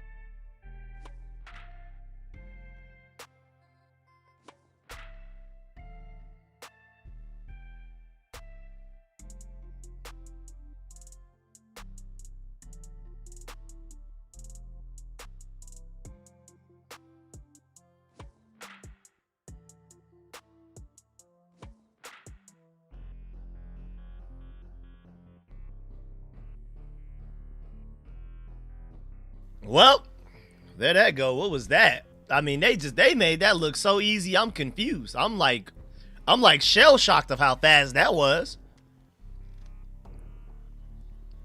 I'm shell shocked by how quick that was.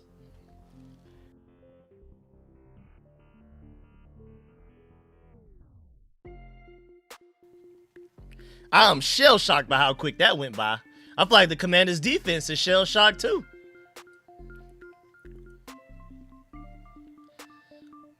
I feel like the Commanders' defense don't know what happened either. All right, well, our offense that hasn't done a great job of scoring touchdowns today now has to score a touchdown. We'll see what happens.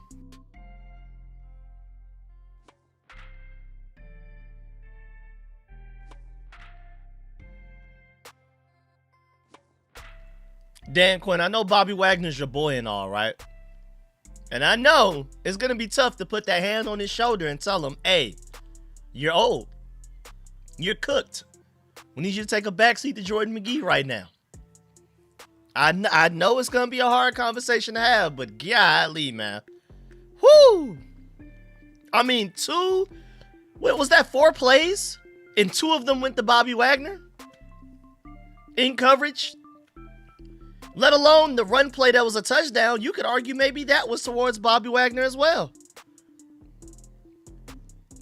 Like, what was that one?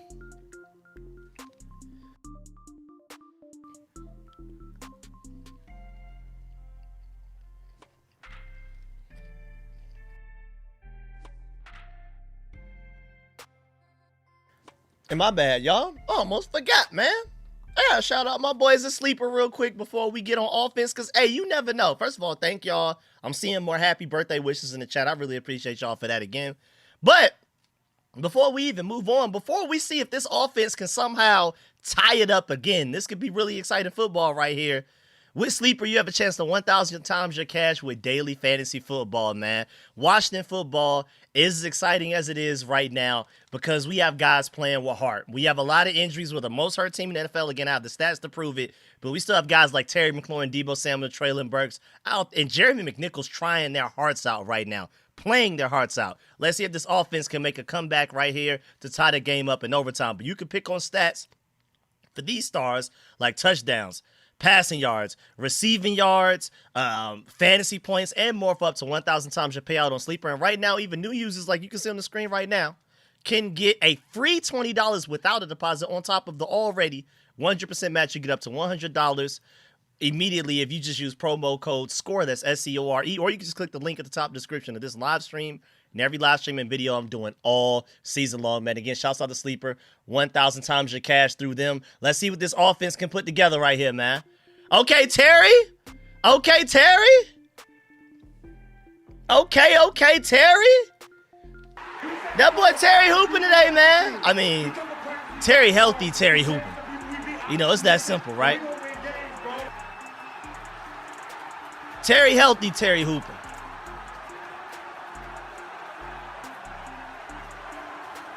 Terry healthy, Terry hooping. It's that simple, bro. Marshall said it's time for Bobby Wagner to be an analyst. See what the offense could do, bro. We're already on the 45-yard line. Deep shot. Was Traylon Burks slow or was Mariota throwing it too hard? What was that? I mean, again, you're going to have chemistry issues like that where the quarterback and the wide receiver aren't on the same page because you have a backup quarterback out there. If Jaden Daniels is healthy all season and playing in this game, you win it. This game doesn't even go into overtime. You know what I'm saying? This game does not go into overtime, Jaden Daniels. And it's not just because Mariota's the backup, but this inconsistent Jaden plays, Mariota plays, back and forth, bro. It's just, it's only been so much chemistry you can gain with these guys. I mean, Traylon Burks, he just got here, and then he was hurt after he got here after playing 2 games. So it's just like, how much chemistry can Mariota even have with them as the backup quarterback trying to throw to a wide receiver that's only been healthy for like 2-3 weeks since he's been here for the last 6-7 weeks. So it just is what it is, man. Marcus Mariota's officially hit 300 total yards, though. Let's see 3rd and 6. Y'all got to convert. Cliff, what you cooking up, Cliff? What you cooking up, Cliff? When money's on the table, you gotta be able to. Marcus Mariota can't throw a deep ball though, man. Ooh, he tried to throw an interception, boy. Mariota be trying to get a game away, man. This is the time to get it done here. Mariota be trying to give the game away. Make sure we're putting our guys in the best. Mariota be trying so hard, bro, but it's 4th and 6. This is it. This is the game right here. If you kind of stay stagnant and not progressing and not evolving in the drill work and the scheme and the coaching practice, then they're going to catch up to you. Do everything we can to make sure we maximize 4th and 6. Put them in position to be successful. Let's see, Cliff. Let's see, Cliff. I've never got into to prove it like Mariota oh my Lord. Did he get out of it? He threw it. When money's on the table. Oh, Lord, bro. Make some plays. They're going to call pass interference? Wait a minute. Wait a minute.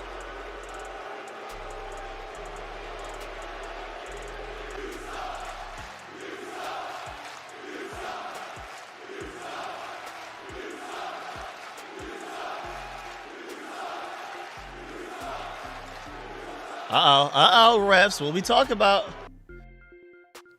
Pass interference defense. Okay.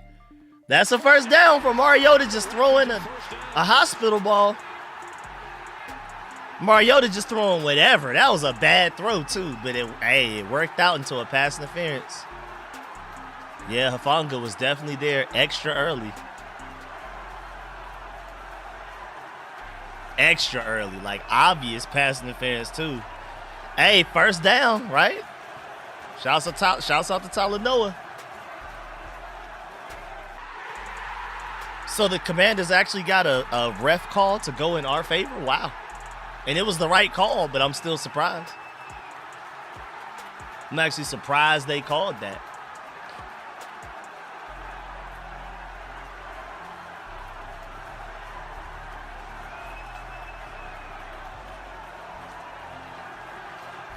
All right, run by McNichols for about 7 to 8 yards. Make it 2nd and 2.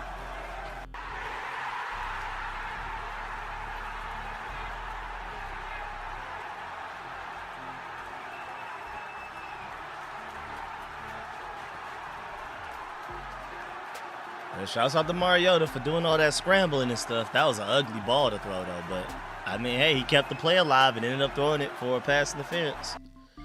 2nd and 2. Let's see what we do. All right, running the ball again. That time it went for a -2 yards. So now we're down to 3rd and 4. Let's see. They're stacking the box right now. They're expecting us to run. It's not that the offensive line is not blocking. They're just expecting the run. So they stopped us. They just stacked the box.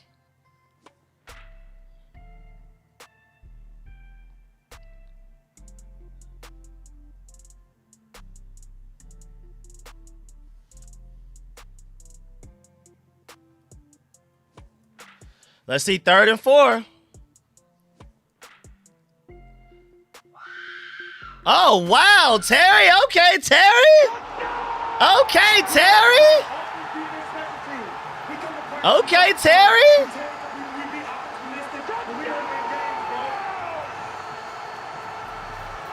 Holding.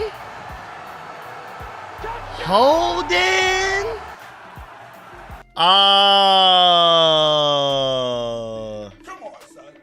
Come on, son. I don't know, bro. He never really held. It's just the guy. Yo, I don't know. He didn't hold, though. It's just one of them. His arm is out.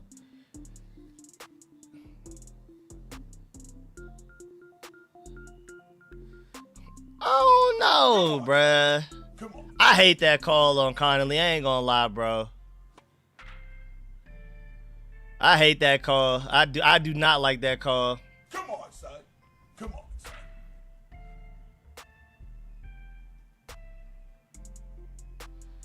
3rd and 14. Shot to Debo. Okay, Debo. Shoestring tackle. Shoestring tackle. Uh-oh. What's the plan here? What's the plan here?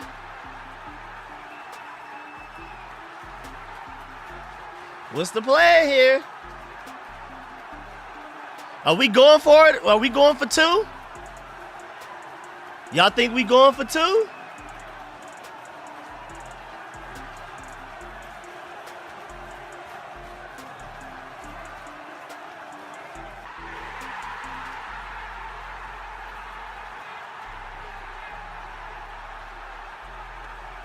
Are we going for 2 right here? Talk to me. What's the feeling? Y'all going for 2? Well, how y'all feel in the chat? Survey in the chat, man. Talk to me, chat. We going for 2? Yeah, Cliff Kingsbury cooking right now. Again, I'm a fan of Cliff Kingsbury. I like Cliff. I've just been saying whenever there's been injuries, he hasn't been as good of a play caller. But when we're healthy, like I said, Cliff is a genius.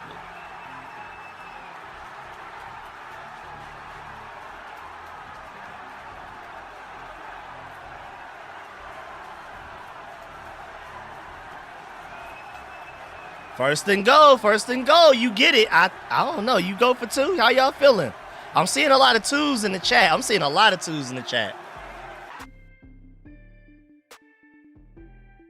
All right, McNichols got stuffed for probably a loss of 2.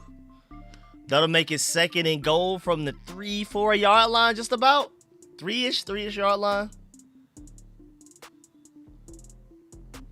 I'm just assuming Dan Quinn's going for 2. I ain't gonna lie. I'm assuming Dan Quinn is going for that, bro. I ain't gonna lie. We score a touchdown, Dan Quinn going for 2. I ain't gonna hold you. I ain't gonna hold you.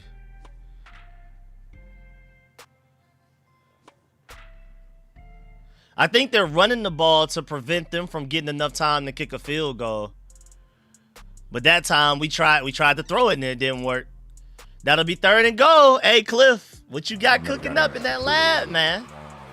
What you got cooking up in that lab, Cliff? Money's on the table. You got to be able to make some plays. I think Mariota just threw that out of bounds, like on purpose. He just didn't want to throw an interception. This is the time to get it done here. Make sure we're putting our guys in the best situation possible.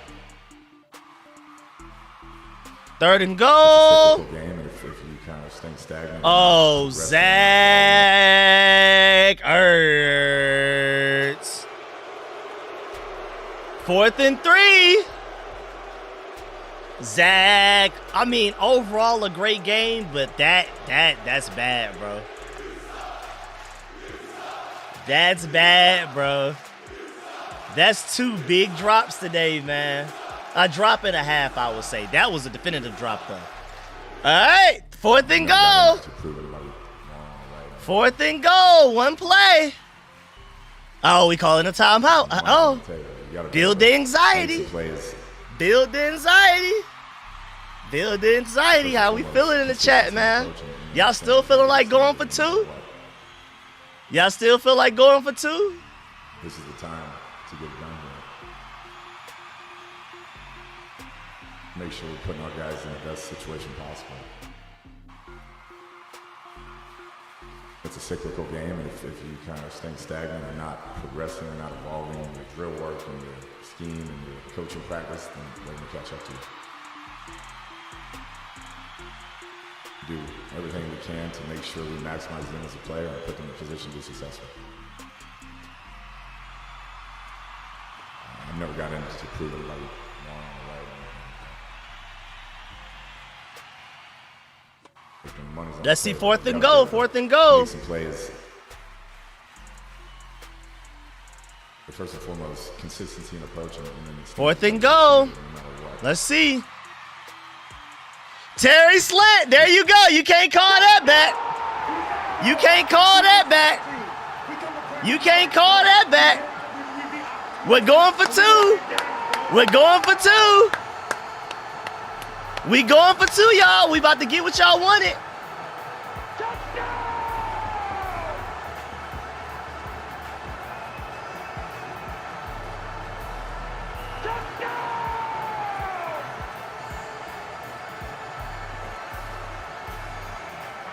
Here we go. Here we go. So we're going for 2.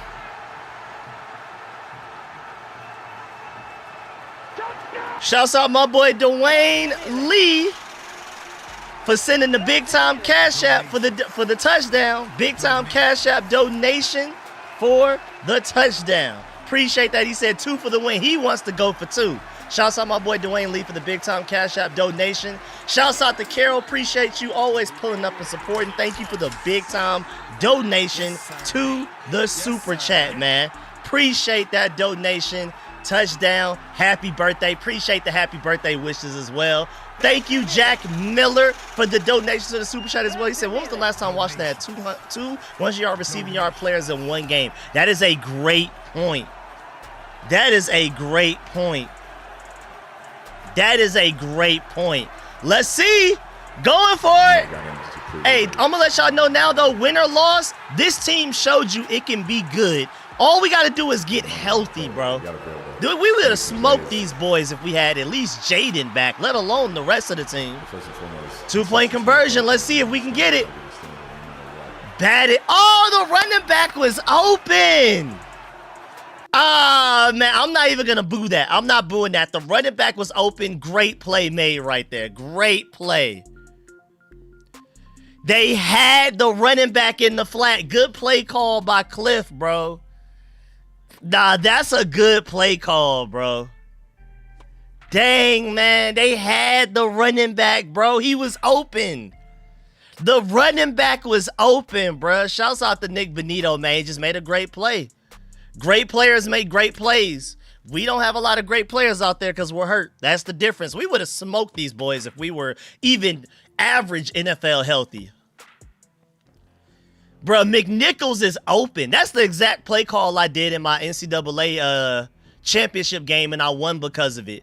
He's open, bro. No, that is a game winner if Nick Benito doesn't make an insane play, bro. I can't be mad, bro. Cliff called a great play right there. That's literally the exact play call I made in my NCAA league from NCAA last year. It was for the championship against my homeboy. Of course, I'm Georgia. And I think he had Ohio State, I believe. And, bruh, I called that exact play and won the game. But he didn't have a Nick Benito to bat the ball down. Great game, bro. Shouts out my boy Disabled Park Hopper, man. Well, happy birthday one more time. Appreciate the donation again to the Super Chat. Thank you for another happy birthday wish. Great game tonight. We show who we could be. Can't wait for the mock draft. I'm telling you, the perfect scenario is to be extremely competitive and still get better draft picks. I'm telling you, bro, this team, because injuries happen in the NFL. Hear me out. Injuries happen. That's just the thing in the NFL, bro. But, like, we're literally the most hurt team in the NFL. According to the metric, I got to find the exact number. But analyzing every team's week 1 depth chart, starters-wise, we have the most games lost by starters by far in the NFL this year. We are the most hurt team in the NFL by far. It's not even close, bro. It's like historically bad. If we're just even average NFL hurt, if you're just as hurt as the average NFL team is, we are playoff contenders, strong playoff contenders. Like, even Jaden, if he misses the game, he misses. If you just have your top 3 edge rushers, if you have your starting corners, at least one of them, you know what I'm saying? It's so small, bro. It's like small margins, bro. But Cliff, you called a great play right there, bro. That was a great play. And again, to be competitive against a team that was 9-2 coming into this game, you should have won with backups all along the team. Don't forget that you have a backup quarterback in. You have Traylon Burks that is in his third game with us since he got here. All of your corners are backups except for Mike Sanders still. Will Harris's first game in like a month and a half, 2 months. He hasn't played since like Green Bay or something like that. No, the Raiders game maybe. Like, let alone not only the people that were missing, but even the people that came back. This is their first game in a while. This is Terry's first game in over a month. You know what I'm saying? Like, hey, man, they showed heart. They show heart. My main thing is we look like we can be something for next year, bro. This year's ugly. Again, injuries killed the season. There's a lot of things we can blame. Again, we're slow at linebacker. Our secondary hasn't been that great. And then outside of Dorrance Armstrong, we haven't been getting a lot of pressure, occasional Jacob Martin. There's a lot of, you would hope that we had some better receivers, receiving core overall. You know what I'm saying? There's deficiencies all along this team. Defensive coordinator, you would hope, would be better. But injuries are the main reason this season's the way that it is going. And a game like this showed you that against a 9-2 team, that if you have the right play call and if you play with the right amount of heart, bro, this team can be something, bro. I'm telling y'all, we're going on a revenge tour next year. Go ahead and jump on that train early. I'm already driving it. I'm already driving the train. We're on a mean revenge tour next year. Shouts out my boy Captain Obvious. Appreciate the donation. You always pulling up and supporting. Said, tough game. I'm proud of my team, man. I'm very proud of them, bro. To go out there with a team full of almost all backups outside of like the offensive line and a couple of receivers, to do what y'all did, man, y'all hooped today, man. Y'all hooped today. Y'all played with pride. Y'all played with heart. Terry had a great game. Even Zach Ertz's drop ended up not necessarily mattering. You know what I'm saying? It was inconsequential. So Zach Ertz overall had a good game. Best game he's had all year. Zach Ertz hit what? How many yards Zach Ertz ended up hitting for? Last time I checked, he had 109. Yeah, he had 106 yards. Terry finished with 96 yards on 7 catches and a touchdown, bro. Debo finished with 5 catches, 64 yards. That's like kind of what you envision going into the season. We've just had so many injuries that we couldn't see that more often. But that was the vision of the season. Zach Ertz, Terry McLaurin, Debo Samuel, your top 3 receivers, 2 of them being at around 100 yards, and the other one being at over 60. Like, that's the vision coming into the season. We've just been so hurt. We haven't been able to see it, bro. But when healthy, bro, this team can be something. And again, sometimes great players make great plays, bro. Nick Bonito, I think he's 3rd or 4th in sacks this year or something, or at least last time I checked a couple of weeks ago. Great players make great plays, bro. Great play call by Cliff Kingsbury, but an even better play by Nick Bonito. You got to tip your cap to Nick Bonito. He just made a great individual effort because Cliff Kingsbury out-schemed the Denver Broncos defense right there. Jeremy McNichols crawls into the offense. He moonwalks into the end zone if Nick Bonito doesn't hit that ball out of Marcus Mariota's hands, bro. But just a final update real quick. I think that moves us up to 7th. Oh, that actually moves us up to 6th in draft order. Wow. We now have the 6th pick in the draft, bro. And as well as we played against the Broncos, I ain't gonna lie, we probably beat the Vikings next week, bro. As well as you played against the 9-2 Broncos tonight, now 10-2, I guess. You probably beat the Vikings next week, and I don't know, the Giants aren't too scary compared to how you just played against the Broncos as well. If you play like that every week, I mean, first of all, we wouldn't only have 3 wins. You play like this all year, every week, you're probably sitting at 6-4 or something like that. You know what I'm saying? Like 6-5, 7-5, something like that. Like, you play like that with that much pride, that much effort, that much heart. I feel like a lot of it has been lack of effort. I feel like we've gotten out schemed a lot too. Of course, Joe Wood Jr. hasn't been a great defensive coordinator for us, but I feel like a lot of it has just been a lack of trying. It looks like a lot of lack of trying. It hasn't been a lack of trying the Dolphins and Broncos game, bro. Ever since Dan Quinn took over defensive play calling, the whole team just feels different, even on offense. Shouts out to my boy Epic Games, Jacob in the building, man. Appreciate the big time donation to the super chat. He said, why didn't he bring it back and then throw it? Seen him come and seen him in the air. Why didn't he bring it back and then throw it? Seen him coming in. Yeah, that's a good point. Marcus Mariota had a chance. Nick Bonito made a great play. Marcus Mariota had a chance to counter that great play with a better play. He didn't, bro. But that's Marcus Mariota. He is a backup quarterback. He's a great backup quarterback, but nonetheless a backup quarterback. With Jaden Daniels, you win that game. So serious, so like dead straight face serious. Jaden Daniels, you win that game. I'm not even saying throw Jaden Daniels in there the entire game, immediately first quarter play 1. I'm talking about just overtime, you win that game with Jaden Daniels. Just on that 2-point conversion, you probably win that game. Just substitute Jaden Daniels right there. But he's not ready to go yet. We'll see if he's ready to go by the Vikings game next week. Maybe the Giants after that. We'll see. But yeah, man.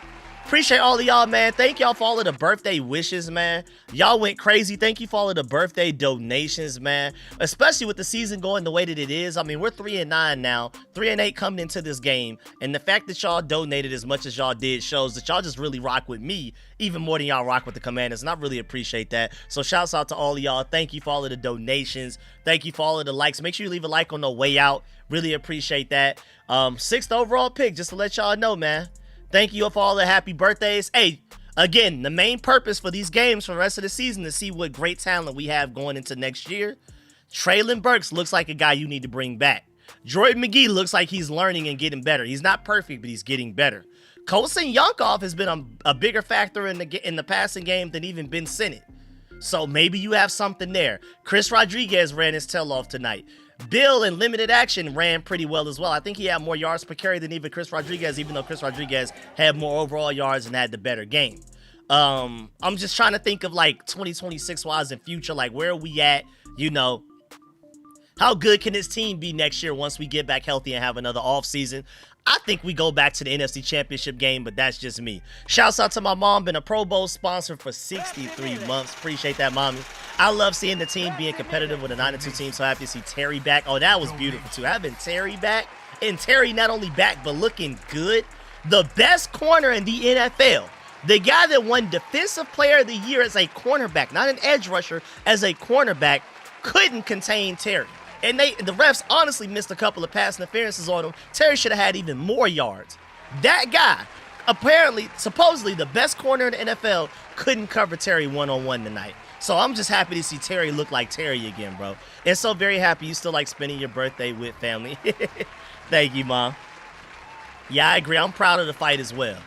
You know what I'm saying? I'm proud of that. That's something you can take into 2026. These are the type, I know it's an L. I know a lot of people are going to say no moral victories, but this is the type of fight that you take with you into 2026 and you're like, yo, we can compete with any of them. We had half a team. We had less than half a team, and we gave a 9-2 Broncos a run for their money. Was just a couple of inches, just a fingertip away from beating the 9-2 Broncos team. I'm telling you, you're going to be able to convince the players that they're going to buy into that. You're going to be able to convince free agents to buy into that. Like, look at what we did last year. Come pull up, bro. We can be great. I mean, again, I want to remind y'all, there was a very trustworthy report from several sources that Jeffrey Simmons wanted to get traded to the Commanders before the trade deadline. We were one of 2 or 3 teams that he was like, I want to go there. That just shows also that around the NFL, we're better than what we are, what our record says we are. There are elite players around the NFL. One of the best defensive tackles in football right now is looking at the Commanders like, yeah, I want to go there because I trust we can win. I know their record is bad right now, but I think everybody sees this injuries except for this fan base. I feel like our fan base is the only group of people, the only demographic that doesn't acknowledge the fact that injuries literally killed our season. Even Jeffrey Simmons of the Titans, one of the best D tackles in the NFL, was like, I like that Commanders team. They get healthy and I get added to it. We could do something with that. So, hey, man.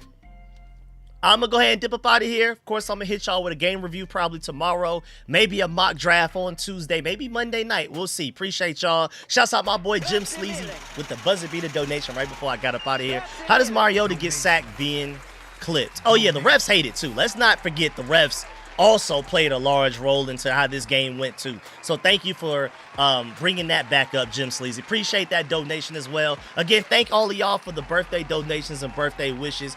Really, really appreciate y'all, man. Thank y'all, and I'm gonna see y'all tomorrow with the video, maybe even tonight with the video if, you know, my throat is feeling all right from talking too much, you know, during the stream, since I'm on here by myself. If not, I might just go ahead and let my voice rest and hit y'all with a review video and all of my analysis from this game. Of course, with the way that the season's going, I'm not just going to do an overall review of what happened in the game. I'm more so doing my takeaways, like a more in-depth version of what I just gave y'all the last 10 minutes of. These are the things you need to take away from this game. Which young talent showed out and looked like they belong in 2026? Why do we ultimately lose this game? Why should we be optimistic about 2026 based off of how this game went? How close were we to winning this game? Terry's resurgence, all of that type of stuff. So be on the lookout. I've been writing notes. I'm going to look up more stats and stuff like that. I'm going to present that to y'all tomorrow. Then I'm going to probably hit y'all with a mock draft Tuesday. So make sure y'all stay tuned. Again, appreciate all of the donations. Appreciate all of the love and birthday wishes. Leave a like on the way out. And I'm going to catch y'all tomorrow with the video. Catch y'all later. Appreciate y'all. I'm out.